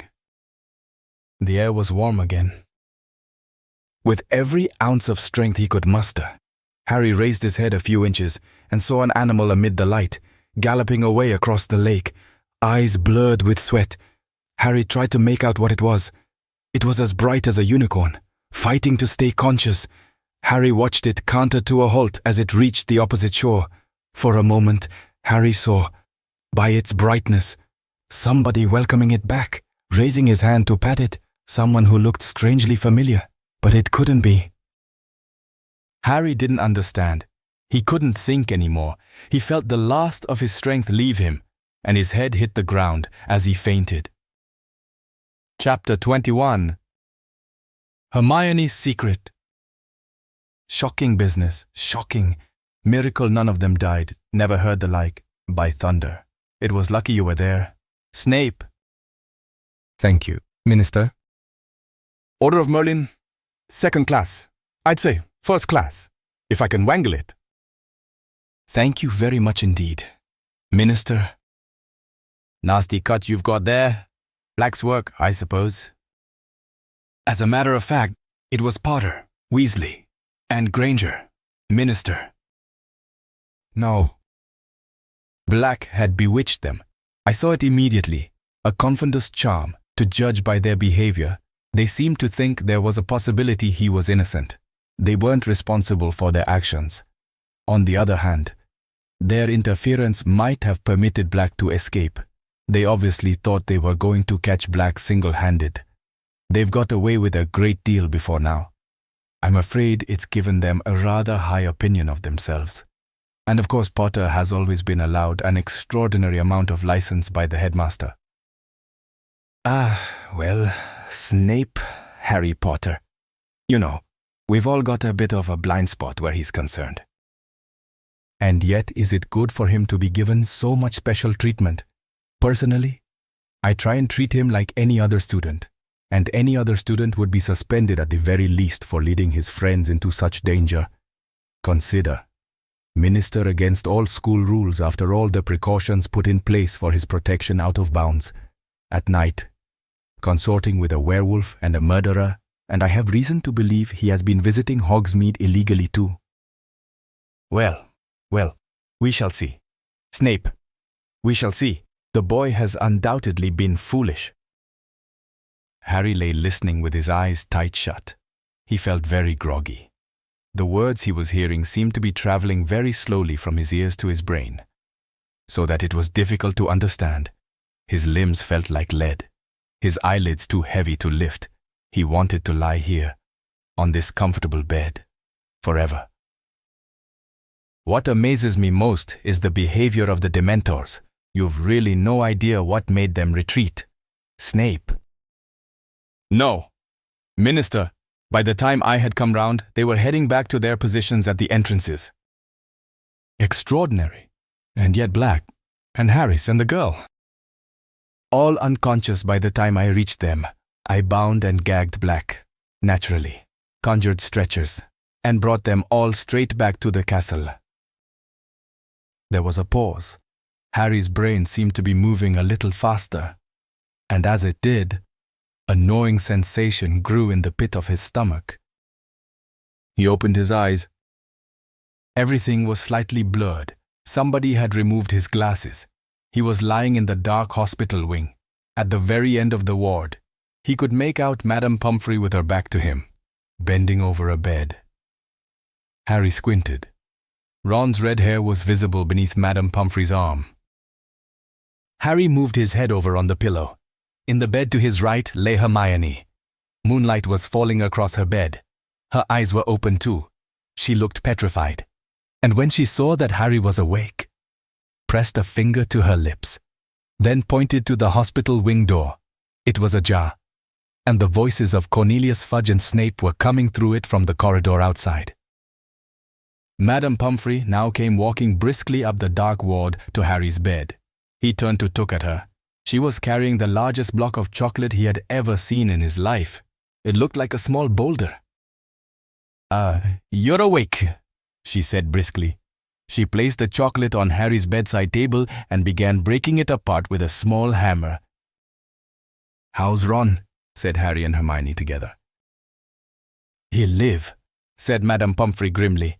As for you two, you'll be staying here until I'm satisfied you're Potter. What do you think you're doing? Harry was sitting up, putting his glasses back on, and picking up his wand. I need to see the headmaster, he said. Potter, said Madame Pomfrey soothingly.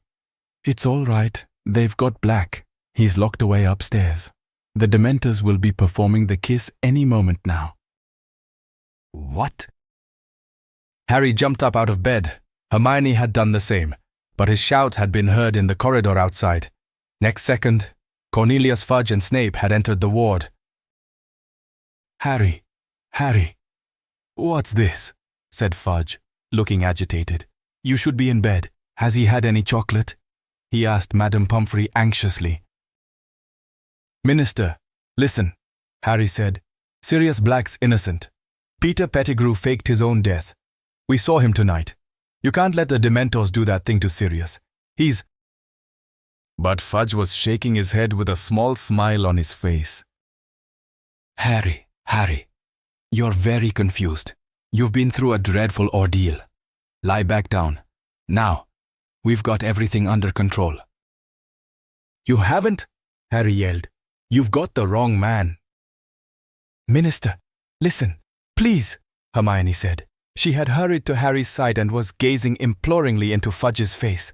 I saw him too. It was Ron's rat. He's an animagus, Pettigrew. And... You see, Minister, said Snape, confounded. Both of them.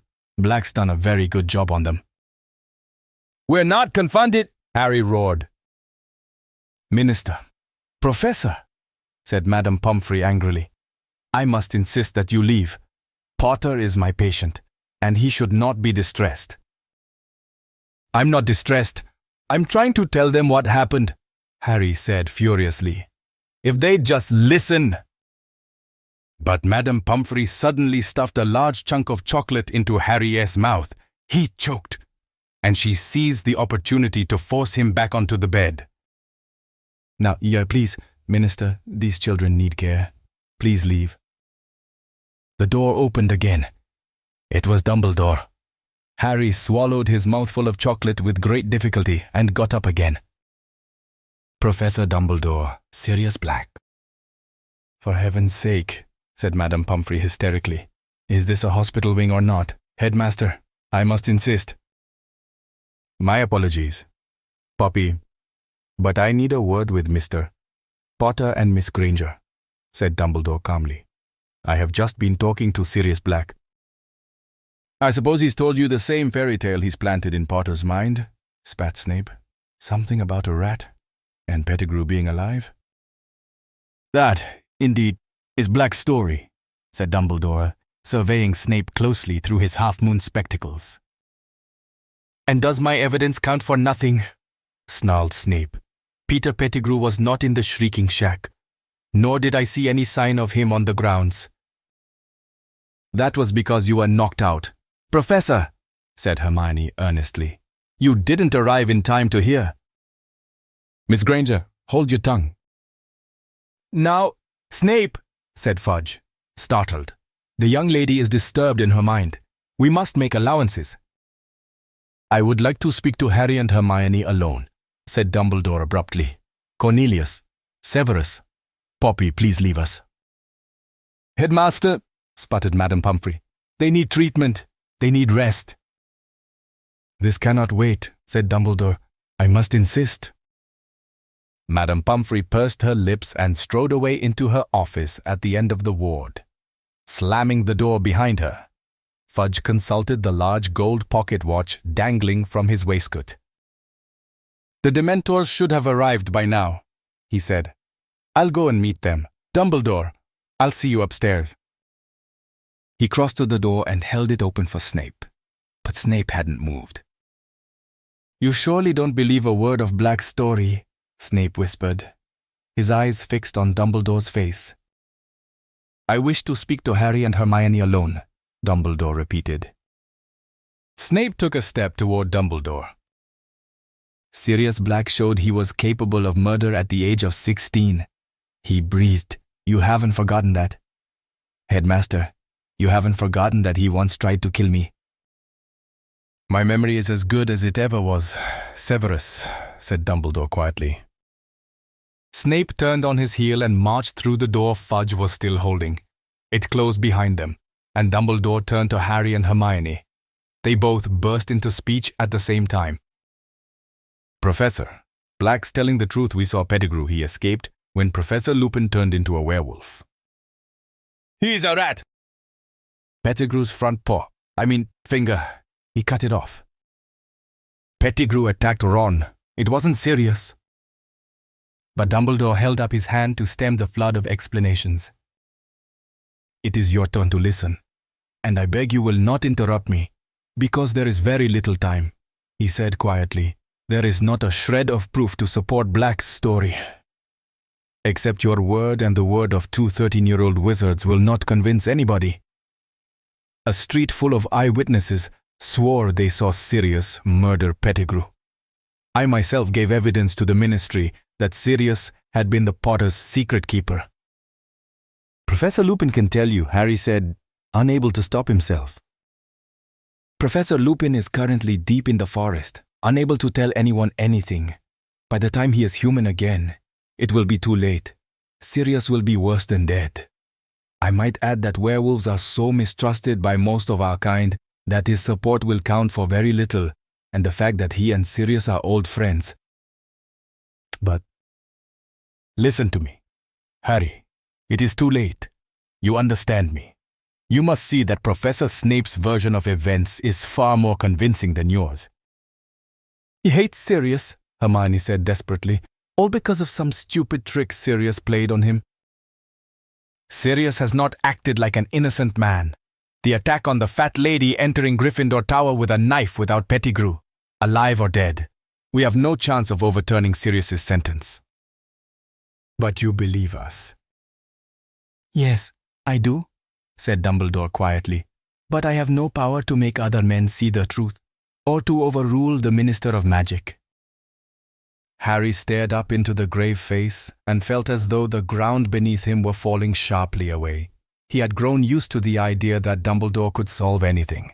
He had expected Dumbledore to pull some amazing solution out of the air. But no, their last hope was gone. What we need, said Dumbledore slowly, and his light blue eyes moved from Harry to Hermione, is more time. But Hermione began, and then her eyes became very round. Oh!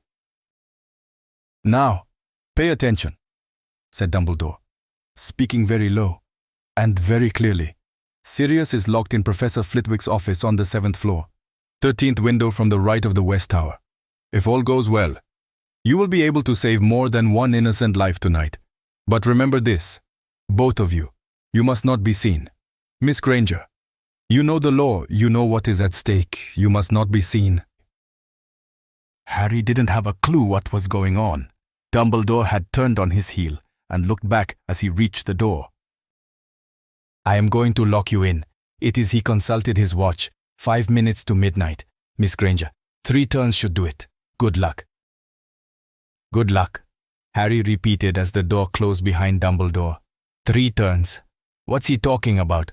What are we supposed to do? But Hermione was fumbling with the neck of her robes, pulling from beneath them a very long, very fine gold chain. Harry, come here, she said urgently. Quick! Harry moved toward her, completely bewildered. She was holding the chain out. He saw a tiny, sparkling hourglass hanging from it. Here. She had thrown the chain around his neck too. Ready, she said breathlessly. What are we doing? Harry said, completely lost. Hermione turned the hourglass over 3 times. The dark ward dissolved. Harry had the sensation that he was flying very fast. Backward, a blur of colors and shapes rushed past him. His ears were pounding. He tried to yell but couldn't hear his own voice. And then he felt solid ground beneath his feet, and everything came into focus again. He was standing next to Hermione in the deserted entrance hall, and a stream of golden sunlight was falling across the paved floor from the open front doors. He looked wildly around at Hermione, the chain of the hourglass cutting into his neck. Hermione, what? In here! Hermione seized Harry's arm and dragged him across the hall to the door of a broom closet. She opened it, pushed him inside among the buckets and mops, then slammed the door behind them. How, Hermione? What happened? We've gone back in time, Hermione whispered, lifting the chain off Harry's neck in the darkness, 3 hours back. Harry found his own leg and gave it a very hard pinch. It hurt a lot, which seemed to rule out the possibility that he was having a very bizarre dream. But, shh! Listen, someone's coming. I think it might be us. Hermione had her ear pressed against the cupboard door. Footsteps across the hall. Yes, I think it's us going down to Hagrid's. Are you telling me, Harry whispered, that we're here in this cupboard and we're out there too? Yes, said Hermione, her ears still glued to the cupboard door. I'm sure it's us. It doesn't sound like more than 3 people. And we're walking slowly because we're under the invisibility cloak. She broke off, still listening intently. We've gone down the front steps. Hermione sat down on an upturned bucket, looking desperately anxious. But Harry wanted a few questions answered. Where did you get that hourglass thing? It's called a time turner, Hermione whispered. And I got it from Professor McGonagall on our first day back. I've been using it all year to get to all my lessons. Professor McGonagall made me swear I wouldn't tell anyone. She had to write all sorts of letters to the Ministry of Magic so I could have one. She had to tell them that I was a model student and that I'd never, ever use it for anything except my studies. I've been turning it back so I could do hours over again. That's how I've been doing several lessons at once. See, but... Harry, I don't understand what Dumbledore wants us to do. Why did he tell us to go back 3 hours? How's that going to help Sirius? Harry stared at her shadowy face. There must be something that happened around now he wants us to change, he said slowly. What happened? We were walking down to Hagrid's 3 hours ago. This is 3 hours ago, and we are walking down to Hagrid's, said Hermione. We just heard ourselves leaving. Harry frowned. He felt as though he was screwing up his whole brain in concentration. Dumbledore just said we could save more than one innocent life. And then it hit him. Hermione, we're going to save Buckbeak. But how will that help Sirius? Dumbledore said he just told us where the window is, the window of Flitwick's office, where they've got Sirius locked up. We've got to fly Buckbeak up to the window and rescue Sirius. Sirius can escape on Buckbeak, they can escape together. From what Harry could see of Hermione's face, she looked terrified. If we manage that without being seen, it'll be a miracle. Well, we've got to try, haven't we? Said Harry. He stood up and pressed his ear against the door. Doesn't sound like anyone's there. Come on, let's go. Harry pushed open the closet door. The entrance hall was deserted. As quietly and quickly as they could, they darted out of the closet and down the stone steps. The shadows were already lengthening. The tops of the trees in the Forbidden Forest gilded once more with gold. If anyone's looking out of the window, Hermione squeaked, looking up at the castle behind them. We'll run for it, said Harry determinedly. Straight into the forest. All right. We'll have to hide behind a tree or something and keep a lookout. Okay, but we'll go around by the greenhouses, said Hermione breathlessly. We need to keep out of sight of Hagrid's front door, or we'll see us. We must be nearly at Hagrid's by now. Still working out what she meant, Harry set off at a sprint. Hermione behind him.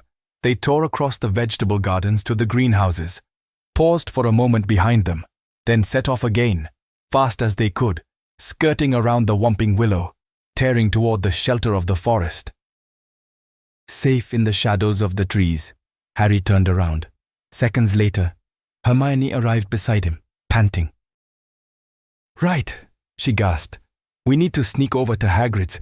Keep out of sight, Harry. They made their way silently through the trees, keeping to the very edge of the forest. Then, as they glimpsed the front of Hagrid's house, they heard a knock upon his door. They moved quickly behind a wide oak trunk and peered out from either side.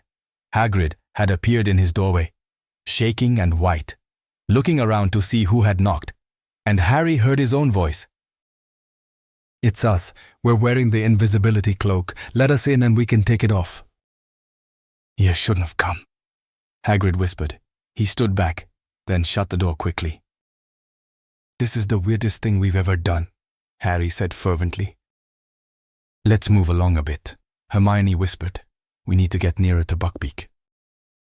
They crept through the trees until they saw the nervous hippogriff tethered to the fence around Hagrid's pumpkin patch. Harry whispered. No, said Hermione. If we steal him now, those committee people will think Hagrid set him free. We've got to wait until they've seen he's tied outside. That's going to give us about 60 seconds, said Harry. This was starting to seem impossible. At that moment, there was a crash of breaking china from inside Hagrid's cabin. That's Hagrid breaking the milk jug, Hermione whispered. I'm going to find Scabbers in a moment.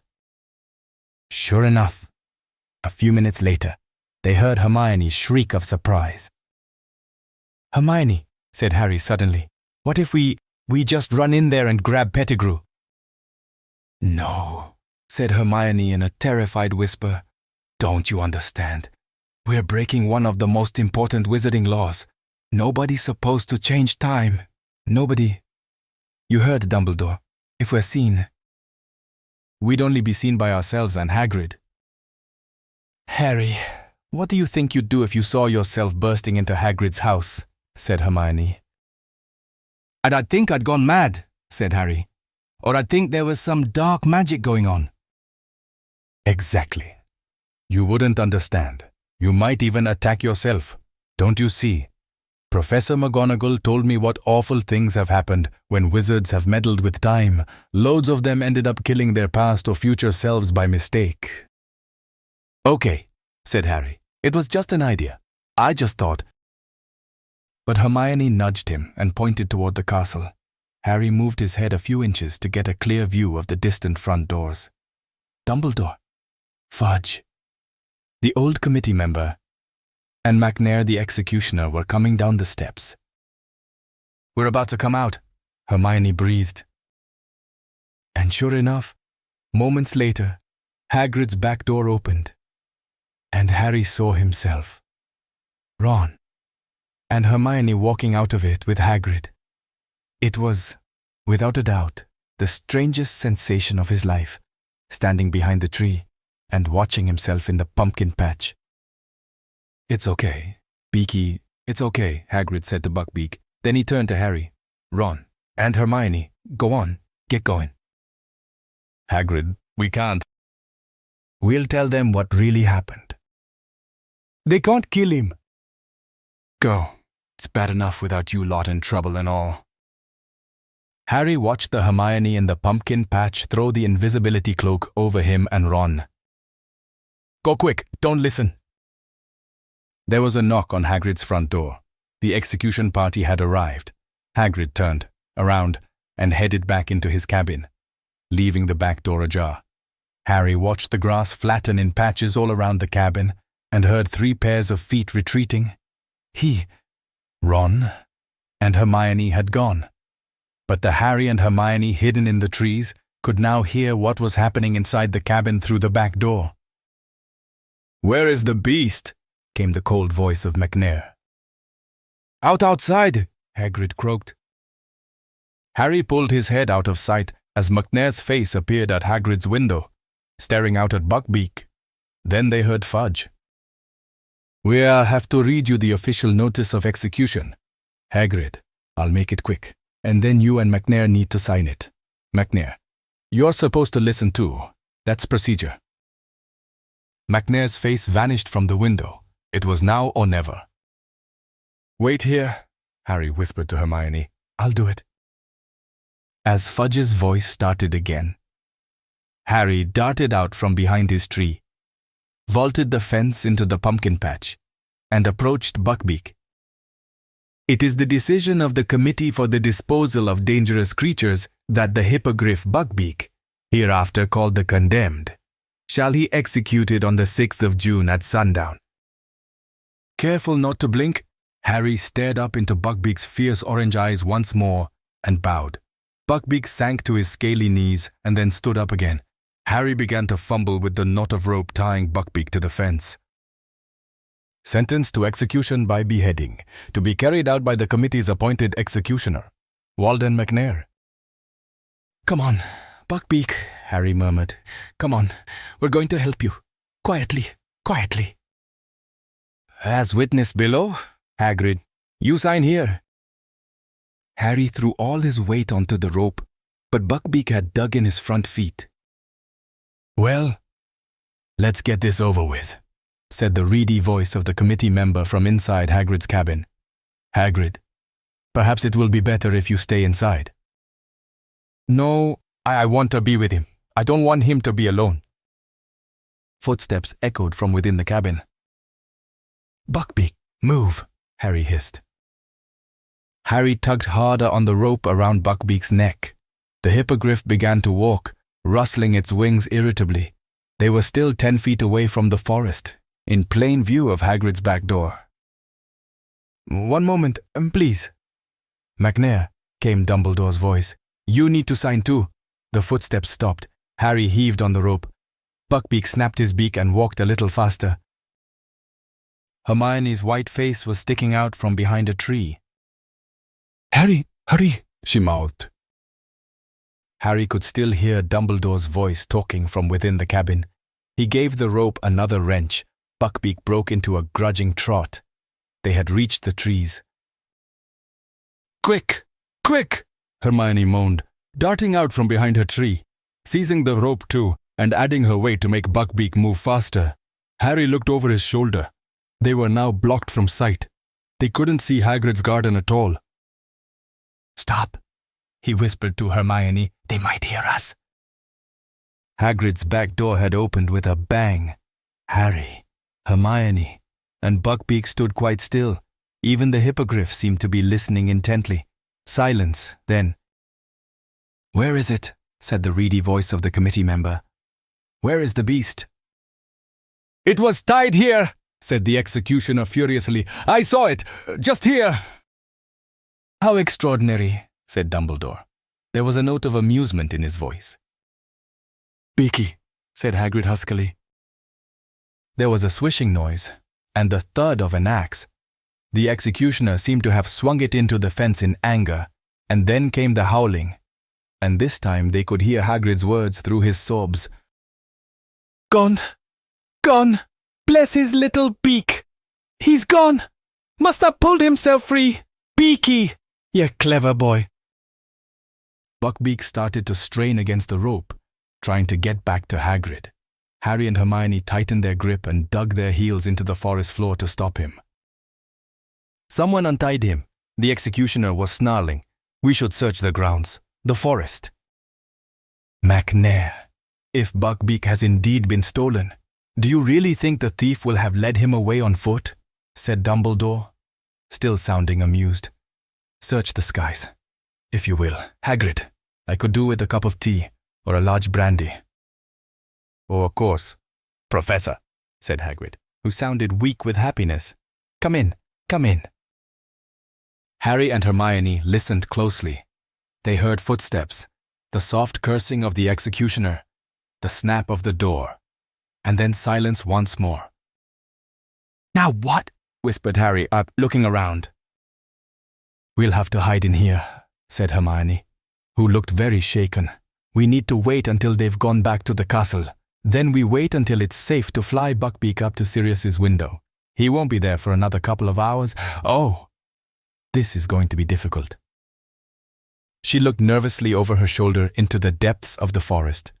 The sun was setting now. We're going to have to move, said Harry, thinking hard. We've got to be able to see the Whomping Willow, or we won't know what's going on. Okay, said Hermione, getting a firmer grip on Buckbeak's rope, but we've got to keep out of sight. Harry, remember. They moved around the edge of the forest, darkness falling thickly around them, until they were hidden behind a clump of trees through which they could make out the willow. There's Ron, said Harry suddenly. A dark figure was sprinting across the lawn, and its shout echoed through the still night air. Get away from him! Get away, Scabbers! Come here! And then they saw two more figures materialize out of nowhere. Harry watched himself and Hermione chasing after Ron. Then he saw Ron dive. Gotcha! Get off, you stinking cat! They're Sirius, said Harry. The great shape of the dog had bounded out from the roots of the willow. They saw him bowl Harry over, then seize on. Looks even worse from here, so, doesn't it? Said Harry. watching the dog pulling Ron into the roots. Ouch, look. I just got walloped by the tree and so did you. This is weird. The whomping willow was creaking and lashing out with its lower branches. They could see themselves darting here and there, trying to reach the trunk, and then the tree froze. "That was Crookshanks pressing the knot," said Hermione. "And there we go," Harry muttered. "We're in." The moment they disappeared, the tree began to move again. Seconds later, they heard footsteps quite close by. Dumbledore, McNair, Fudge, and the old committee member were making their way up to the castle. "Right after we'd gone down into the passage," said Hermione. "If only Dumbledore had come with us." "McNair and Fudge would have come too," said Harry bitterly. "I bet you anything Fudge would have told McNair to murder Sirius on the spot." They watched the four men climb the castle steps and disappear from view. For a few minutes the scene was deserted. Then, "Here comes Lupin," said Harry, as they saw another figure sprinting down the stone steps and halting toward the willow. Harry looked up at the sky. Clouds were obscuring the moon completely. They watched Lupin seize a broken branch from the ground and prod the knot on the trunk. The tree stopped fighting. And Lupin, too, disappeared into the gap in its roots. "If he'd only grabbed the cloak," said Harry. "It's just lying there." He turned to Hermione. "If I just dashed out now and grabbed it, Snape'd never be able to get it and—" "Harry, we mustn't be seen." "How can you stand this?" he asked Hermione fiercely. "Just standing here and watching it happen." He hesitated. "I'm going to grab the cloak." "Harry, no." Hermione seized the back of Harry's robes not a moment too soon. Just then, they heard a burst of song. It was Hagrid, making his way up to the castle, singing at the top of his voice, and weaving slightly as he walked. A large bottle was swinging from his hands. "See," Hermione whispered. "See what would have happened. We've got to keep out of sight." "No, Buckbeak." The hippogriff was making frantic attempts to get to Hagrid again. Harry seized his rope too, straining to hold Buckbeak back. They watched Hagrid meander tipsily up to the castle. He was gone. Buckbeak stopped fighting to get away. His head drooped sadly. Barely 2 minutes later, the castle doors flew open yet again, and Snape came charging out of them, running toward the willow. Harry's fists clenched as they watched Snape skid to a halt next to the tree. Looking around, he grabbed the cloak and held it up. "Get your filthy hands off it," Harry snarled under his breath. "Shh!" Snape seized the branch Lupin had used to freeze the tree, prodded the knot, and vanished from view as he put on the cloak. "So that's it," said Hermione quietly. "We're all down there, and now we've just got to wait until we come back up again." She took the end of Buckbeak's rope and tied it securely around the nearest tree, then sat down on the dry ground, arms around her knees. "Harry, there's something I don't understand. Why didn't the Dementors get Sirius? I remember them coming, and then I think I passed out. There were so many of them." Harry sat down too.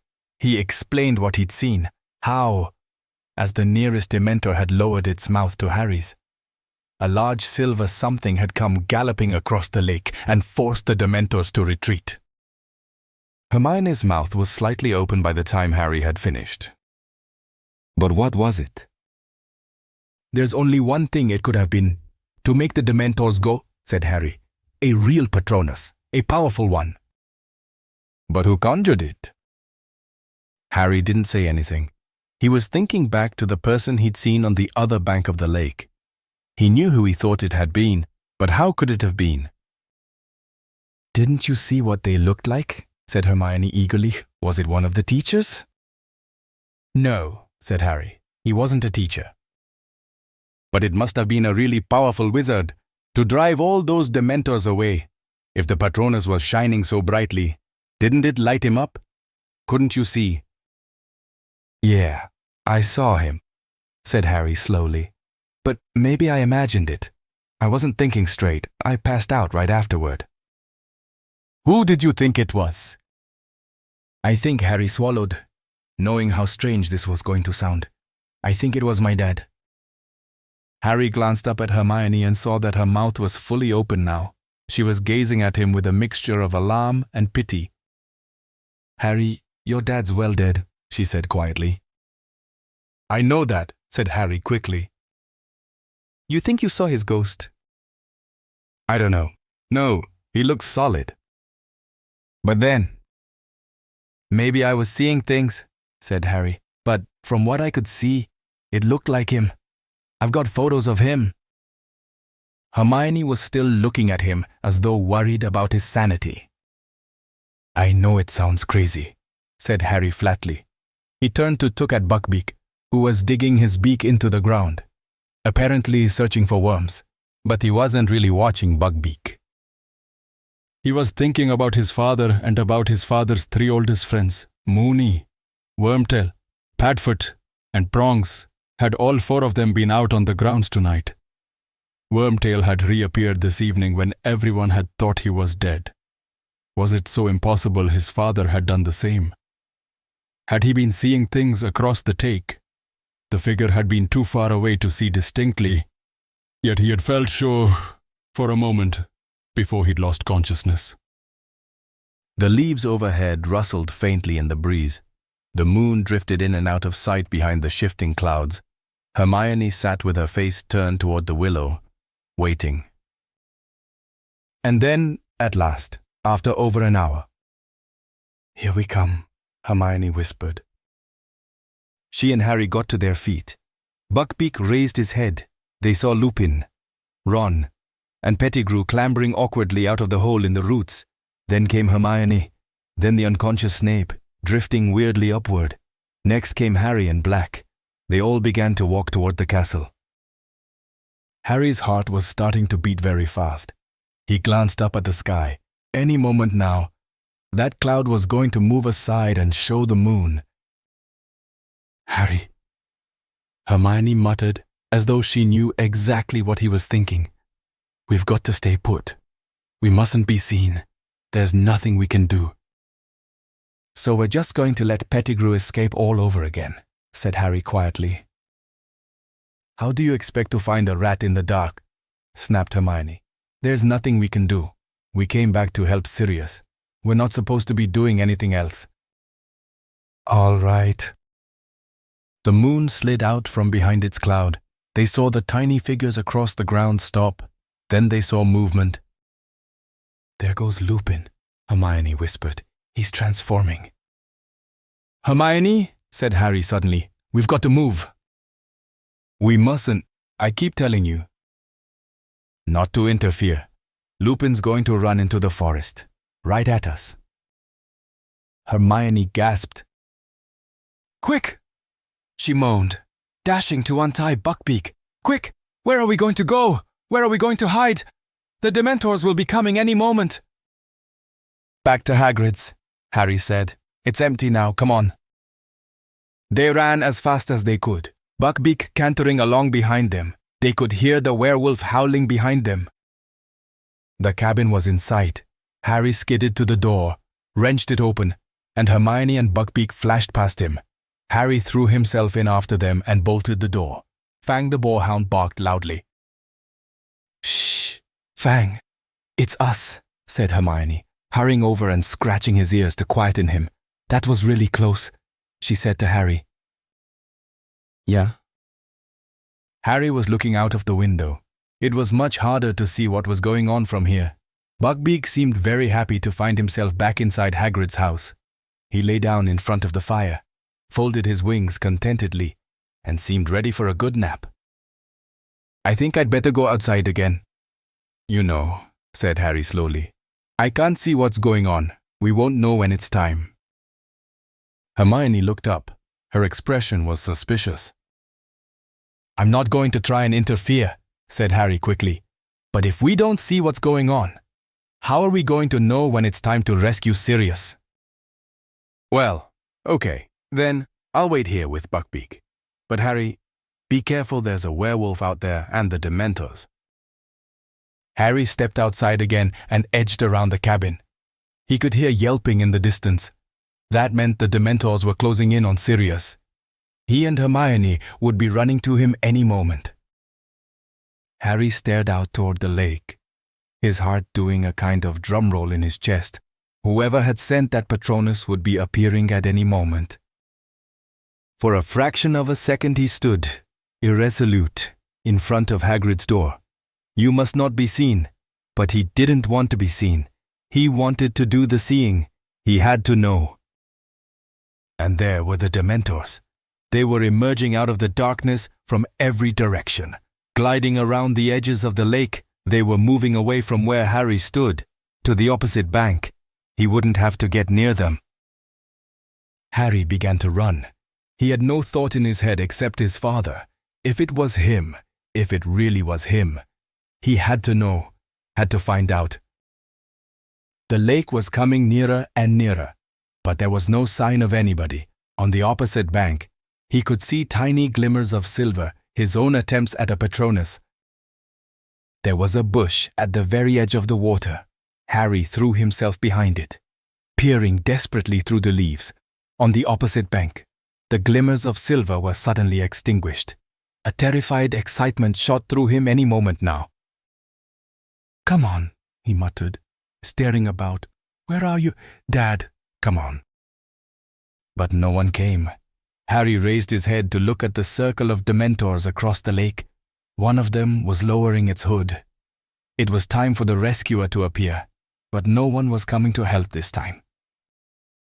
And then it hit him, he understood. He hadn't seen his father, he had seen himself. Harry flung himself out from behind the bush and pulled out his wand. "Spector Patronum," he yelled. And out of the end of his wand burst, not a shapeless cloud of mist, but a blinding, dazzling, a silver animal. He screwed up his eyes and trying to see what it was. It looked like a horse. It was galloping silently away from him, across the black surface of the lake. He saw it lower its head and charge at the swarming Dementors. Now it was galloping around and around the black shapes on the ground, and the Dementors were falling back, scattering, retreating into the darkness. They were gone. The Patronus turned. It was cantering back toward Harry, across the still surface of the water. It wasn't a horse. It wasn't a unicorn, either. It was a stag. It was shining brightly as the moon above. It was coming back to him. It stopped on the bank. Its hooves made no mark on the soft ground as it stared at Harry with its large, silver eyes. Slowly, it bowed its antlered head, and Harry realized. "Prongs," he whispered. But as his trembling fingertips stretched toward the creature, it vanished. Harry stood there, hand still outstretched. Then, with a great leap of his heart, he heard hooves behind him. He whirled around and saw Hermione dashing toward him, dragging Buckbeak behind her. "What did you do?" she said fiercely. "You said you were only going to keep a lookout." "I just saved all our lives," said Harry. "Get behind here, behind this bush, I'll explain." Hermione listened to what had just happened with her mouth open yet again. "Did anyone see you?" "Yes. Haven't you been listening? I saw me, but I thought I was my dad. It's okay." "Harry, I can't believe it. You conjured up a Patronus that drove away all those Dementors. That's very, very advanced magic." "I knew I could do it this time," said Harry, "because I'd already done it. Does that make sense?" "I don't know, Harry. Look at Snape." Together, they peered around the bush at the other bank. Snape had regained consciousness. He was conjuring stretchers and lifting the limp forms of Harry, Hermione, and Black onto them. A fourth stretcher, no doubt bearing Ron, was already floating at his side. Then, wand held out in front of him. He moved them away toward the castle. "Right. It's nearly time," said Hermione tensely, looking at her watch. "We've got about 45 minutes until Dumbledore locks the door to the hospital wing. We've got to rescue Sirius and get back into the ward before anybody realizes we're missing." They waited. watching the moving clouds reflected in the lake, while the bush next to them whispered in the breeze. Buckbeak, bored, was ferreting for worms again. "Do you reckon he's up there yet?" said Harry, checking his watch. He looked up at the castle and began counting the windows to the right of the west tower. Look, Hermione whispered. Who's that? Someone's coming back out of the castle. Harry stared through the darkness. The man was hurrying across the grounds, toward one of the entrances. Something shiny glinted in his belt. "McNair," said Harry. "The executioner. He's gone to get the Dementors." This is it, Hermione. Hermione put her hands on Buckbeak's back and Harry gave her a leg up. Then he placed his foot on one of the lower branches of the bush and climbed up in front of her. He pulled Buckbeak's rope back over his neck and tied it to the other side of his collar like reins. "Ready?" he whispered to Hermione. "You'd better hold on to me." He nudged Buckbeak's sides with his heels. Buckbeak soared straight into the dark air. Harry gripped his flanks with his knees, feeling the great wings rising powerfully beneath them. Hermione was holding Harry very tight around the waist. He could hear her muttering, "Oh, no, I don't like this. Oh, I really don't like this." Harry urged Buckbeak forward. They were gliding quietly toward the upper floors of the castle. Harry pulled hard on the left-hand side of the rope, and Buckbeak turned. Harry was trying to count the windows flashing past. "Whoa," he said, pulling backward as hard as he could. Buckbeak slowed down, and they found themselves at a stop, unless you counted the fact that they kept rising up and down several feet as the hippogriff beat his wings to remain airborne. "He's there," Harry said, spotting Sirius as they rose up beside the window. He reached out, and as Buckbeak's wings fell, was able to tap sharply on the glass. Black looked up. Harry saw his jaw drop. He leapt from his chair, hurried to the window and tried to open it, but it was locked. "Stand back," Hermione called to him, and she took out her wand, still gripping the back of Harry's robes with her left hand. "Allo homora." The window sprang open. How, said Black weakly, staring at the hippogriff. "Get on, there's not much time," said Harry, gripping Buckbeak firmly on either side of his sleek neck to hold him steady. "You've got to get out of here. The Dementors are coming. McNair's gone to get them." Black placed a hand on either side of the window frame and heaved his head and shoulders out of it. It was very lucky he was so thin. In seconds, he had managed to fling one leg over Buckbeak's back and pull himself onto the hippogriff behind Hermione. "Okay, Buckbeak, up," said Harry, shaking the rope. "Up to the tower, come on." The hippogriff gave one sweep of its mighty wings, and they were soaring upward again. High as the top of the west tower, Buckbeak landed with a clatter on the battlements, and Harry and Hermione slid off him at once. "Sirius, you'd better go. Quick," Harry panted. "They'll reach Flitwick's office any moment. They'll find out you're gone." Buckbeak pawed the ground, tossing his sharp head. "What happened to the other boy? Ron!" croaked Sirius. "He's going to be okay. He's still out of it. But Madame Pumphrey says she'll be able to make him better. Quick, go." But Black was still staring down at Harry. "How can I ever thank?" "Go!" Harry and Hermione shouted together. Black wheeled Buckbeak around, facing the open sky. "We'll see each other again," he said. "You are truly your father's son, Harry." He squeezed Buckbeak's sides with his heels. Harry and Hermione jumped back as the enormous wings rose once more. The hippogriff took off into the air. He and his rider became smaller and smaller as Harry gazed after them. Then a cloud drifted across the moon. They were gone. Chapter 22. "I'll post again." "Harry!" Hermione was tugging at his sleeve, staring at her watch. "We've got exactly 10 minutes to get back down to the hospital wing without anybody seeing us before Dumbledore locks the door." "Okay," said Harry, wrenching his gaze from the sky. "Let's go." They slipped through the doorway behind them and down a tightly spiraling stone staircase. As they reached the bottom of it, they heard voices. They flattened themselves against the wall and listened. It sounded like Fudge and Snape. They were walking quickly along the corridor at the foot of the staircase. Only hope Dumbledore's not going to make difficulties, Snape was saying. The kiss will be performed immediately. As soon as McNair returns with the Dementors, this whole black affair has been highly embarrassing. I can't tell you how much I'm looking forward to informing the Daily Prophet that we've got him at last. I dare say they'll want to interview you, Snape, and once young Harry's back in his right mind, I expect he'll want to tell the Prophet exactly how you saved him. Harry clenched his teeth. He caught a glimpse of Snape's smirk as he and Fudge passed Harry and Hermione's hiding place. Their footsteps died away. Harry and Hermione waited a few moments to make sure they'd really gone, then started to run in the opposite direction. Down one staircase, then another. Along a new corridor, then they heard a cackling ahead. Peeves, Harry muttered, grabbing Hermione's wrist. In here. They tore into a deserted classroom to their left, just in time. Peeves seemed to be bouncing along the corridor in boisterous good spirits, laughing his head off. Oh, he's horrible, whispered Hermione, her ear to the door. I bet he's all excited because the Dementors are going to finish off Sirius. She checked her watch. 3 minutes, Harry.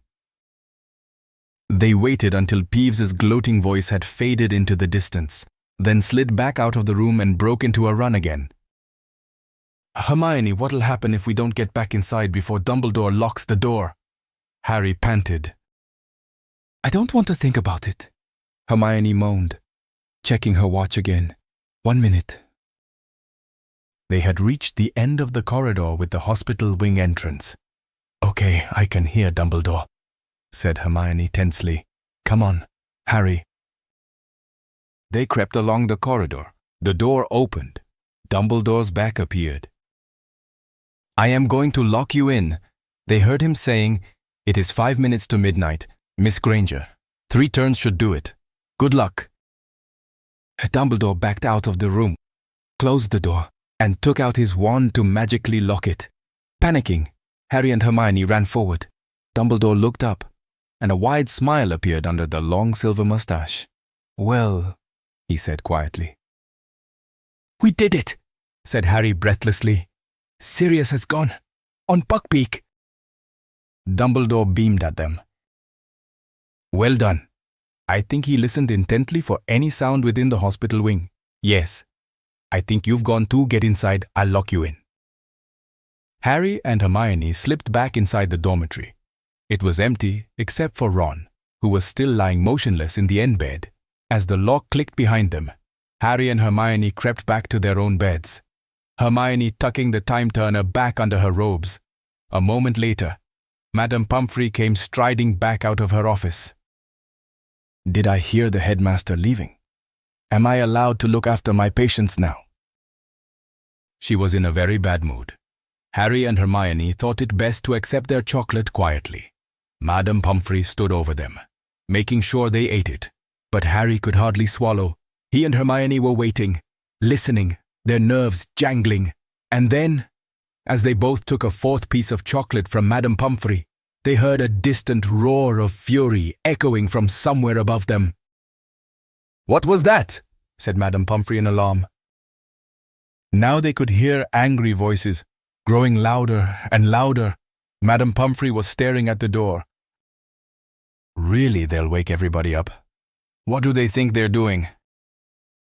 Harry was trying to hear what the voices were saying. They were drawing nearer. He must have disapparated. Severus, we should have left somebody in the room with him. When this gets out. He didn't disapparate. Snape roared, now very close at hand. You can't apparate or disapparate inside this castle. This has something to do with Potter. Severus, be reasonable. Harry has been locked up. Bam! The door of the hospital wing burst open. Fudge! Snape! And Dumbledore came striding into the ward. Dumbledore alone looked calm. Indeed, he looked as though he was quite enjoying himself. Fudge appeared angry. but Snape was beside himself. "Out with it, Potter!" he bellowed. "What did you do?" "Professor Snape!" shrieked Madame Pomfrey. "Control yourself!" "See here, Snape, be reasonable, said Fudge. "This door's been locked. We just saw." They helped him escape. "I know it," Snape howled, pointing at Harry and Hermione. His face was twisted. Spit was flying from his mouth. "Calm down. Man," Fudge barked. "You're talking nonsense." "You don't know Potter," shrieked Snape. "He did it. I know he did it." "That will do. Severus," said Dumbledore quietly, "think about what you are saying. This door has been locked since I left the ward 10 minutes ago. Madame Pomfrey, have these students left their beds?" "Of course not," said Madame Pomfrey, bristling. "I would have heard them." "Well, there you have it. Severus," said Dumbledore calmly, "unless you are suggesting that Harry and Hermione are able to be in two places at once, I'm afraid I don't see any point in troubling them further." Snape stood there, seething, staring from Fudge, who looked thoroughly shocked at his behavior, to Dumbledore, whose eyes were twinkling behind his glasses. Snape whirled about, robes swishing behind him, and stormed out of the ward. "Fellow seems quite unbalanced," said Fudge, staring after him. "I'd watch out for him if I were you. Dumbledore." "Oh, he's not unbalanced," said Dumbledore quietly.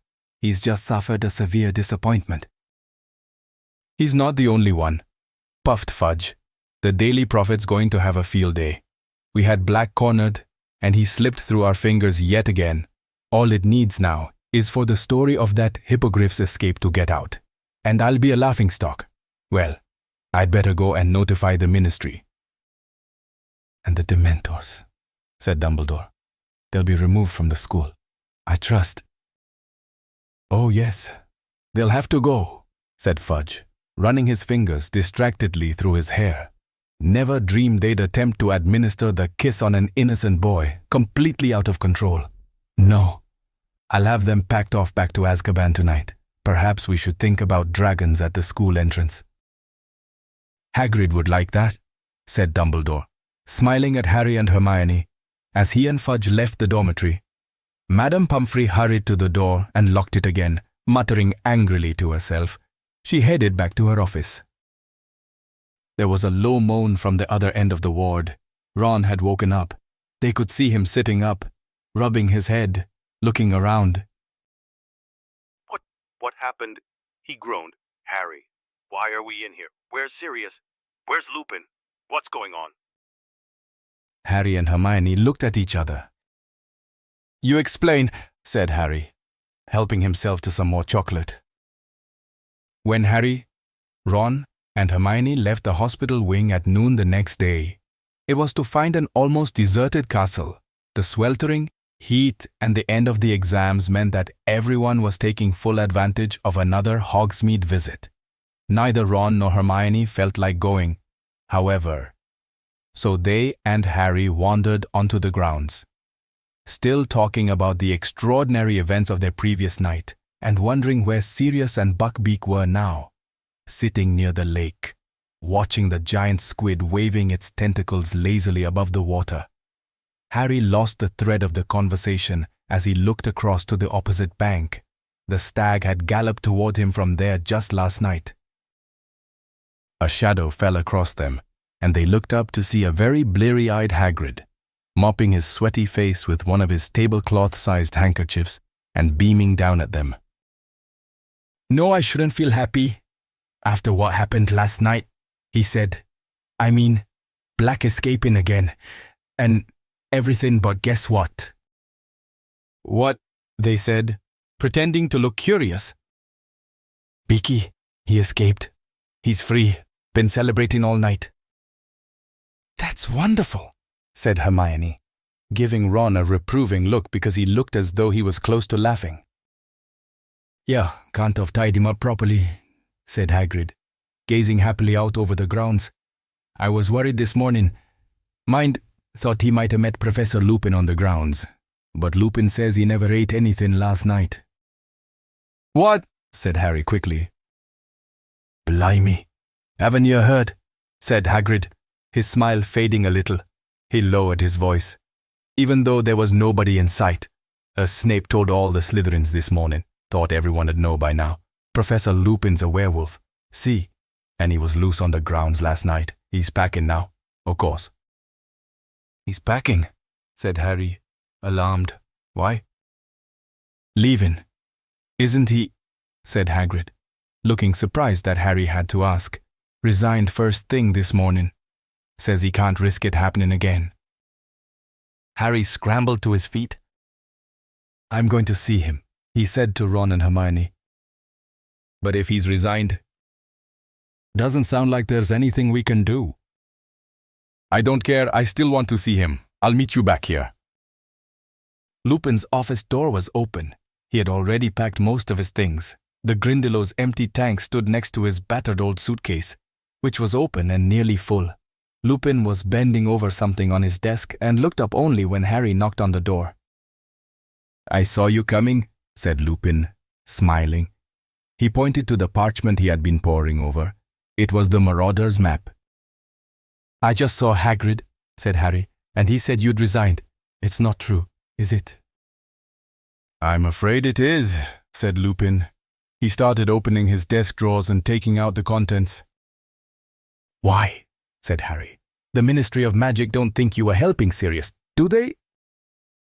Lupin crossed to the door and closed it behind Harry. No. Professor Dumbledore managed to convince Fudge that I was trying to save your lives.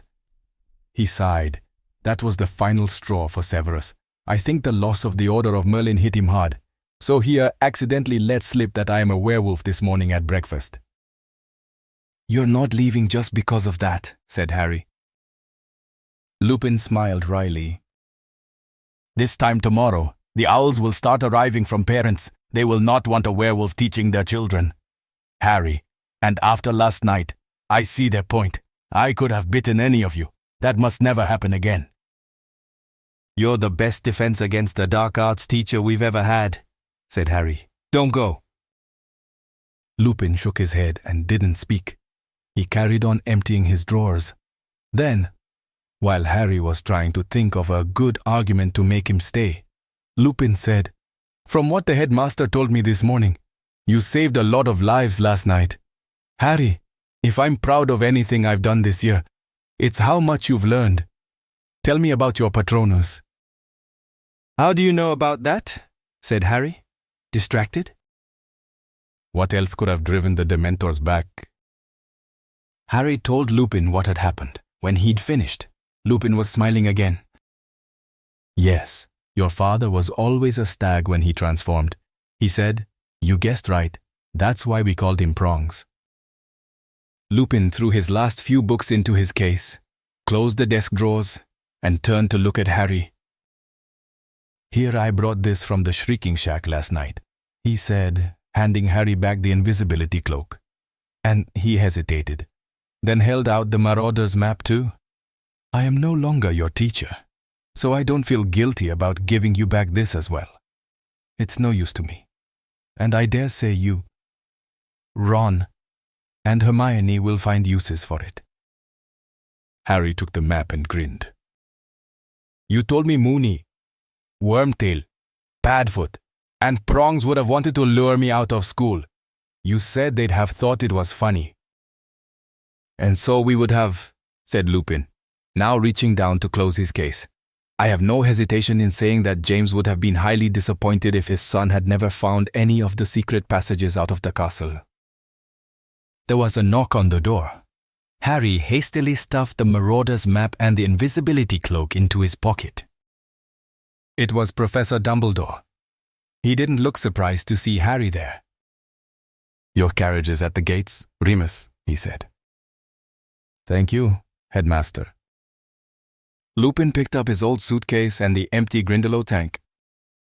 Well, goodbye, Harry, he said, smiling. It has been a real pleasure teaching you. I feel sure we'll meet again sometime. Headmaster, there is no need to see me to the gates. I can manage. Harry had the impression that Lupin wanted to leave as quickly as possible. Goodbye. Then, Remus, said Dumbledore soberly. Lupin shifted the Grindylow tank slightly so that he and Dumbledore could shake hands. Then, with a final nod to Harry and a swift smile, Lupin left the office. Harry sat down in his vacated chair, staring glumly at the floor. He heard the door close and looked up. Dumbledore was still there. "Why so miserable, Harry?" he said quietly. "You should be very proud of yourself after last night." "It didn't make any difference," said Harry bitterly. "Pettigrew got away." "Didn't make any difference," said Dumbledore quietly. "It made all the difference in the world. Harry, you helped uncover the truth. You saved an innocent man from a terrible fate." Terrible. Something stirred in Harry's memory, greater and more terrible than ever before, Professor Trelawney's prediction. Professor Dumbledore, yesterday, when I was having my divination exam, Professor Trelawney went very, very strange. Indeed, said Dumbledore. Stranger than usual. You mean? Yes, her voice went all deep and her eyes rolled and she said Voldemort's servant was going to set out to return to him before midnight. She said the servant would help him come back to power. Harry stared up at Dumbledore, and then she sort of became normal again, and she couldn't remember anything she'd said. Was she making a real prediction? Dumbledore looked mildly impressed. "Do you know, Harry, I think she might have been," he said thoughtfully. "Who'd have thought it? That brings her total of real predictions up to 2. I should offer her a pay raise." But Harry looked at him, aghast. How could Dumbledore take this so calmly? "But I stopped Sirius and Professor Lupin from killing Pettigrew.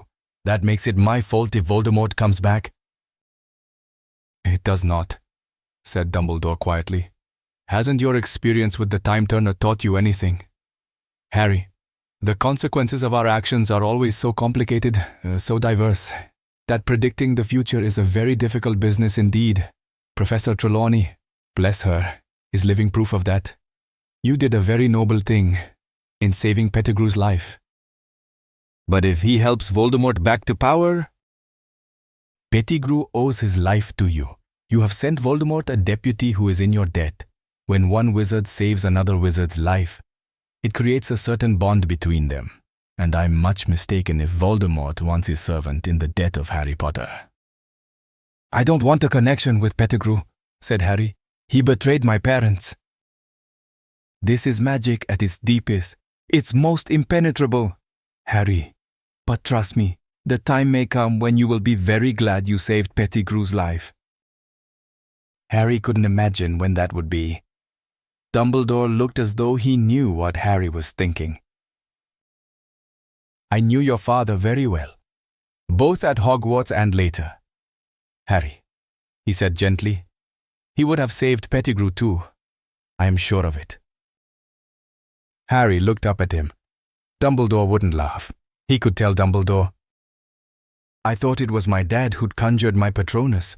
I mean, when I saw myself across the lake, I thought I was seeing him." "An easy mistake to make," said Dumbledore softly. "I expect you'll tire of hearing it, but you do look extraordinarily like James. Except for the eyes, you have your mother's eyes." Harry shook his head. "It was stupid, thinking it was him," he muttered. "I mean, I knew he was dead." "You think the dead we loved ever truly leave us. You think that we don't recall them more clearly than ever in times of great trouble. Your father is alive in you, Harry, and shows himself most plainly when you have need of him. How else could you produce that particular Patronus? Prongs rode again last night." It took a moment for Harry to realize what Dumbledore had said. "Last night Sirius told me all about how they became Animagi," said Dumbledore, smiling. "An extraordinary achievement, not least, keeping it quiet from me. And then I remembered the most unusual form your Patronus took.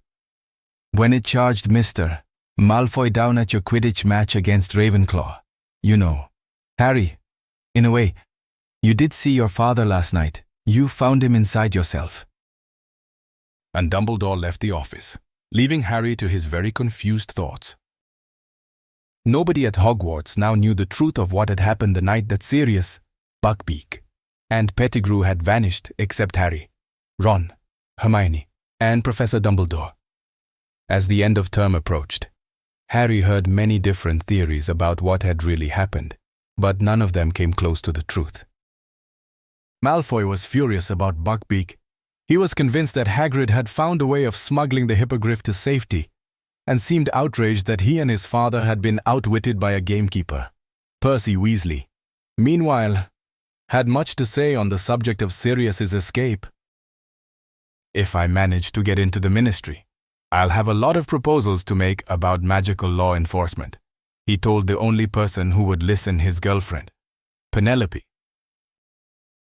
Though the weather was perfect, though the atmosphere was so cheerful, though he knew they had achieved the near impossible in helping Sirius to freedom, Harry had never approached the end of a school year in worse spirits. He certainly wasn't the only one who was sorry to see Professor Lupin go. The whole of Harry's defense against the dark arts class was miserable about his resignation.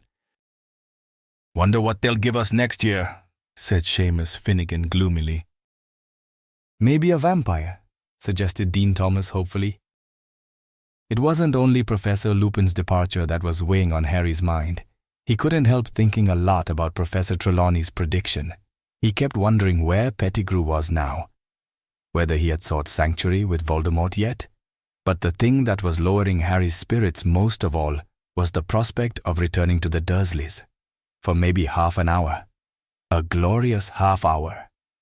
He had believed he would be living with Sirius from now on, his parents' best friend. It would have been the next best thing to having his own father back. And while no news of Sirius was definitely good news, because it meant he had successfully gone into hiding, Harry couldn't help feeling miserable when he thought of the home he might have had, and the fact that it was now impossible. The exam results came out on the last day of term. Harry, Ron, and Hermione had passed every subject.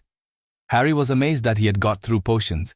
He had a shrewd suspicion that Dumbledore might have stepped in to stop Snape failing him on purpose. Snape's behavior toward Harry over the past week had been quite alarming. Harry wouldn't have thought it possible that Snape's dislike for him could increase, but it certainly had. A muscle twitched unpleasantly at the corner of Snape's thin mouth every time he looked at Harry, and he was constantly flexing his fingers, as though itching to place them around Harry's throat. Percy had got his top grade NEWTs. Fred and George had scraped a handful of OWLs each, Gryffindor house. Meanwhile, largely thanks to their spectacular performance in the Quidditch Cup, had won the house championship for the third year running. This meant that the end-of-term feast took place amid decorations of scarlet and gold, and that the Gryffindor table was the noisiest of the lot, as everybody celebrated. Even Harry managed to forget about the journey back to the Dursleys the next day as he ate, drank, talked, and laughed with the rest. As the Hogwarts Express pulled out of the station the next morning, Hermione gave Harry and Ron some surprising news. "I went to see Professor McGonagall this morning, just before breakfast. I've decided to drop Muggle studies." "But you passed your exam with 320%, said Ron. "I know," sighed Hermione, "but I can't stand another year like this one. That time turner, it was driving me mad. I've handed it in. Without Muggle studies and divination, I'll be able to have a normal schedule again." "I still can't believe you didn't tell us about it," said Ron grumpily. "We're supposed to be your friends." "I promised I wouldn't tell anyone," said Hermione severely. She looked around at Harry, who was watching Hogwarts disappear from view behind a mountain. 2 whole months before he'd see it again. "Oh, cheer up, Harry," said Hermione sadly. "I'm okay," said Harry quickly. "Just thinking about the holidays." "Yeah, I've been thinking about them too," said Ron. "Harry, you've got to come and stay with us. I'll fix it up with Mom and Dad. Then I'll call you. I know how to use a Feliton now." "A telephone? Ron," said Hermione. "Honestly, you should take Muggle studies next year." Ron ignored her. It's the Quidditch World Cup this summer. How about it, Harry?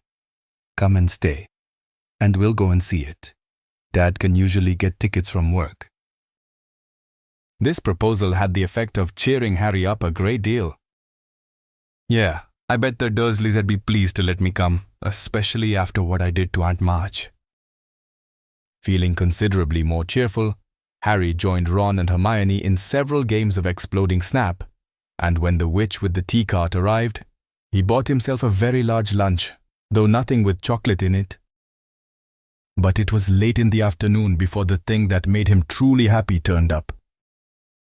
Harry, said Hermione suddenly, peering over his shoulder.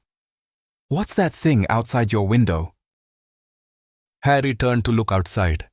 Something very small and grey was bobbing in and out of sight beyond the glass. He stood up for a better look and saw that it was a tiny owl, carrying a letter that was much too big for it. The owl was so small, in fact, that it kept tumbling over in the air, buffeted this way and that in the train's slipstream. Harry quickly pulled down the window, stretched out his arm, and caught it. It felt like a very fluffy snitch.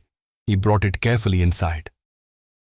The owl dropped its letter onto Harry's seat and began zooming around their compartment, apparently very pleased with itself for accomplishing its task.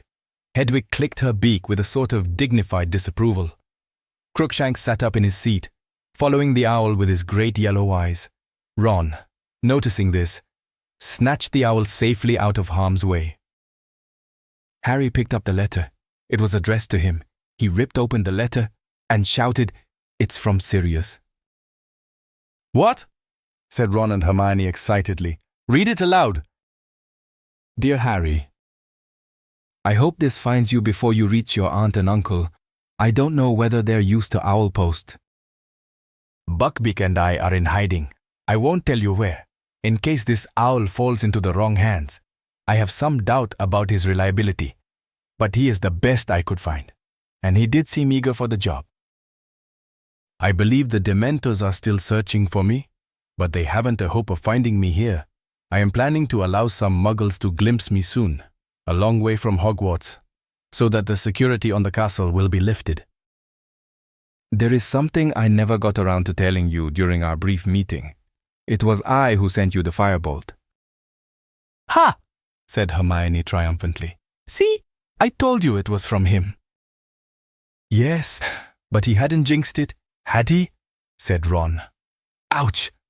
The tiny owl, now hooting happily in his hand, had nibbled one of his fingers in what it seemed to think was an affectionate way. "Crookshanks took the order to the owl office for me. I used your name but told them to take the gold from my own Gringotts vault. Please consider it as 13 birthdays worth of presents from your godfather. I would also like to apologize for the fright I think I gave you that night last year when you left your uncle's house. I had only hoped to get a glimpse of you before starting my journey north, but I think the sight of me alarmed you. I am enclosing something else for you, which I think will make your next year at Hogwarts more enjoyable. If ever you need me, send word. Your owl will find me. I'll write again soon. Sirius." Harry looked eagerly inside the envelope. There was another piece of parchment in there. He read it through quickly and felt suddenly as warm and contented as though he'd swallowed a bottle of hot butterbeer in one gulp. I, Sirius Black, Harry Potter's godfather, hereby give him permission to visit Hogsmeade on weekends. That'll be good enough for Dumbledore, said Harry happily. He looked back at Sirius's letter. Hang on, there's a PS. I thought your friend Ron might like to keep this owl, as it's my fault he no longer has a rat. Ron's eyes widened. The minute owl was still hooting excitedly. Keep him, he said uncertainly. He looked closely at the owl for a moment. Then, to Harry's and Hermione's great surprise, he held him out for Crookshanks to sniff. What do you reckon? Ron asked the cat. Definitely an owl. Crookshanks purred. That's good enough for me, said Ron happily. He's mine. Harry read and reread the letter from Sirius all the way back into King's Cross Station. It was still clutched tightly in his hand as Ron and Hermione stepped back through the barrier of platform 9 3/4. Harry spotted Uncle Vernon at once. He was standing a good distance from Mr. and Mrs. Weasley, eyeing them suspiciously. And when Mrs. Weasley hugged Harry in greeting, his worst suspicions about them seemed confirmed. "I'll call about the World Cup," Ron yelled after Harry as Harry bid him and Hermione goodbye, then wheeled the trolley bearing his trunk and Hedwig's cage toward Uncle Vernon, who greeted him in his usual fashion. "What's that?" he snarled. Staring at the envelope Harry was still clutching in his hand. "If it's another form for me to sign, you've got another." "It's not," said Harry cheerfully. "It's a letter from my godfather." "Godfather," sputtered Uncle Vernon. "You haven't got a godfather." Yeah, I have, said Harry brightly. He was my mum and dad's best friend. He's a convicted murderer. But he's broken out of wizard prison and he's on the run. He likes to keep in touch with me, though keep up with my news, check if I'm happy. And, grinning broadly at the look of horror on Uncle Vernon's face, Harry set off toward the station exit, Hedwig rattling along in front of him, for what looked like a much better summer than the last.